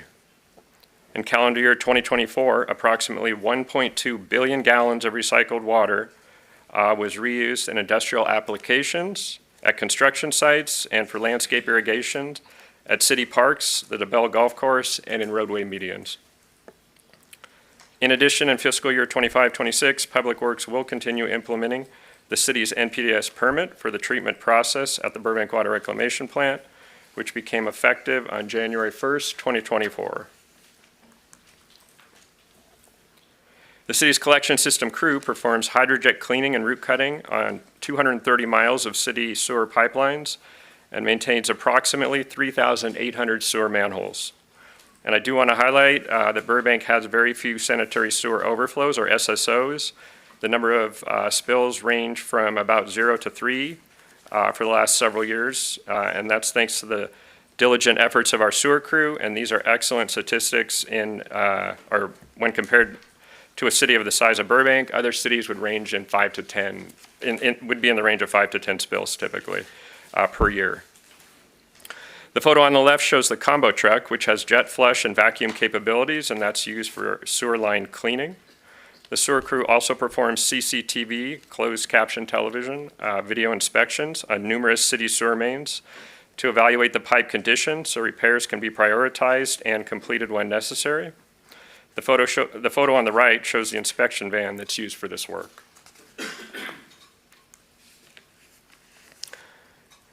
The proposed budget assumptions include projected cost increases due to regulatory permit requirements from the State Water Resources Control Board and the Los Angeles Regional Water Quality Control Board, contractual charges from the City of LA for the conveyance, treatment, and disposal of wastewater, capital improvement projects for both the sewer collection system pipelines and the treatment plant, inflationary impacts to operate and maintain the Burbank Water Reclamation Plant and the collection system citywide, and the proposed adjustments of 6% for both years 1 and 2 will help us ensure that the city maintains the proper fund reserve balances. Next, I'll highlight 2 capital improvement projects. First, the Riverside Sewer Improvement Project, which is located along Riverside Drive between Bob Hope Drive and Beechwood Drive. It will provide pipe capacity upgrades to convey sewer flows to the Burbank Water Reclamation Plant, and the construction work will take place in 2 phases. The scope of work for Phase 1 includes approximately 3,100 lineal feet of sewer line upsizing to approximately 18 to 30-inch diameter pipelines from Buena Vista to Beechwood Drive, and the engineering design is approximately 95% complete. Construction is scheduled for winter 2025 to summer 2026, and the construction cost is approximately $4 million. The second CIP, there we go. The second CIP is the Chandler Sewer Improvements Phase 1 project, which is located between California Street and Lake Street. It will also provide pipe capacity upgrades. The scope of work includes approximately 9,000 lineal feet of sewer line upsizing to approximately 18 to 24-inch diameter pipes. And this sewer project will reduce the amount of flows that enter the Los Angeles Hyperion collection system, and it will convey flows to the Burbank Water Reclamation Plant for treatment. The engineering design work is ongoing, and it's scheduled to be completed in fiscal year 2025-26. Construction is scheduled to begin in 26-27 and be completed in fiscal year 27-28, and the estimated construction cost is approximately $5.7 million.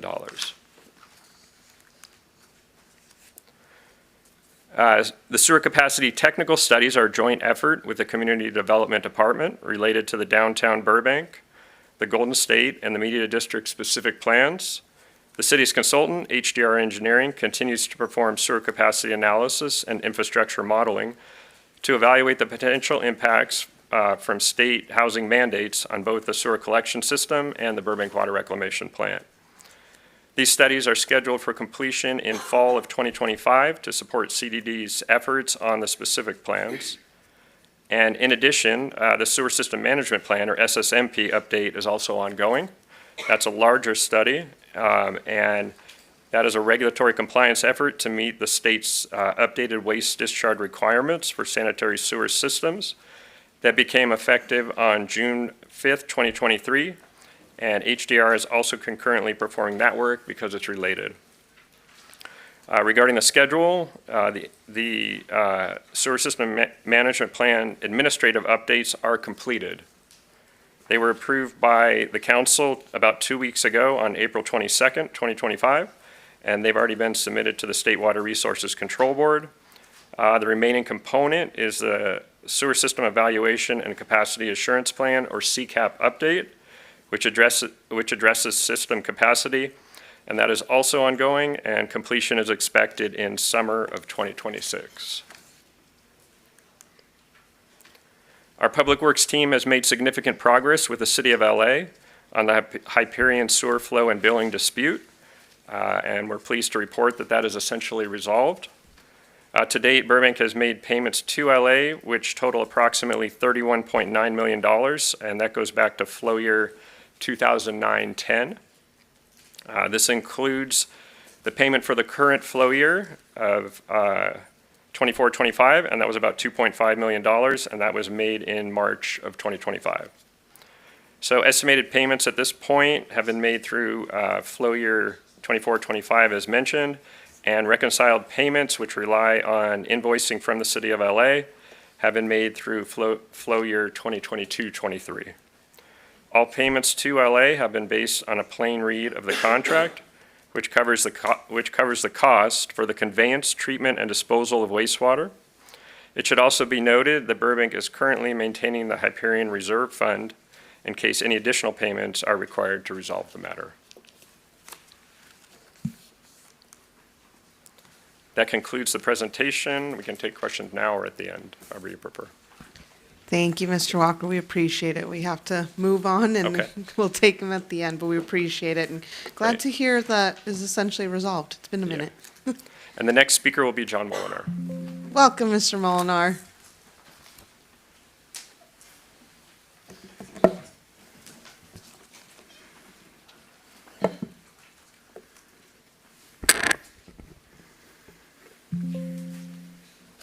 Just waiting on the presentation.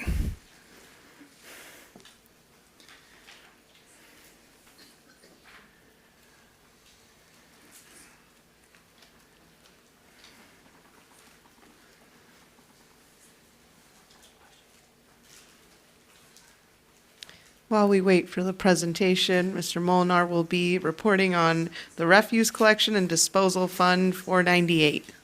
We're excited to hear all about that. There it is. Thank you very much. Good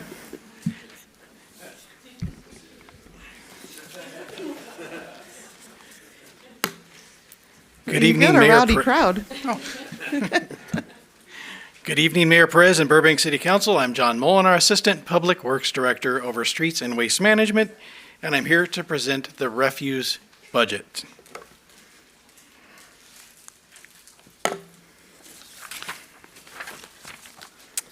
I'll start with the fund overview. The left column represents last fiscal year and the right column this fiscal year. Each column is made up of 3 categories broken down by color, the red being capital expenditures, orange material supplies and services, and the green salaries and benefits. As you can see, the overall 25-26 refuse budget is about 8% higher than the 24-25 budget. This is mainly due to increases in capital spending and salaries and benefits. We have cut our material supplies and services budget by 12% to soften the impact of these increases.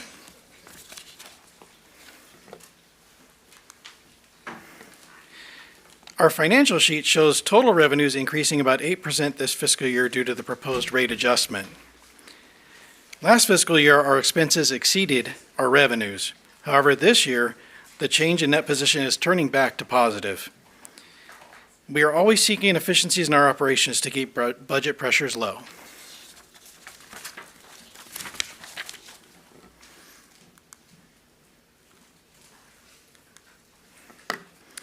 Our cash reserve sheet shows that we start the year with a balance of $41 million and end with a balance of about $36 million. At the bottom of the slide, you can see that our reserves for financial policies and capital purchases are about $6.5 million, and our landfill closure reserves are at about $19.9 million.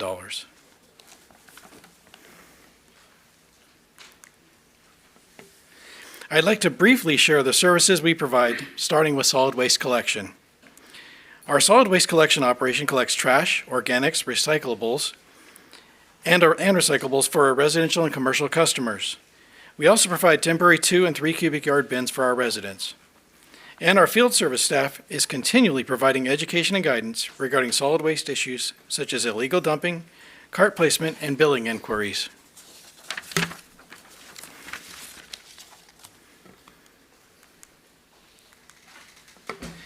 I want to highlight our weekly bulky item collection. Bulky items are items that are not easily broken down to fit in your cart. Examples of accepted items include furniture, large plastic toys, and electronics. Examples of prohibited items include auto parts, ammunition, bioinfectious material, medical waste, dead animals, and hazardous waste. Some items require a special handling fee of $11.24 for pickup and disposal of such items as air conditioners, appliances, mattresses, and tires. Bulky item collections are made on a resident's normal collection day.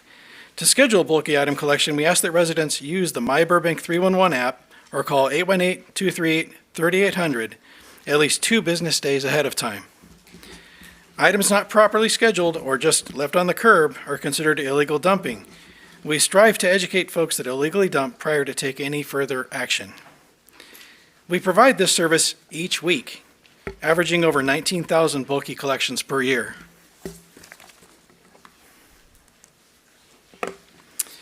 Our recycle center staff ensures that we are guided to a more sustainable future.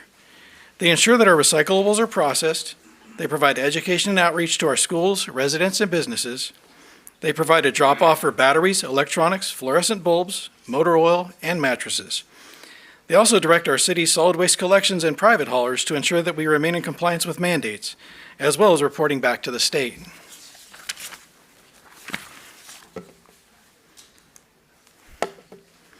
Our landfill operations bear a heavy responsibility. They must ensure that our trash is disposed of properly. They ensure that our organics are processed and transferred for off-site composting. They ensure that we report to and remain in compliance with at least 8 state and federal regulatory agencies. They also ensure that we are operating efficiently, providing us this resource for another 91 years.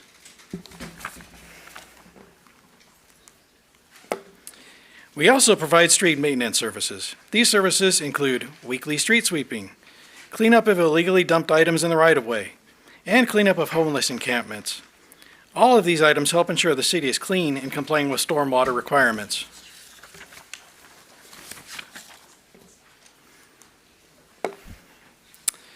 Here are the budgetary assumptions that led to our 8% rate adjustments. Recurring costs of mandate compliance, particularly organics diversion and the waste reduction ordinance. Recurring operational and maintenance costs, including negotiated salary increases, one-time PERS contributions, and the cost of supplies. Capital purchases of equipment, vehicles, carts, and bins that have risen significantly. For example, solid waste collection trucks, which used to cost in the high $300,000 range, are now over $600,000. Funding for upcoming capital projects such as the recycle center roof and the landfill liner expansion projects. And our recurring set aside for future landfill closure. And now I want to switch to a couple of our upcoming capital projects.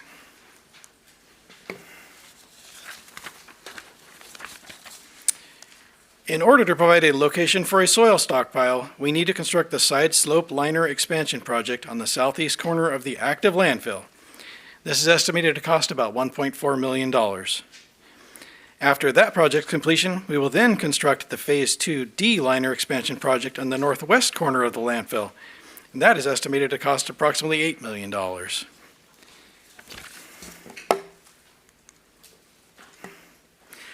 I also wanted to share that we have added 2 new pieces of equipment to our organics processing site. The first is a trommel, which breaks down organics by size. The next is a sorting line where our staff remove contamination from our organics. These 2 pieces will be key components for the composting system we are seeking to permit.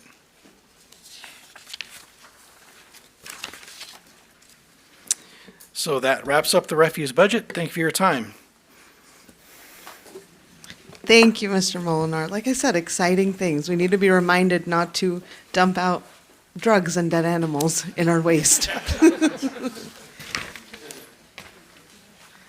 All right, we're welcoming back Ms. Becker for the final stretch. While she sets up, if anybody wants to join me in getting up and stretching for 2 seconds, because you all look the way we look up here. I'm going to stretch. We'll just wait for that presentation. See some folks participating. We're having a little stretch break here. We're almost there, everybody. All right, I'm back. Well, good evening again, Mayor and Council members. Welcome back, Ms. Becker. Thank you. Happy to be back. We just have a few more funds to get through. I'm going to try to make it quick, and then we'll have some time to take questions. So earlier in the budget presentation, we've already covered our entire general fund, and you just heard from our enterprise funds, which contain the large majority of our overall budget, as you can see by the chart. Now we're going to cover the remaining funds in the budget that you see highlighted here in yellow, including our internal service funds, special revenue funds, the housing authority, the parking authority, and the successor agency, which combined account for about 18% of the city's total budget. So we'll begin with our internal service funds. Internal service funds are used to accumulate funds for citywide purposes, such as insurance or equipment replacement. The required funds are collected from each participating city department and fund through a non-discretionary budget line item appropriation in the applicable cost center budget. I'm not going to read through all the funds. You can see what they are up on the screen. So we'll go ahead and start with our general liability insurance fund. This fund covers the cost of citywide insurance premiums and self-insurance programs, along with all claims against the city. For fiscal year 25-26, the fund will receive just under $17 million in revenue and has $16.1 million in proposed appropriations. The General Liability Fund receives the majority of its revenue from rates that are collected from departments and funds through the insurance line item account in their budgets. And as you are well aware from past budget reports, the City of Burbank, like other public agencies, is facing an extremely difficult market for insurance. Staff is anticipating increases of $200,000 for general liability coverage and $400,000 for our various citywide property insurance coverages. Based on this forecast, Management Services is recommending a $600,000 increase to the insurance budget line item for fiscal year 25-26. Another $500,000 increase is being recommended for liability claims, with legal and medical costs on the rise and the increasing frequency of complex claims against the city. Management Services is also requesting $300,000 in funding within this fund towards ADA case management support. This program provides a dedicated consultant and has been highly effective in reducing liability risks and ensuring compliance with legal requirements under the Americans with Disabilities Act. And lastly, Management Services is requesting a new Administrative Analyst 2 that will be split between the General Liability and Workers' Compensation Fund to help manage the ADA program and help employees navigate the interconnected systems of ADA, Workers' Comp, and the Family and Medical Leave Act. These requested items increase the overall budget for the fund, which must be collected from citywide insurance rates. Overall, insurance rates for city departments increased by an average of 23% for fiscal year 25-26, for a total citywide increase of $3 million. The next fund in our presentation is the Workers' Compensation Fund, which is also managed by Management Services. Fund 531 provides for the city's workers' compensation program and all related expenses. The Workers' Comp Fund receives most of its revenue from rates that are collected from all city departments and funds based on a percentage of budgeted employee salaries. For fiscal year 25-26, the fund will collect just under $10 million in total revenues to go against $10.9 million in appropriations. The good news is this is about $2.1 million less than we collected last year due to a reduction in our actuarial liability for this fund. The Management Services team, in coordination with our city's labor groups, has made some great efforts over the years in reducing our citywide workers' comp costs, which has allowed us to offset much of the increase we are experiencing on the liability side. So that's great news for the city. The workers' comp budget does include a few budget requests for fiscal year 25-26. First is an increase of $209,000 for medical treatment and litigation defense related to workers' comp claims. And next we have the costs for the other half of that Analyst 2 that I discussed on the previous slide.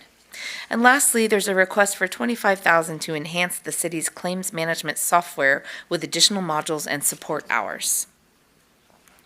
So we'll move right along to our Vehicle Equipment Replacement Fund. This fund is managed by the Public Works Department and provides for the scheduled replacement and maintenance of all vehicles within the general city's fleet, including parts, labor, and fuel. The $12.5 million in projected revenues for this fund come from rental rates that are charged to city departments based on the depreciable value of their vehicles, as well as the annual maintenance and fuel costs. The vehicle fund continues to experience cost increases due to the rise in prices for new vehicles, as well as parts, maintenance, and fuel for existing vehicles. As a result, the vehicle rental rates collected from departments increased by about $700,000 or 6.4% from the prior year. Total appropriations of $26.6 million are proposed for Fund 532, with over $11.5 million of that amount going directly towards the scheduled replacement of depreciated vehicles and equipment for 25-26. I'll remind the council that the Public Works staff does a thorough review of each vehicle at the end of its life and only replaces those that are truly in need of replacement. Because so many of our vehicles remain in good condition, Public Works has been able to defer 88 fully depreciated vehicles at a savings of $3.8 million in costs for the coming year. Also included in this year's budget is Burbank's share of the replacement funds for the police helicopter that we share with the City of Glendale as part of the Joint Air Support Unit.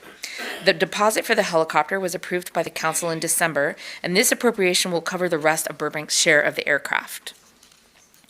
The Vehicle Equipment Replacement Fund also has some capital improvements budgeted for the 25-26 fiscal year, with the planned underground storage tank replacement project at $700,000 and the Vehicle Lift Equipment Modernization Project at $600,000. Moving on to our Office Equipment Replacement Fund. This fund is managed by the Financial Services Department and provides for the replacement of a variety of city assets, including furniture, machinery, and various safety tools and equipment. Total revenues of $1 million are collected from rental rates, with about $913,000 in appropriations this year going towards the scheduled replacement of assets and small equipment as needed.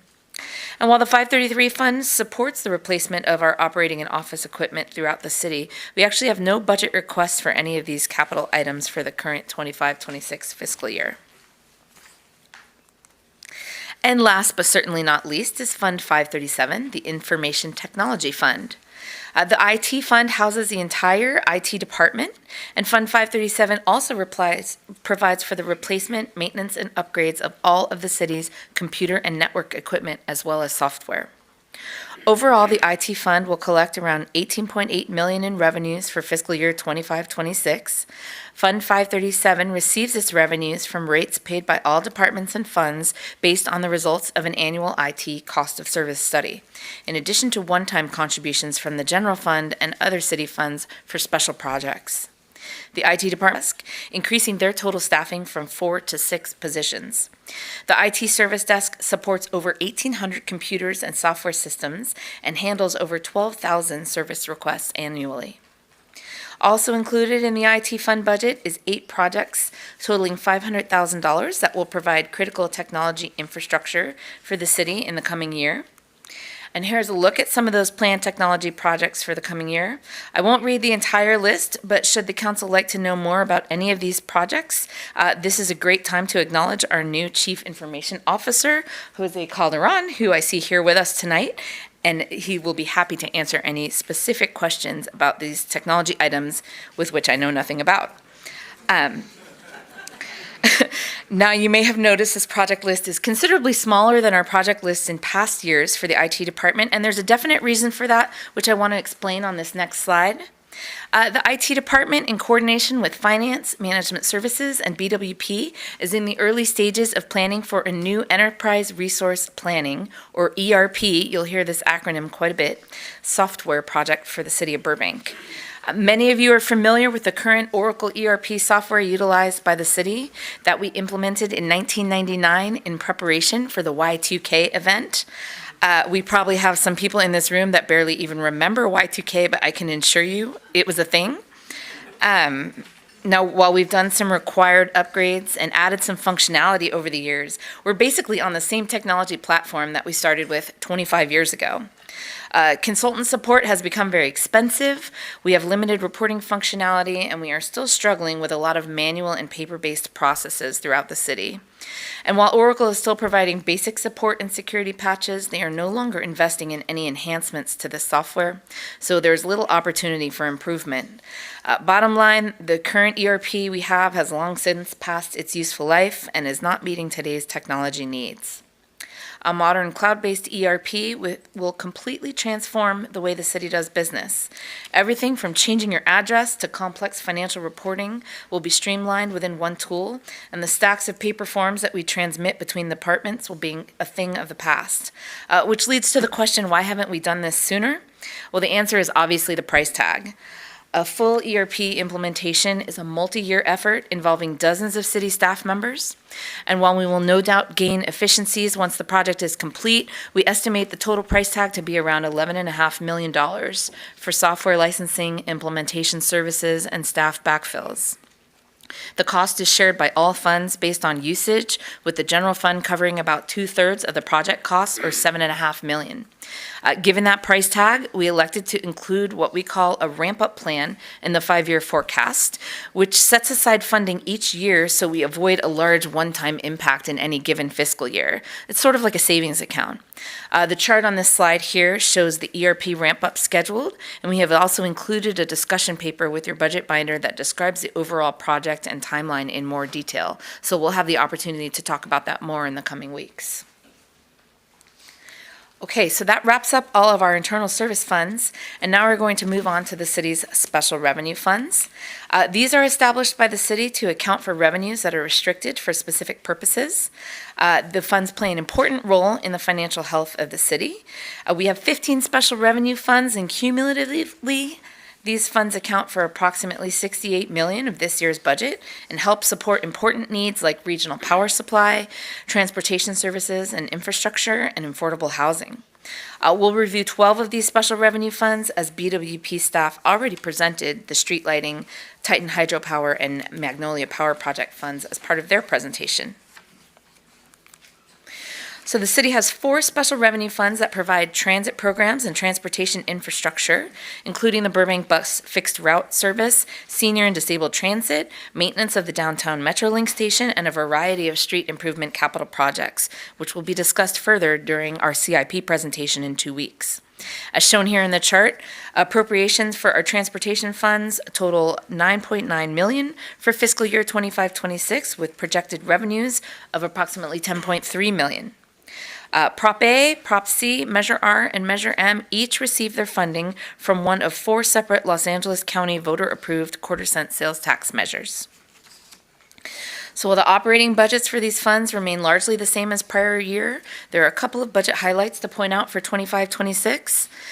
Props A and C will fund the upgrade of 2 senior transportation planners to principal transportation planners in order to help manage and implement projects from new developments and capital improvement projects. The Measure R Transportation Fund 107 budget includes $100,000 for the downtown San Fernando reconfiguration project. And the Measure M Fund 108 budget includes funding for $1.6 million of the city's annual street and sidewalk repair program, $200,000 for a new traffic signal at Jeffries and Buena Vista, and $250,000 for the annual Complete Streets Missing Sidewalk program. And again, all of these capital projects will be discussed in 2 weeks during our CIP budget presentation. The city has one more transportation fund, which is the Air Quality Management District Fund. The AQMD fund receives revenues from state vehicle registration fees, which have a small portion dedicated for local return to cities in the South Coast Air Quality Management District. These funds are restricted to only be used for clean air mitigation measures. And the city of Burbank uses their share of these revenues, which is projected at $148,000 in fiscal year 25-26.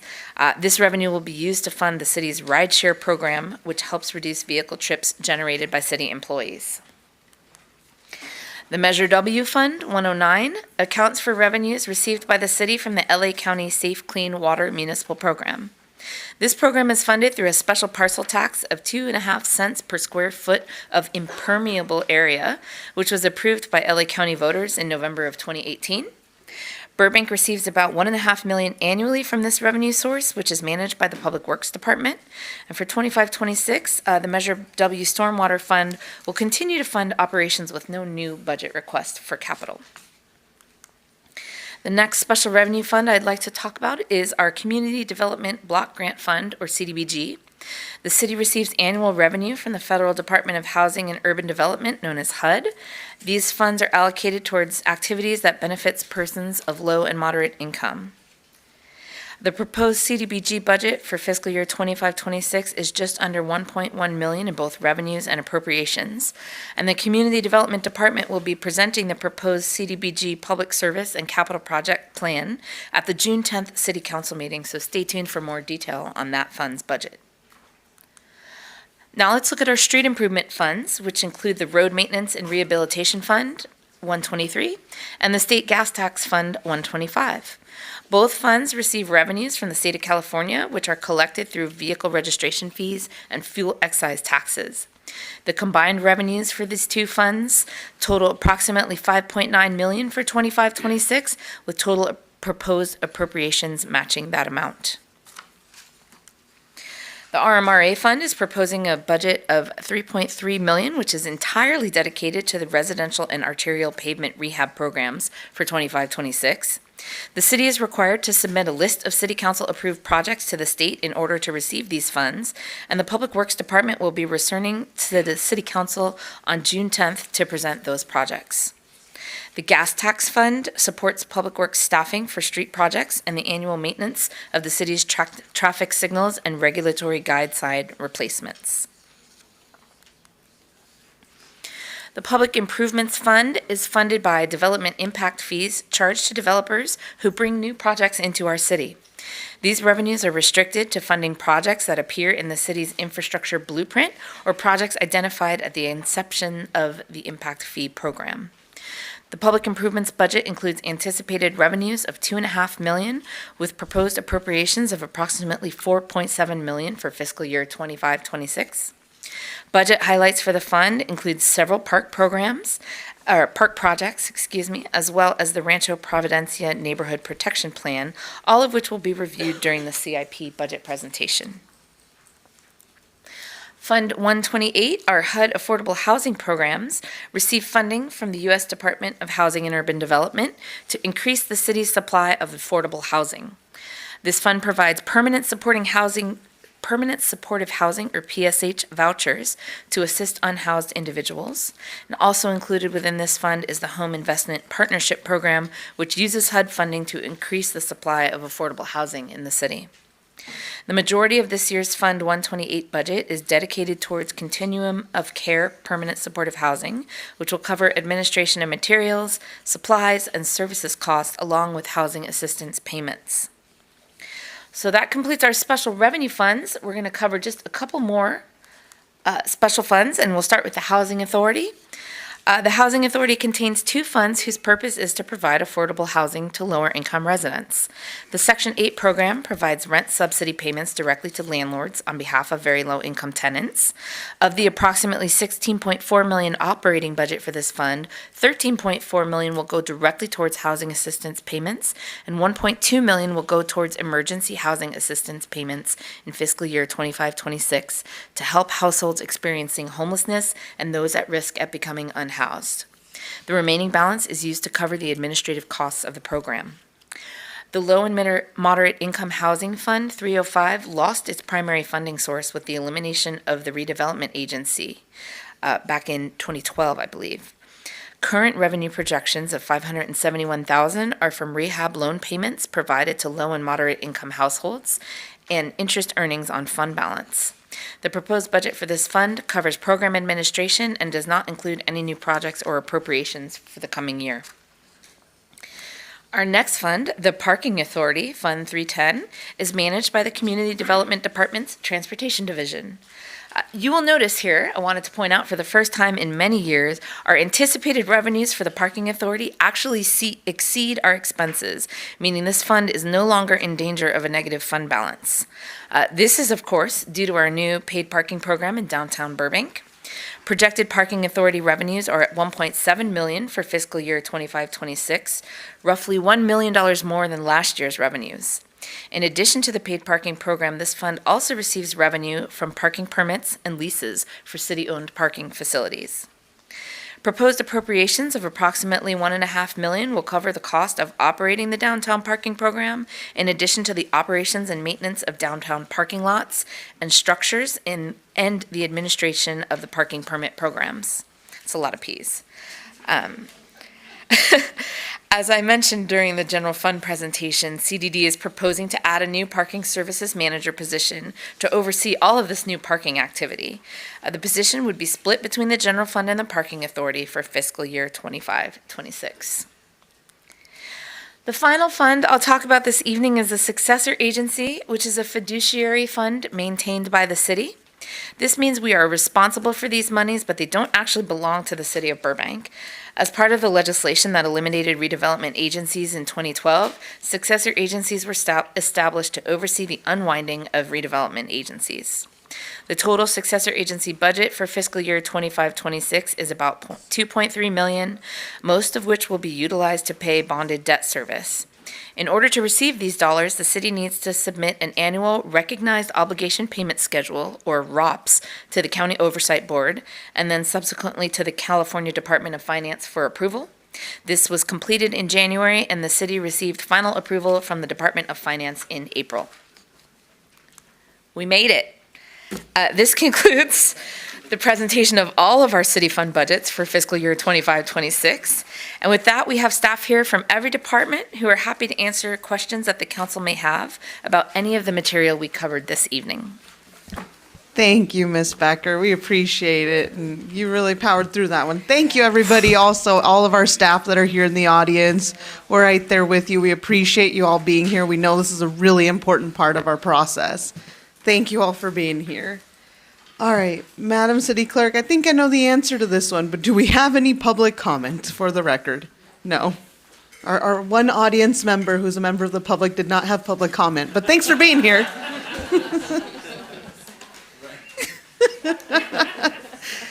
Some of us almost thought you were starting to be city staff at this point.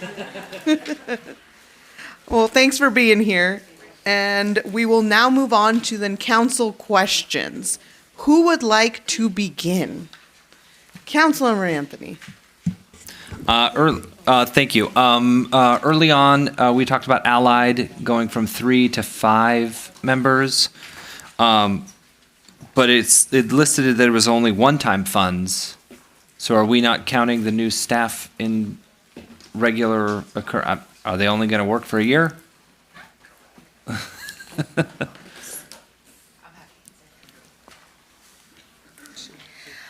So yes, that's correct. Given this is a contract and the situation that our budget is in, you're going to see a lot of items in the budget that could be recurring, but we're currently funding with one-time funds to expand the program. I see Mr. Hess looks like he wants to add. There also is hope that potentially the Measure H, the new tax related to homelessness, we're going to be pursuing that hard. So if we could use that to ultimately offset it, rather than build it in just recurring already from the beginning. So we're just going to do it this year as a one-time. We'll reevaluate. And come back to you next year at this time. All right. What is the military banner recognition program? How does it work, and why would they need an extra $13,000? I'm going to bring up Ms. Garcia to answer that question. Welcome, Ms. Garcia. Good evening, Mayor Perez and council members. Want to clarify that the $13,000 request is a one-time request. The military banner recognition program is along 3rd Street. So if you drive along 3rd Street, you'll see the banners that are affixed to the street lights, and that is to recognize any active military personnel that are from Burbank, either current residents or somehow their family still lives here, they grew up here, and it's our way to thank them for the service to our country. All right, so follow-up question. The $13,000, is that to do new banners for new people? Yes, yes. Okay. So we had to replace the brackets, so it's for the brackets and all new banners. And then last question, how do folks who are from the community, who have active duty military in their family, how do they get their names up on those banners? A really great question. We do have the information on our website, or contacting our Parks and Recreation Department at 818-238-3000. We would be happy to share, give more information on how family members or individuals can sign up for a banner. Okay, thank you. Yeah, Sure. I do love driving down and seeing those banners up there. And actually, those were my only 2 questions. Thank you. Thank you, Councilor Anthony. Councilor Mullins. Okay, well, thank you, everyone. And great job, as usual. I do have just a few questions. And I want to go back to the question that Councilmember Anthony asked in regards to CDD, two positions. I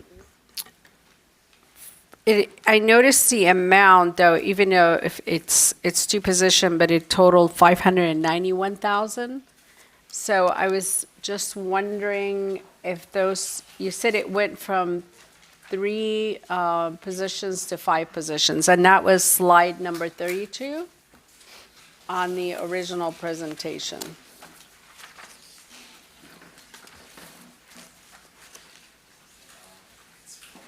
Yeah, it's the ally. So I have. So that one is, I'm sorry, that one is the parking enforcement. So the ally one is, yeah, it's slide 32.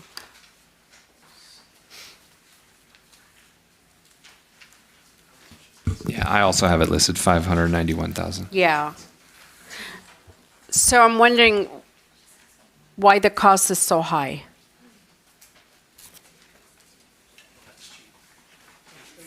Oh, that's cheap. I want that job, 591,000. Good evening, Madam Mayor, members of the City Council, Patrick Prescott, Community Development Director. The cost seems high, but it's significantly less than the quote we got from another vendor that we had been using. This will allow us to significantly expand the outreach that we do. We currently have no coverage on Monday and Tuesday nights. We'll add that, and we'll be able to expand the Saturday and Sunday coverage. So what you're paying for are not 1 or 2 people, you're paying for hours, right? So you're paying for coverage. And I'm very supportive of expanding. I'm sorry, you would be paying for coverage if you approve it. But I'm completely supportive of expanding the hours and having additional, their contract staff, Yes. correct? Yes. It just, the number was just outrageous to me when I saw 591,000 for an additional 2 employees for an additional, 8 hours per employee? Or they're filling in the gap, Yeah. basically. Yeah, you're not paying 2 people $300,000 a year, right? You're paying multiple people to cover the city for multiple hours of the day, the week. Wait, Okay. so, sorry, so you're saying we're going to increase the hours of the 3 who are already assigned? No, we're getting new bodies, but that allows us to expand our coverage. Because we're expanding hours too. We're doing an early morning as well as, sorry, Casey, let me turn here. I know, 6:30? 6:30?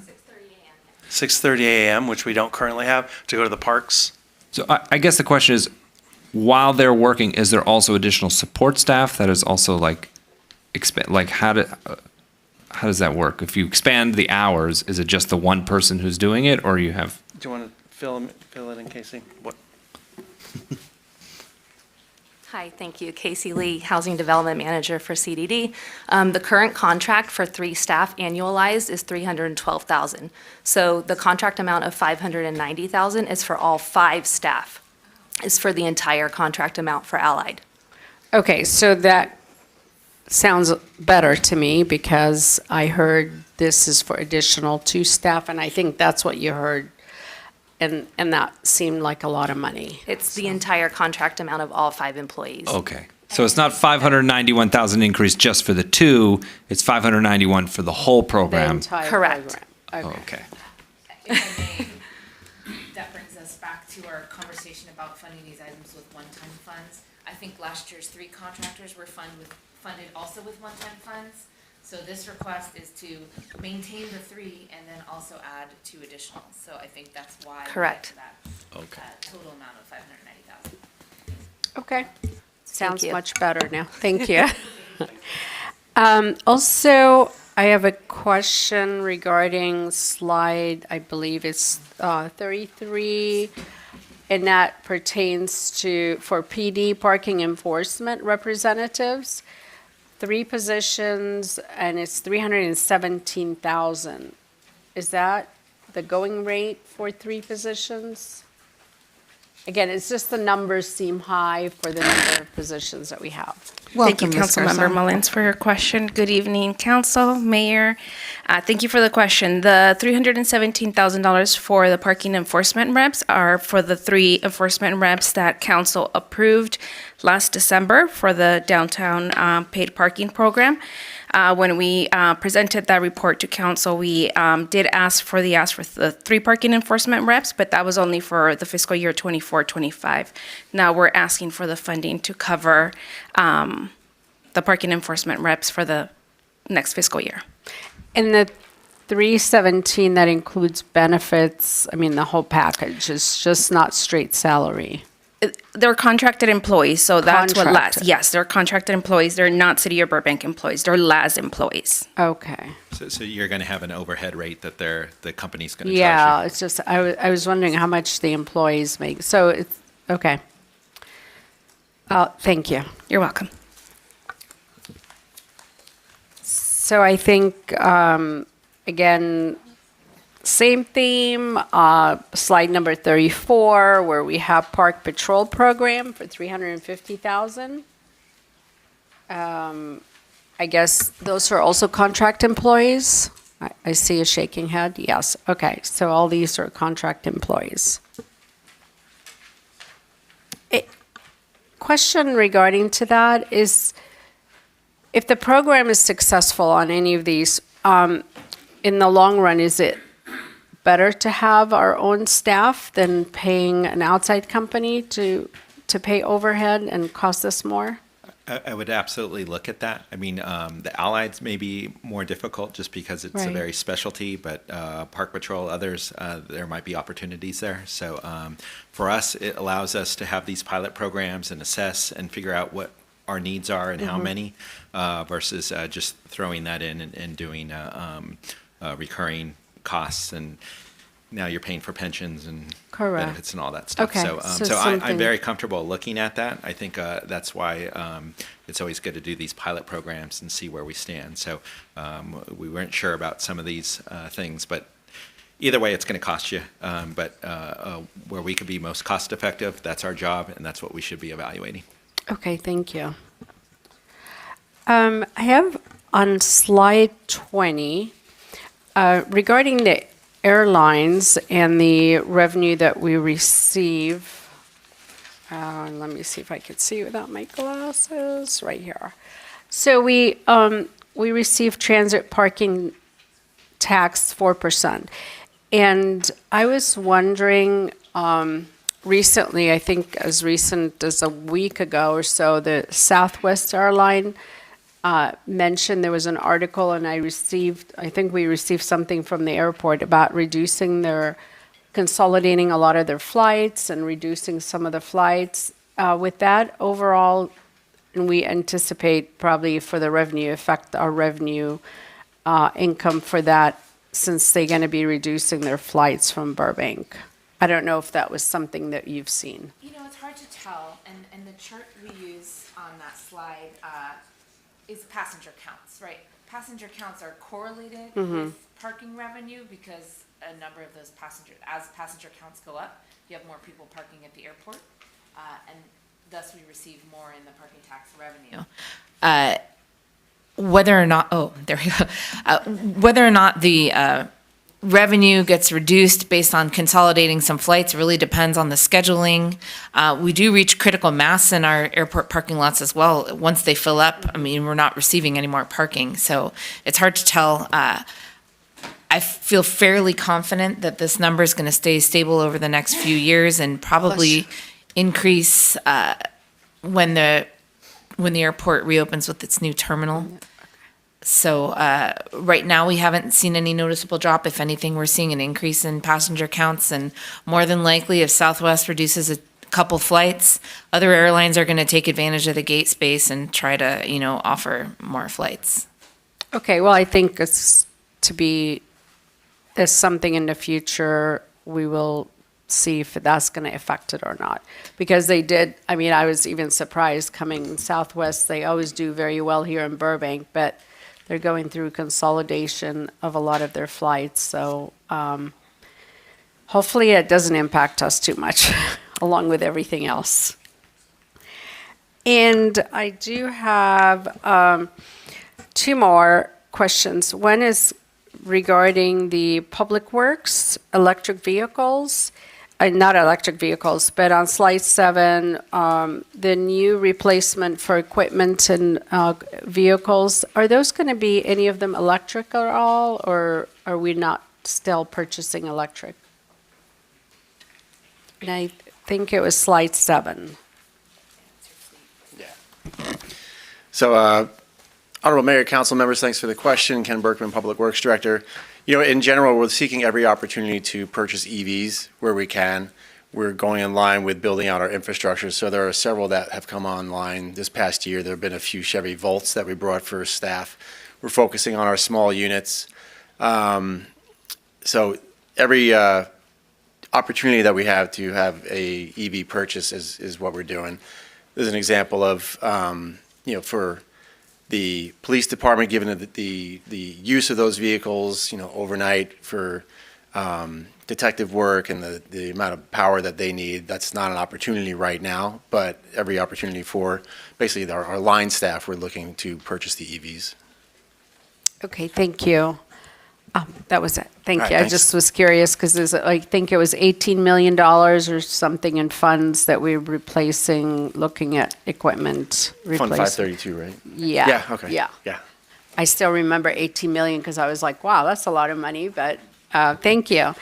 My last question is regarding the additional items that were not included on in this presentation, meaning is we're going to hold it for future, perhaps to see how we're doing. And that was regarding the bill, the operating expense of $198,000.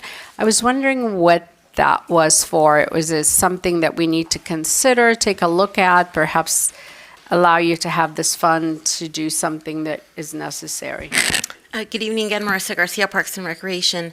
So that is, we're not increasing, if you notice the budget for DeBell is not increasing.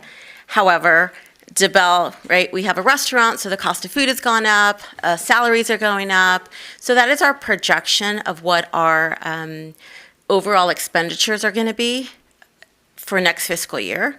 We're holding off on that because we're also going to be looking at revenues, right? So DeBell, just although it's not an enterprise fund, revenues exceed expenditures. So we are able to cover all of our costs to operate DeBell with all of the revenue that DeBell generates. Does that answer your question? It does. Sure. I wanted to make sure that it wasn't necessary for you to have it this fiscal year, so we could discuss it at least and allow you to have it.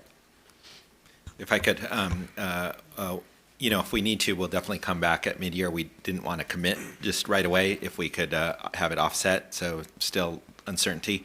But what Ms. Garcia said as far as the revenues exceeding the expenditures, that's a big deal for us, especially with the Golf Cost Center, because that used to not be the case. So they have really done a great job as far as getting that business model to where it is revenues are actually exceeding expenditures, which is helping to subsidize all the other general fund park and rec programs. So that I just wanted to note that. Well, that's exactly what we want, right? To make more money than expend it. Those are my questions. Thank you. Thank you, Councilor Mullins. Councilor Rosati, questions? Questions, comments? Sure. This is my first budget, but it's not my first budget. In this seat, it's my first budget, but I'll say this is probably the best presentation I've seen in the last 10 years. So very good. Director Becker, I did have one question regarding property taxes and assessments. So just like an example of First Street and Front Street, the property tax assessment when those properties were purchased obviously went up in value. And then they're being developed. Some of them are in the middle of development. Some of them are at the end of development. Where in your budget do you account for, or do you account for the increase in assessments after the product is finished? That's a great question.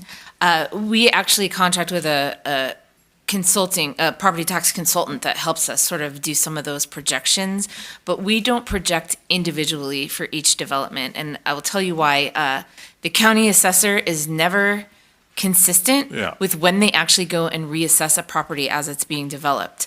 So, for example, it could be under development for 2-3 years, and if it's sort of like a specialty property, we have this issue, for example, like with Avion or with the Second Century project, they need a specialty assessor to come out and try to figure out how to assess this property, and it could take 2-3 years before they actually get around to it. Sometimes they'll assess it in the middle of construction, and we'll get a partial assessment and then another one the following year. But since those are always in arrears anyway, so for example, you pay the property tax we're going to get this year is based on 2024 assessments. So we have a whole nother year before we'll know what we're going to get the following year. So it makes it very difficult to kind of pinpoint each individual property. So we kind of do it based on overall citywide trends and development in different categories, as opposed to each individual property. Okay, got it. And then, could I ask a follow-up to that, just real quick?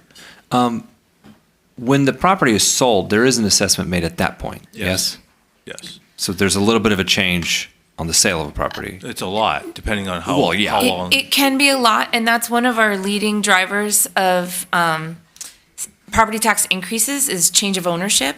But it's not always instantaneous. For example, the last time I bought my house, which had been owned for 30 years by one family, I got my initial property tax bill and I didn't get the supplemental till 3 or 4 months later. So it does take the county a little bit of time to actually reassess those properties. Normally it takes place within the same fiscal year, but not 100% of the time. But yes, transfers of ownership and new development are probably the two biggest drivers of our property tax increases. Because as we know, our limit to increasing property tax for a home you own is 2%, right? That's the CPI cap. So the fact that our values are increasing by 5%, while the CPI cap is 2%, all of that is being driven by development, by transfers of ownership, and then also by unsecured property, which is a whole nother thing we could get into, but that's how they assess property that moves, things like airplanes that are stored at the airport. Last question.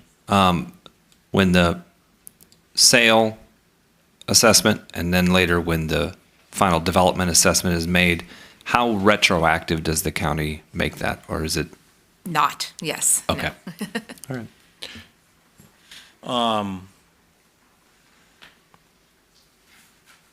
Yeah, so, I mean, it goes without saying, and I've been saying this for 2 years, it's so important for us to incentivize development on some of these properties that have been sitting there vacant, like the Kmart site, IKEA, and all that.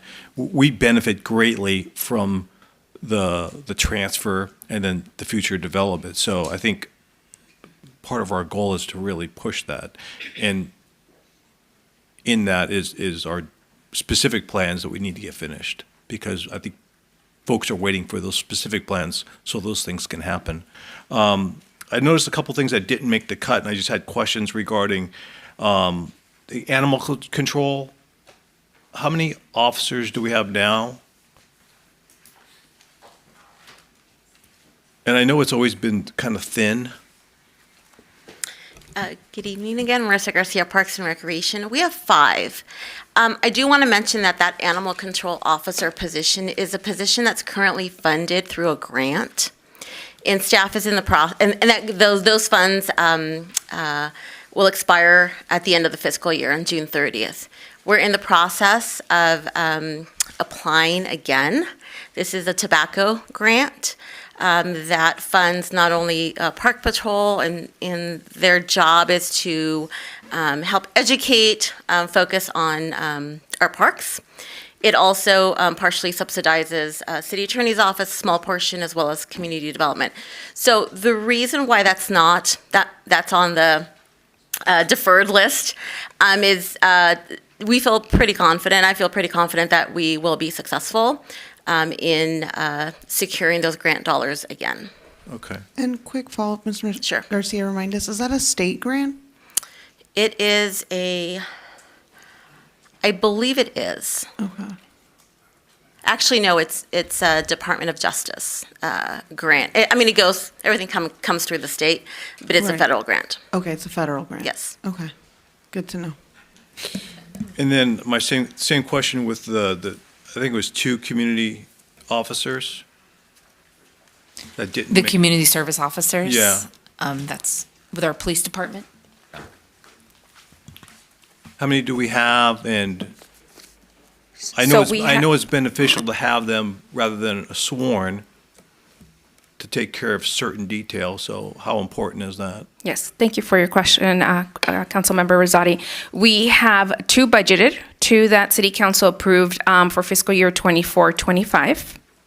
And we are actually in the process of onboarding to select applicants. They're in backgrounds right now. So are we cutting any? No. Okay, I thought I saw a list that, no? No, we just started with 2, and we're going to hopefully start, get them 2 through more. backgrounds. Okay, good, And good. then if all goes well, we want to add Got it. more. Okay, perfect. Thank you. You're welcome. And then,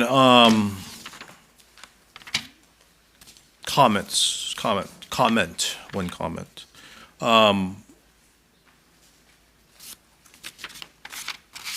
Under new budget request, the city attorney's office is asking for 2 positions totaling $62,000 for the housing enforcement unit.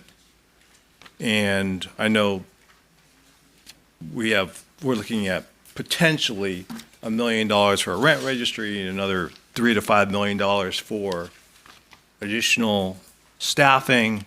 And then I get from the city manager's office a report on this unit for the past year. And we got 25,000, roughly, 25,000 units here in Burbank. And we got 29 cases that were filed. And out of those 29, 10 of them received a letter of violation. So we're looking at .004. And I'm thinking to myself, Councilmember, is this a question on the discussion no, paper? I just said or- I'm making a comment.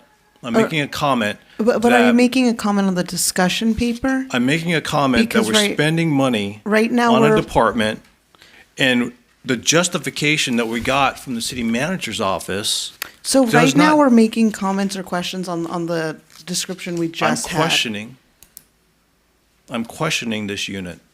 I'm questioning the money that we're spending versus the rate of return, the ROI that we're getting.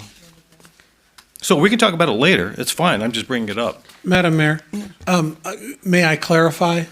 Yes. Because I think, so there are not new positions. These are 2 position upgrades. This is not the housing enforcement unit, but those are the goals that these upgrades relate to, but they're actually broader purposes. So the upgrade of a senior assistant to a chief assistant, the addition of the housing enforcement unit and able to sustain that effort, that goal of housing will be helped by upgrading to a chief assistant. Right. But it's also bringing our organization and my office up to par with Glendale, Pasadena, Anaheim, and Santa Monica, all which have 2 or more, in the case of Santa Monica, 4 direct report chief assistant level positions. My organization, with this $19,000 ask to upgrade a senior assistant to a chief assistant, will help our organization. It'll resemble more like Glendale, where they have a chief assistant over litigation and they have a chief assistant over departmental services. And the purpose of that is to better manage the flow of litigation work. We had a massive influx over the last 2 years of new litigation cases. We didn't hire an attorney just to do housing enforcement. What I did is hired a litigator that has about a 3/4 litigation workload and also takes landlord-tenant and is addressing price gouging and So they're going to be splitting jobs. well, that position is already splitting jobs. The purpose of upgrading this position is to have someone that can make sure that if I lose an attorney, that the litigators as a group will continue the pledge to do the housing enforcement work. So I need someone to manage that process. We have someone who is exceedingly capable at that and is making sure that if I lose someone who's either doing that work or someone else, that we can continue both the civil litigation defense and maintain our effort with the housing enforcement. But that work, to your point, I agree, that level of work right now is maybe only a quarter of an attorney, but we were able to take several cases back in-house from outside counsel, which costs us between 4 and 5 times the cost of an in-house attorney. And we need a managing attorney to be able to ensure that not only the civil litigation defense, but also the housing enforcement work kind of continues, because we added, that enforcement work is civil litigation. And so it's, in my view, a relatively modest cost to upgrade a senior assistant to a chief assistant to be able to continue all that litigation effort. And to boot, it actually puts our organization in line with Glendale, Pasadena, Anaheim, and Santa Monica, all of which have that same chief assistant management structure under the city attorney. With regard to the other position, that deputy position, so the second position, which is a $43,000 upgrade cost, is to upgrade a deputy city attorney to an assistant city attorney. That position, the deputy position, is actually currently filled in our prosecution unit. In our prosecution unit, we actually have about 2 to 3 times the workload of our comparable cities that do criminal prosecution. If you look at Santa Monica, Pasadena, Anaheim, our attorneys have a roughly 1,200 to 1,300 cases per attorney per year of criminal referrals. Hawthorne has 350 approximately. Santa Monica has 600 cases per attorney.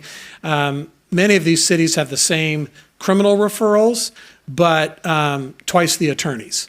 And in order to recruit and retain someone in that position, we need an upgrade to be able to do that. Now, in terms of identifying for the budget, what council goal that supports is it allows us to take on additional, we haven't had any yet, but it allows us to take on the additional habitability violations, which can be criminal misdemeanor code violations, and any of that housing enforcement related work, because at this point, we already have some of the highest caseloads of the cities that have, the smaller cities that have criminal prosecution.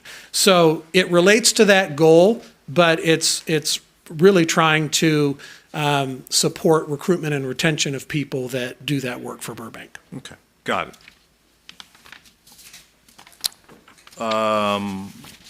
Anyways, I do want to bring to light this report, and we'll discuss it later. And to that point, to your point that we haven't had a high number of cases, however, the attorneys have been creating a mediation program.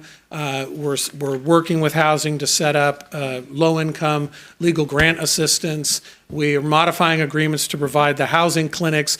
There's actually a great deal of effort that is going into creating these programs that were approved by council last year. But those have always been civil issues.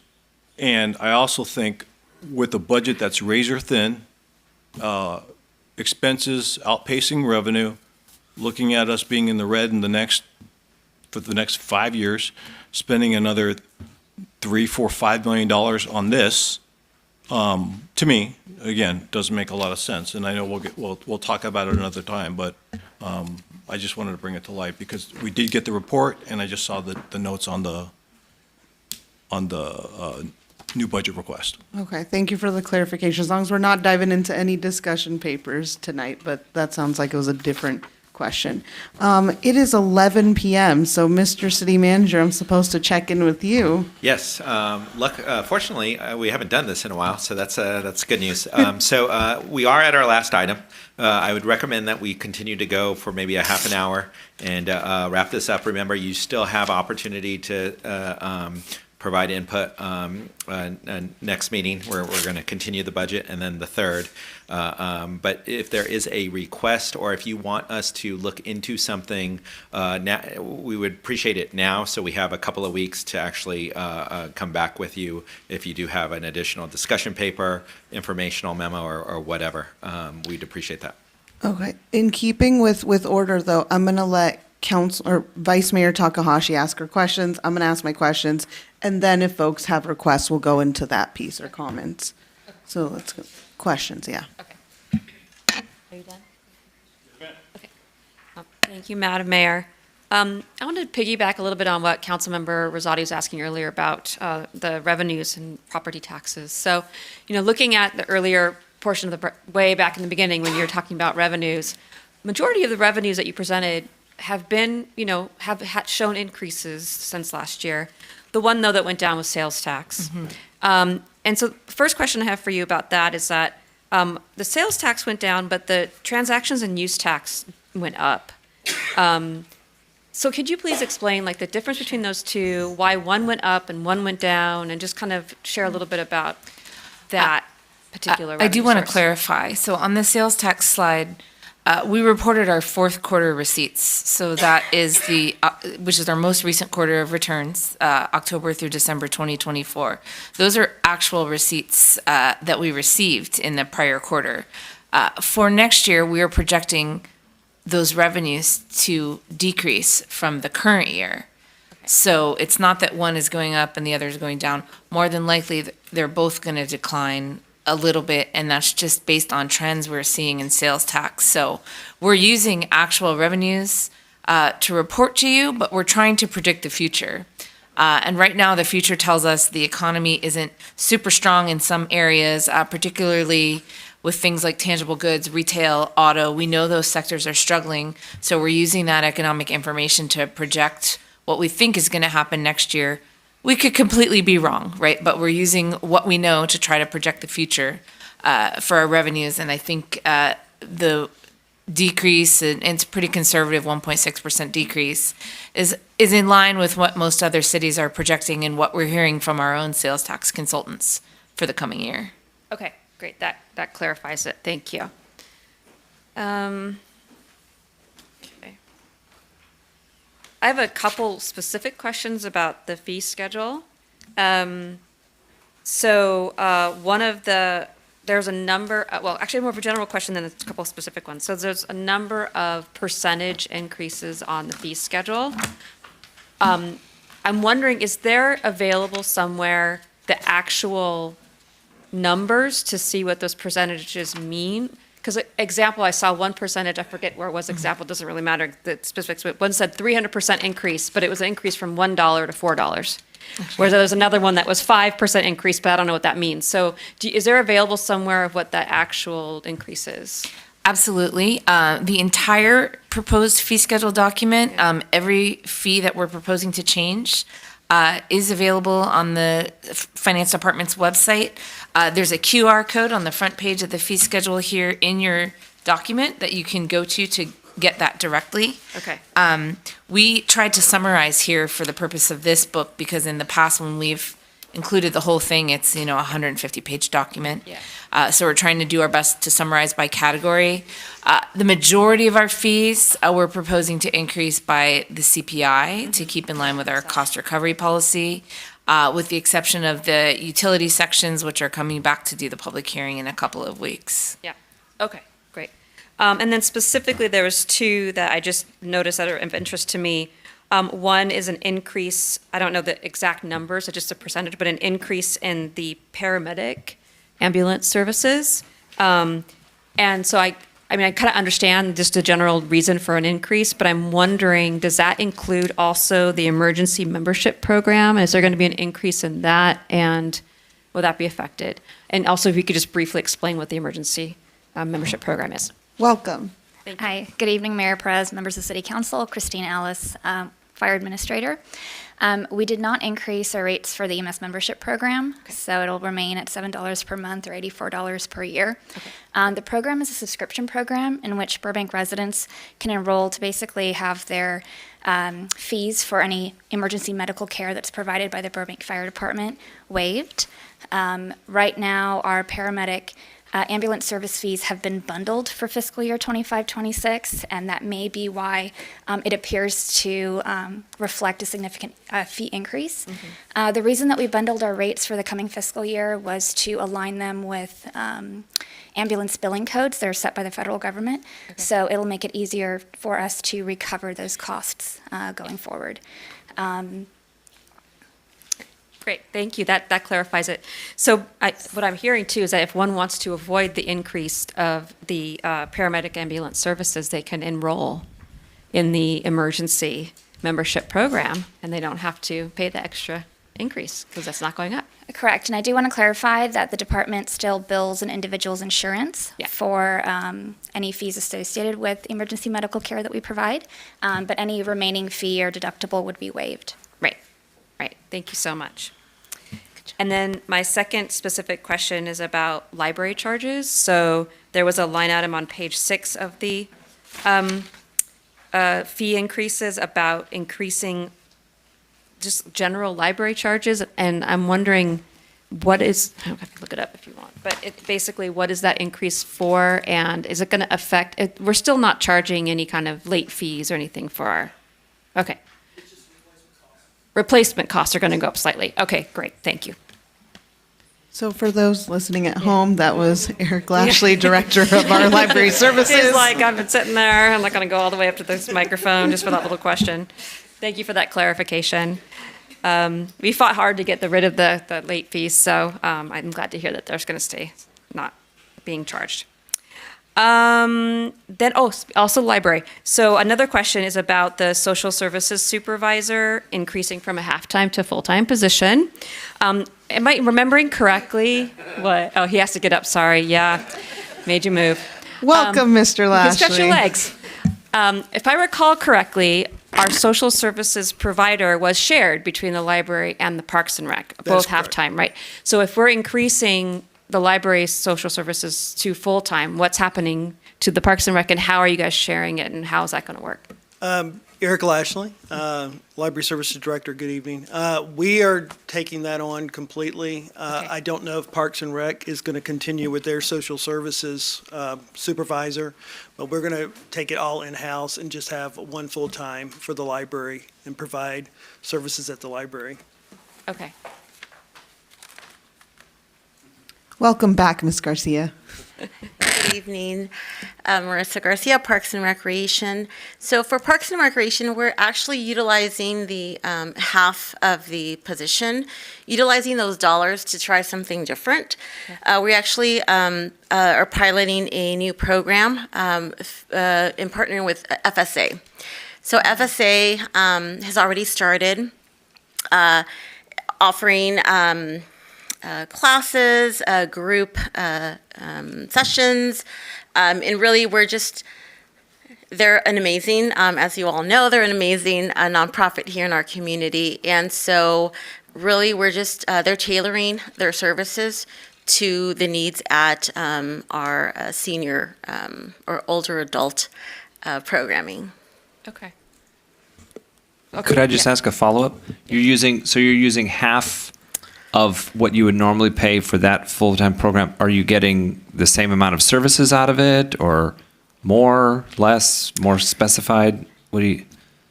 So yeah, just to clarify, there was one position, and the cost is roughly $50,000 or $100,000 fully burdened. So Parks and Recreation's portion, which is just under $50,000. In terms of it's still new, and so we're really trying to figure out how many hours. I don't know that the $50,000 at the rate we're going. We're just trying a lot of things right now. Okay, it's a pilot program. So it's a pilot program. We're looking to use those $50,000 this fiscal year. If we find that maybe during mid-year, it's such a successful program and we need additional funds, we will certainly come to council, but we're being really responsible to our budget and in programming what we believe our residents need. Okay. Okay. I mean, I hear that it's FSA. I mean, I know have successfully done good work prior, so. Yeah. So follow-up question for the library. So since this is moving basically before we had a full-time social worker just split between the two departments, and now it's all coming underneath the library. So why is there a change in cost? It's the same cost, right? So why is it just because it's being looped into It's moved into our budget Oh, instead okay. of being split. Okay, I see. All right. that additional Makes sense. cost. Okay, got it. Great. Thank you. You're welcome. I'm excited about that, having full-time social services. Thank you for doing that. Fully support. This next one is another question for fire, I think. I'm not sure. So I noticed that there's no new request for funding for emergency preparedness services. I'm just wondering, based on the fires and what's all the stuff that happened this year, just do we have sufficient funding for all the things we need for future emergency preparedness? Just curious about why there was nothing new around that space. Welcome, Chief Alvarez. Good evening, Mayor Perez, Council, Danny Alvarez, Fire Chief. So we don't have any additional funding requests related to emergency management. We have an excellent emergency manager in our city. We are very actively involved and engaged in the community with emergency management.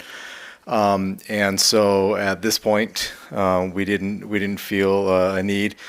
Part of emergency management is just overall communication with the community, and we do have a request for community outreach. And so that'll also be sort of associated and related to emergency management. So there sort of is a request in there, but it's through community outreach. Great. Thank you so much for that elaboration. Just a couple more things. Thank you, Madam Mayor. The next questions are for tech info, the info tech department. Just briefly, can we get a brief, first of all, lots of exciting projects. I do understand what all those are, and they're awesome. I won't ask you to nerd out on all of them, please, just a brief overview, but the two that are interesting for me are the PRA efficiency, the public request, what's PRA stand for? Public Records Request, thank you, efficiency program, and the chat bot for the website. Can you kind of just briefly explain those two? So my team's going to help me with the public records request item, but good evening, Madam Mayor, City Council members, Jose Calderon, Chief Information Officer. The chat bot is kind of a phase 2 of an effort that we've actually deployed internally. It is the approach is going to be to deploy a chat bot to essentially allow the public to easily find data on our website a little bit more easier. So as opposed to a traditional search bar that we're all used to on a public website, the hope is that we're going to be able to deploy a chat bot that's going to be able to scan the city's public-facing website and allow constituents to easier find our data.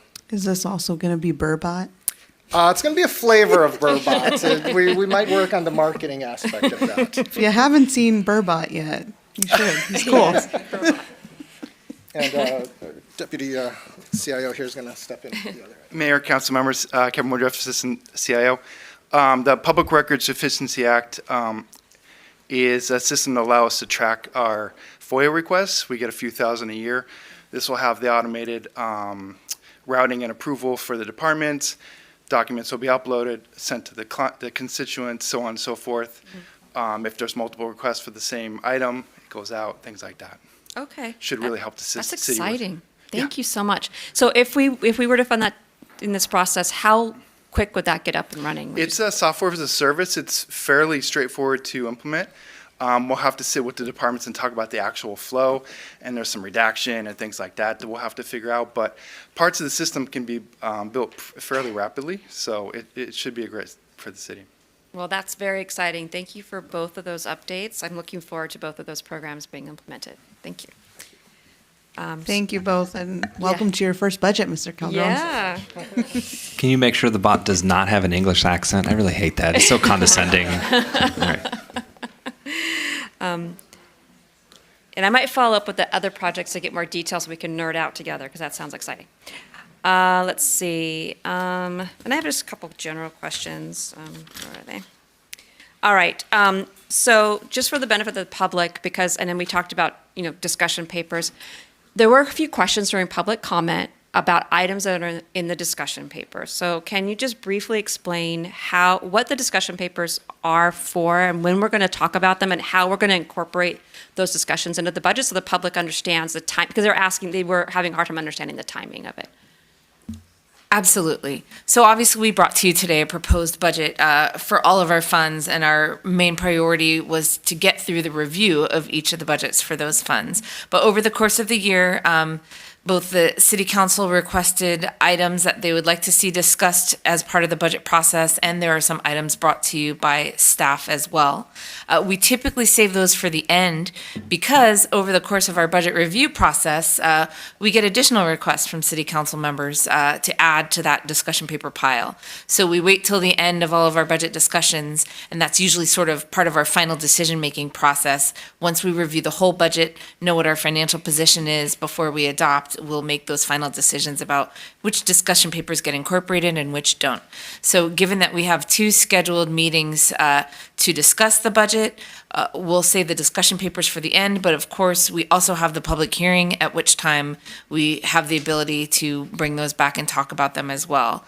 So given that we couldn't get through the entire thing tonight, we'll schedule those for 2 weeks from now on May 20th. You'll also have the capital improvement program budget presentation during that time as well.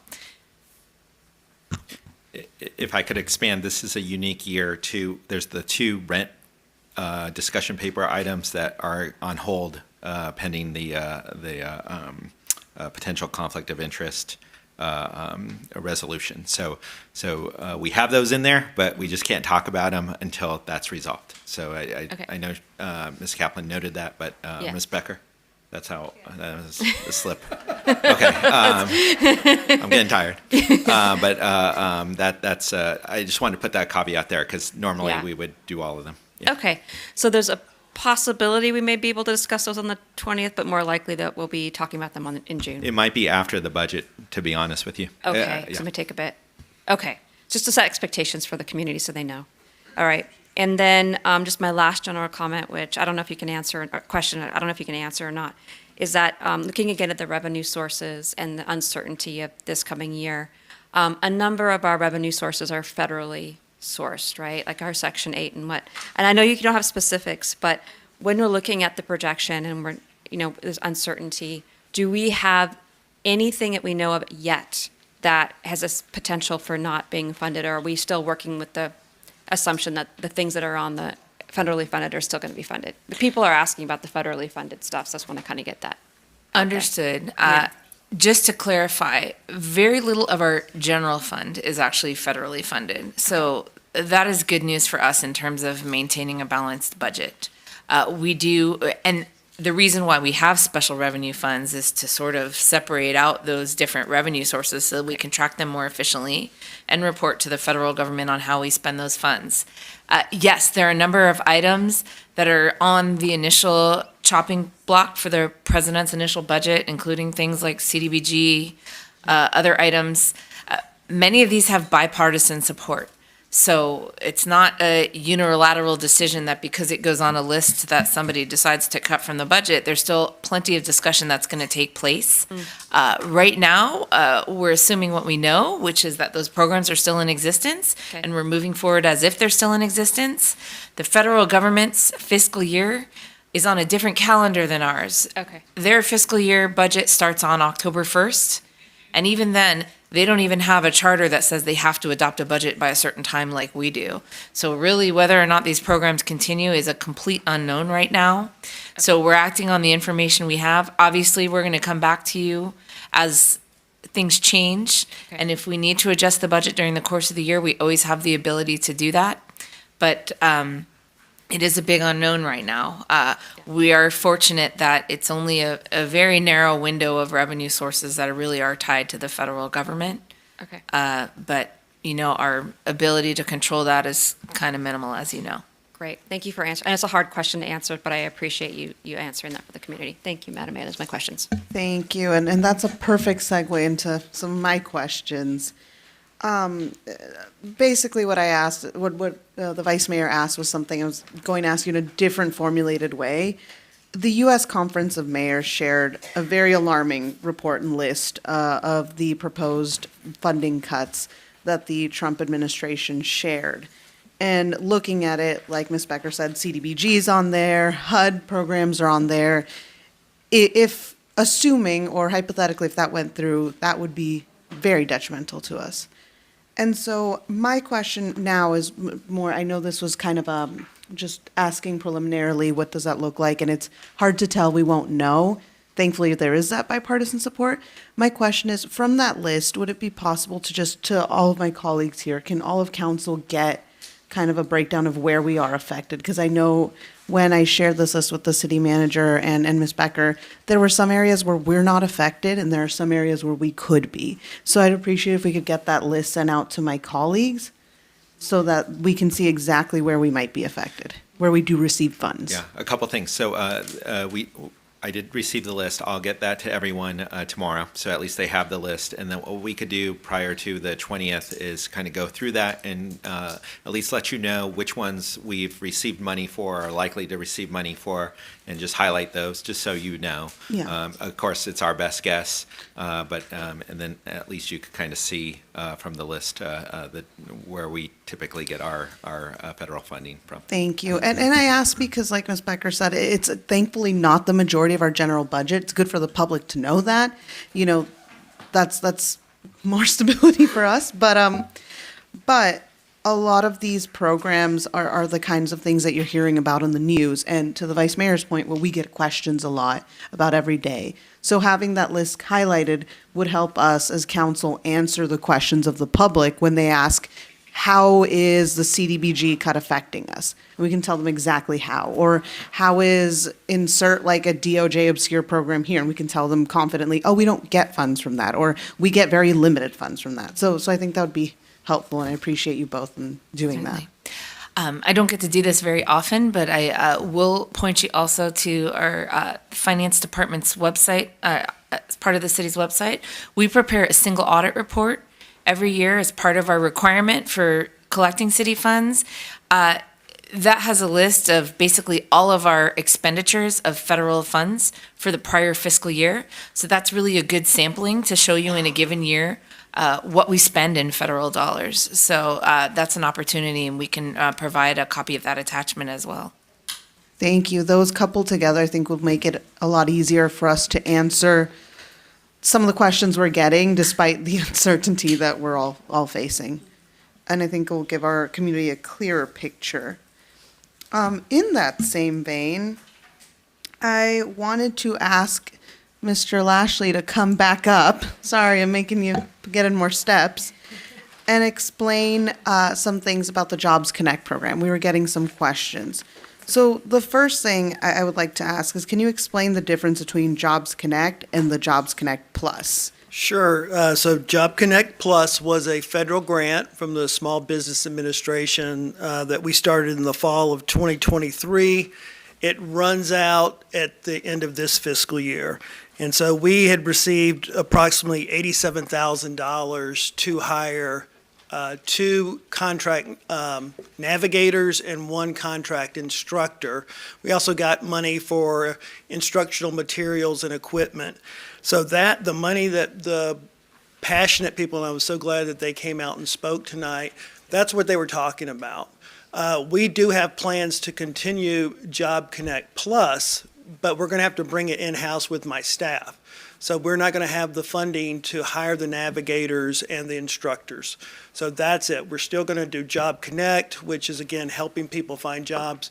Job Connect Plus was bringing in the 12-week program where we would have 20 participants. And we've had approximately 100 people go through that program. And it was that money from the Small Business Administration that paid for Job Connect Plus. And are we seeking other sources of funding? Because 87,000 is nothing to laugh about for any of us in our daily budgets, but in a city budget, it's a relatively fundable portion. So are we seeking out other grants, other funding? We'll continue, but as the environment for grants is tough right now. The federal money that went through the state has been cut. And so, but we're looking for all revenue sources or grant funding. But again, we plan on having a plan B. We'll bring it in-house and have our staff do Job Connect Plus if necessary.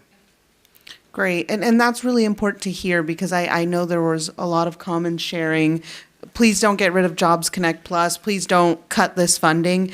For the folks at home who are watching, for the folks who have emailed us, who came to speak, the city is not cutting this program. It is not our will to get rid of something that's been so successful.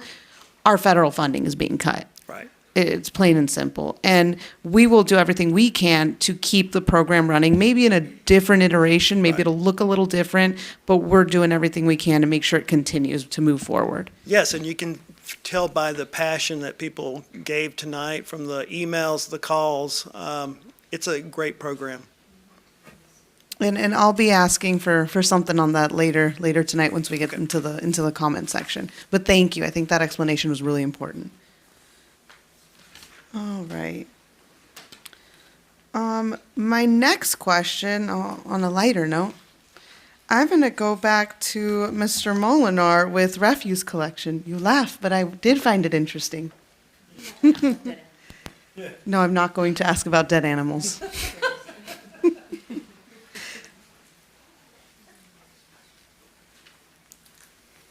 My question was, looking at slide 10, talking about the refuse fund assumptions for years 1 to 2, you mentioned 5 reasons why that 8% rate adjustment is going up. And we get a lot of questions from the public.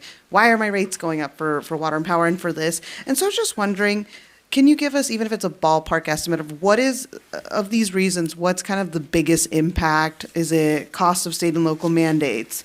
Is it funding of landfill reserves? What's kind of the bigger ticket item?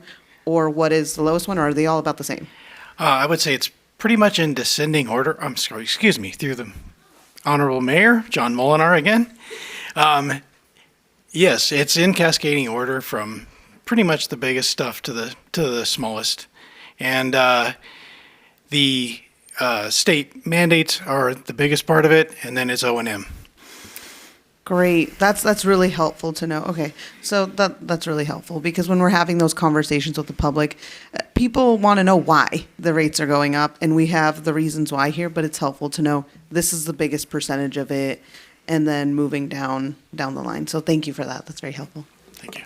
And I will not ask you about dead animals or drugs.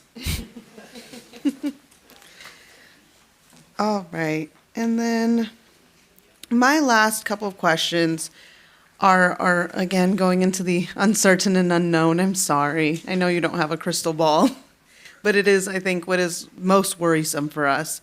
I know the Vice Mayor asked a little bit about sales tax earlier, but there's a couple of things, right? We're looking at the news, we're looking at the economy, and we're hearing reports from companies and different financial institutions. Chase is already declaring a recession. They've already declared that. And we can anticipate empty shelves for certain products this summer. And that's a real concern, right? And then the spending ticked up above what should have been the case in anticipation of the tariffs, and now we can see a sharp decline. So I think a big example of this, and I know it may sound silly to some of us, but looking at it from an economic standpoint, we're seeing things like Domino's reporting that they've already seen a sharp increase in pickup orders instead of delivery. That's a sign of a very, very, very harsh economy because people are foregoing a small minimum charge because they just can't afford it anymore. So my questions are that on that, looking at our businesses, looking at sales tax and how important it is a part of our general fund. In the coming months, have we factored in what happens if there's an even more extreme decrease in sales tax? And if not, is there anything that we can do to get a better sense of what is like the worst case scenario? Well, that's quite a loaded question. Of course, we always look at best case scenario, worst case scenario, and our projections usually fall somewhere in the middle of that. We try to stick as close to reality and as close to the people way smarter and way more knowledgeable than us, their predictions on the topic. We have a contract with a company that does nothing but project the different types of sales tax down to the individual chains of businesses and how each of them are faring. So I think of all of our revenue projections, we get the most detailed projections for sales tax, and we do so on purpose, right? Because it's one of our biggest revenue streams. So we want expertise more than what we might have in-house. Yes, there's two things that could happen here too, right? We are going to see some people pulling back on retail spending, but also when prices increase, our sales tax revenues actually increase as well because of, and we saw that after COVID with inflation, you know, as the cost of things go up, the sales tax that you pay on the cost of those things goes up. So there's kind of two factors that will probably help and hurt us at the same time.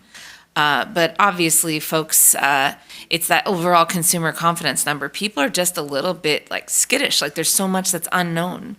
Are we going to stop everything we do? I mean, you see it in your day-to-day life, like we said. People are still going out to dinner, but maybe they keep their car a year longer. Maybe they scale back a little bit on their holiday spending, but it's really going to be a mixed bag. And just like you said, we don't have a crystal ball. We try to be as accurate as possible without being too overly optimistic, because we realize when we do that, then we're apt to spend those projections.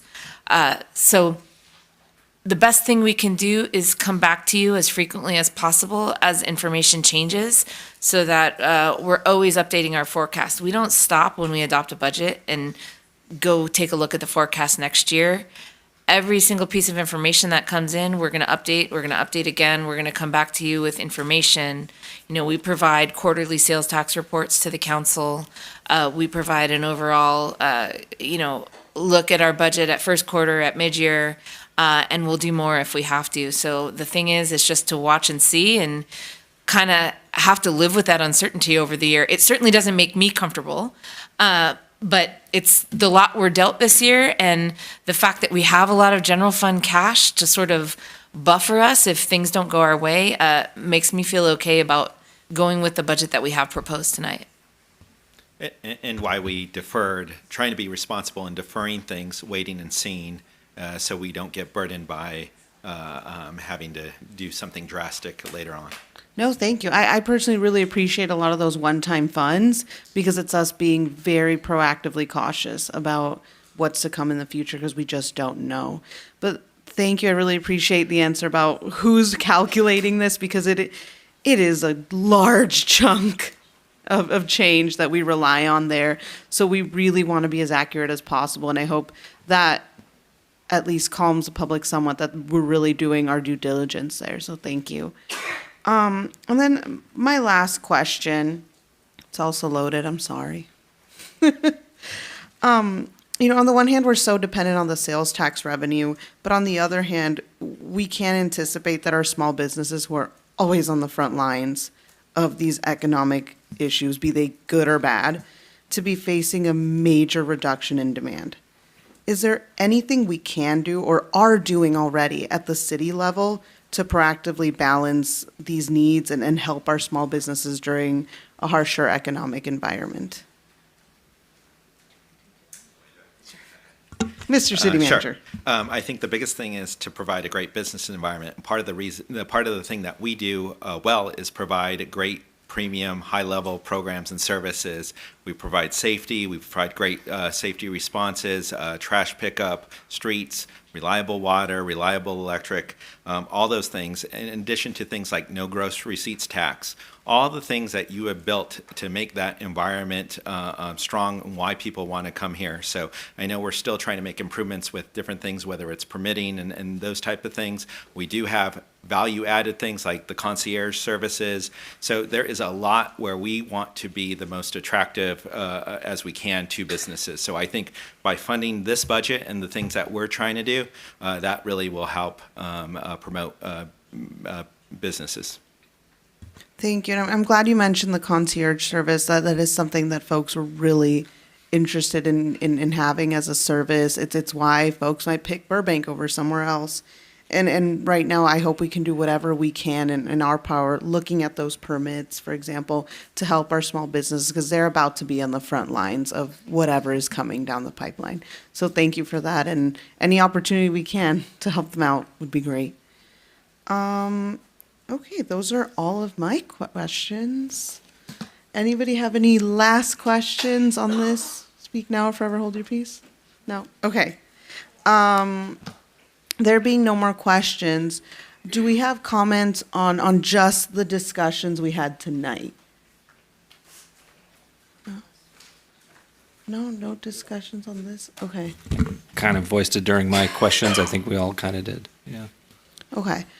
Before we go on to the asks for items and white papers, Councilor Mullins, I know you're not going to be here on the 20th, so only Councilor Mullins, but I wanted to give her a chance to say her piece and her 2 cents on our discussion on the 20th, the white papers, all of that, the things that the rest of us don't have to give comments on today. So hear her out. Remember what she's going to say. Think of her you. when we're discussing. And thanks for, giving me this opportunity. I will not be here on the 20th, but I do wanted to share for the city manager and the staff.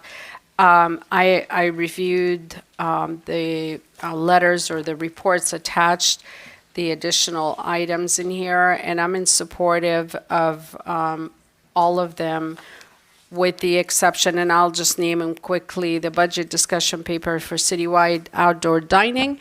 Definitely in support that. Speaking of business and how we can help him, I think this is a great way to do it. Of course, I cannot talk about right now and give my opinion about the 2 housing items, so I'm going to leave those alone. The one that I will not support to move forward with is the economic impact report for increasing minimum wage. For obvious reasons, $100,000, I think I can give that to Job Connect. That could help you out and get more people jobs instead of increasing minimum wage to hurt really our businesses. And then tenant protection, I'm going to pass on that. So all the reports on here, I'm fine. I'm okay with it. The fire department's request is absolutely fine.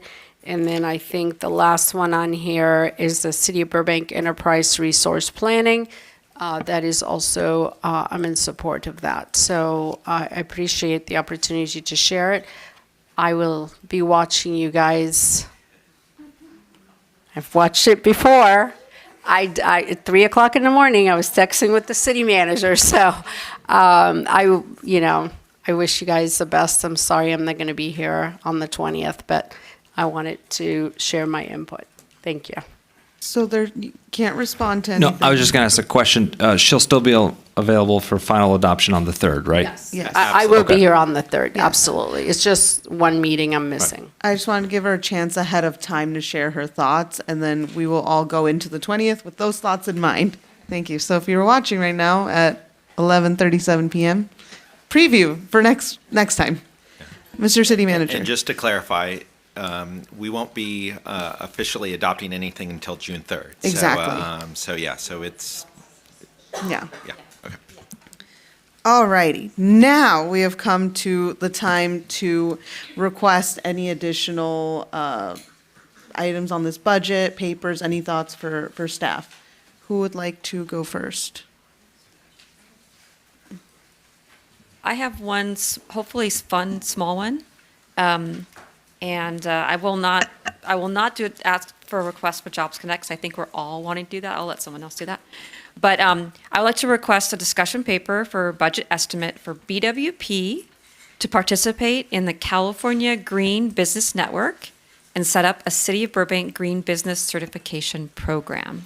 So again, budget estimate for setting up our own local a green business certification program through the California Green Business Network. Thanks. Thank you, Vice Mayor Takahashi. Anybody else? No? Okay, I will follow up on the Jobs Connect ask I had earlier. Where did I have that? So basically, I would just like a white paper on options for future funding to the Jobs Connect Plus program for the upcoming fiscal year. Again, uncertainty, so I would like to see that list of options and have council be able to see them. Once that white paper is out there, the public will also see what the reality of what we're facing is, so it'll be really helpful for us. Thank you, Mr. City Manager. Nothing else? Look at us being so fiscally responsible. Oh, no, believe me, I had a number in mind capping everybody at a certain thing if we kept going. All right, I want to thank everybody who is here tonight. Thank you, staff, for being here. We really appreciate all of you. Thank you for answering our questions. Thank you to the amazing finance team. Thank you, Ms. Becker. You somehow make us feel comfortable and certain in what are very uncertain times. Thank you, everybody. Thank you, Jennifer.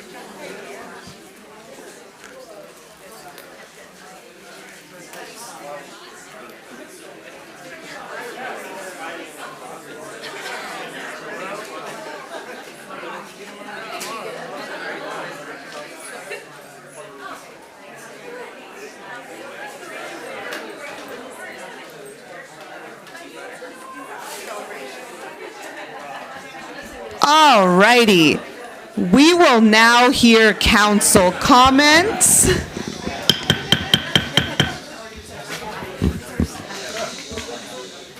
Okay. Y'all are done, but we still have another fun 10 minutes here.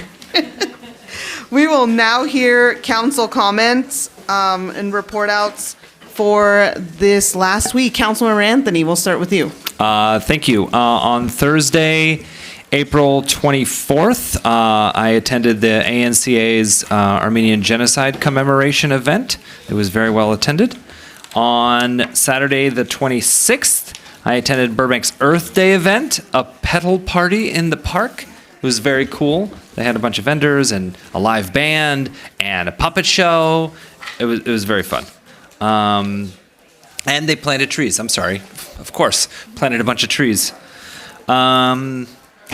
On the 27th, Belmont Village actually did a breakfast fundraiser for our local firefighter fund, and our fire chief, Danny Alvarez, was there. We actually had a member of LA County Fire there as well, talking about the response and emergencies and how we're all coordinating together. It was really great. A little Q&A back and forth with some of the attendees. On the 29th, the 3rd, on May 3rd, no, what am I skipping? May 2nd, I can't even read this. On May 2nd, that was Friday, Burbank Fire Department had their departmental celebrations, everyone who got a raise or moved up.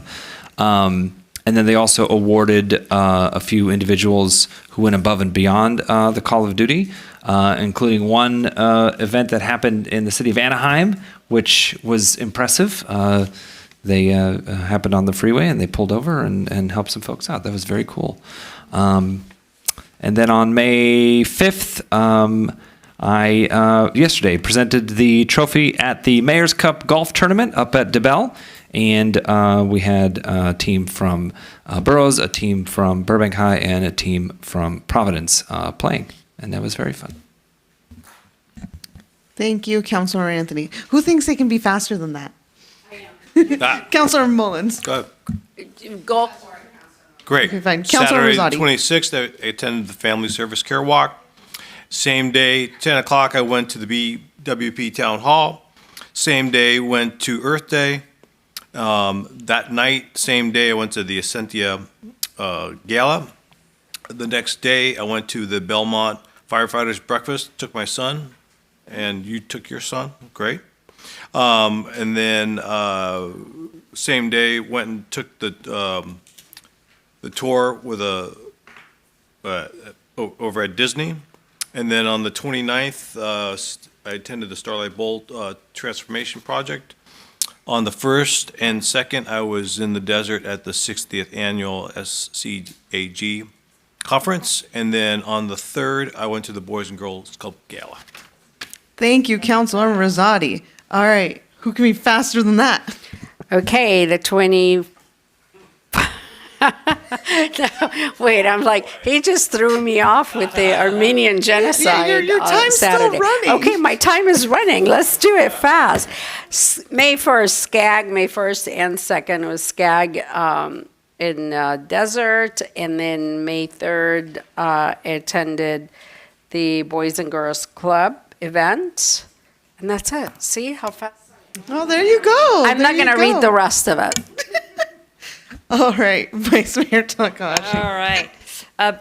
Wednesday, April 23rd through Friday, April 25th, I was up in Sacramento at Cal Cities representing Burbank.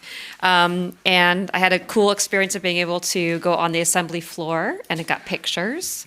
It was Advocacy Week, so advocating for our transportation, funding, entertainment tax credits, childcare, a bunch of stuff.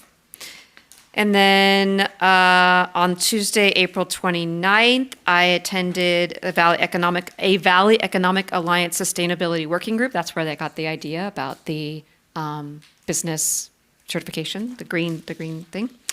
And then that evening, I went to the Starlight Bowl Transformation Project Community Workshop at Jocelyn, and that was really well attended. There were like 50 people there, so it was great. A lot of interest in that.